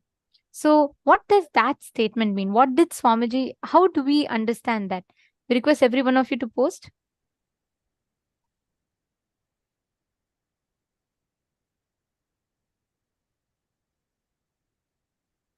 Let's see. Arun Pillai has posted, only priority means what all I do. My lakshya is to reach him as my ultimate. Akshay Gunaya has posted, only him means only him. First priority means I have other priorities. Beautiful. And come on, others. Mark Zudong Wong and all the others. Actually, like what Arun Pillai and Akshay Gunaya have posted. That's right. As long as we say he's our, Swamiji tells beautifully, it's one of my most favorite statements of Swamiji's. Swamiji tells, as long as enlightenment is, urge for you, it will happen. So it's one in your laundry list. But when that urge becomes urgent, that is the only time you manifest enlightenment.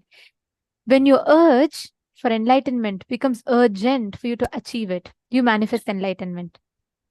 When Paramashiva, like Akshay Gunaya had posted, when you say he's your first priority, that means you have so many other priorities. And it's like in the laundry list. We all make, okay, my bucket list. I want to go shop this. I want to spend time with this person. I want to watch this movie. I want to eat this food. And it is not like your goal is only one. You have multiple things. So if not this, then okay, fine. Let me at least go to something else. That attitude we will have. Only when Paramashiva, you have no choice. Paramashiva is your only priority. Then you will just realize, you will start aligning. Your urge will become urgent. Swamiji will tell, with urge, you can never achieve enlightenment. Only when that urge becomes urgent, you have no choice. You have to achieve. You move towards enlightenment. There's a very beautiful Zen story that Swamiji tells. A master and a disciple are walking by the river. And the disciple keeps asking the master, Master, I want to experience enlightenment. I want to experience enlightenment. So the master looks at him and says, all right, master suddenly looks at him, grabs him by his neck, goes and puts his face in the water. And he holds that for a few seconds and brings him back up. So first time when he comes back, the master says, now what do you want? He says, enlightenment. Again, the master takes and puts him back into the water. And by now he's starting to struggle a little bit for breath. And then he comes back up. And then he's trying to take his breath. Again, the master asks, what do you want? The disciple still says, I want enlightenment. Again, the third time the master holds him. Now he holds him for a little longer time. He keeps him inside the water, holds him strongly there. And after some time, brings him back up. By now, this disciple is almost gasping for breath. And he asks, now what do you want? He says, breath. I want air. I want air. I want to breathe. Then the master tells, when your will for enlightenment becomes like this, that time come to me. I'll give you enlightenment. Enlightenment is yours. Only when your urge, when you have no other choice but this, that is the time where we will focus. Otherwise, you will try once and you'll say, oh, look, I tried. It's okay. Now I have to go to my office. Like Swamiji will tell people come to Swamiji for darshan. Then they'll say, Swamiji, I surrender everything to you, Swamiji. I am fully yours, Swamiji. I am surrendering to you now. Right now, I am surrendering to you. Give me enlightenment. Swamiji will say, simply don't use the word surrender. Surrender means you're really surrendering. Then the person will say, no, Swamiji, you don't know. I am surrendering. I have no one else, nothing else other than you. You're my only thing. I'm surrendering to you. You give me enlightenment right now. Then Swamiji will say, then the next statement, Swamiji will ask, okay, I'll give you enlightenment. Stay here, do completion. I'll give you enlightenment through that. Then immediately they'll say, oh no, Swamiji, is it possible to give enlightenment within next 2 hours? Because I have a very important appointment. I have to go for that. That is how all of us treat. When Paramashiva is your first priority, that is how we all operate with life. When he is your only priority, you will have no choice but him and him alone. That is when you will start manifesting that reality so beautifully in front of you. Understanding? Yes. Now, there's a very beautiful exercise, like a important truth that we all need to internalize through this. When you declare Paramashiva as your only priority in life, the way you manifest the experiences in front of you, around you, when Paramashiva becomes your only priority in life, you will start aligning every action of yours, every bit of your actions to manifesting that space. Manifesting the space of Kailasa, the space of that reality in front of you. Swamiji tells, right? Just decide, let my breathing be aligned to Paramashiva's breathing. Now, each of you with that decision, just sit, align your inner space, in that whole space, just bring in you. Just tell, let my breathing becomes his breathing.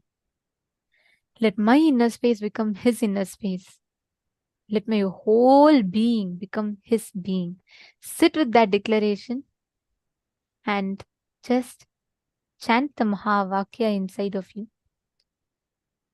We request every one of you, sit straight, chant the Mahavakya.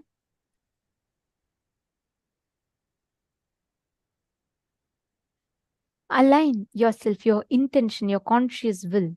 Decide to align your conscious will. Let my will become his will. Let me become him. Just sit as Paramashiva with 25 heads, 50 hands, 75 eyes. Manifest as a cosmic Sada Shiva. Chant the Mahavakya.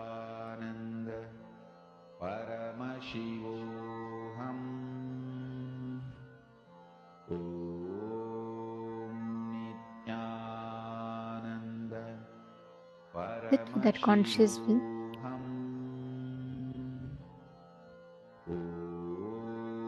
And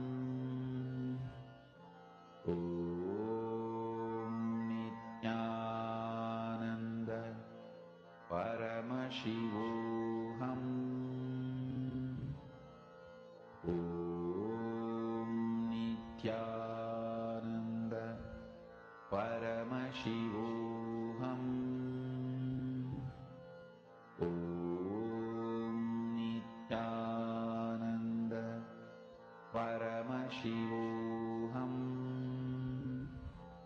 Om Nithyananda Paramashivoham. Om Nithyananda Paramashivoham. Om Nithyananda Paramashivoham. Om Nithyananda Paramashivoham. Om Nithyananda Paramashivoham. Om Nithyananda Paramashivoham. Om Nithyananda Paramashivoham. Om Nithyananda Paramashivoham. Mahamahavaagya, spiritual lullaby for samadhi, and Suprabhatam, wake up call, wake up song for Paramashiva. This Mahamahavaagya is spiritual lullaby for you to fall into samadhi. Suprabhatam, wake up song for Paramashiva to wake up in you. Just remember this one powerful cognition. This Mahamahavaagya puts me in samadhi. This is spiritual lullaby for samadhi, and Suprabhatam, wake up song for Paramashiva in me. For Paramashiva to manifest. With this one spiritual powerful cognition, chant this Mahamahavaagya.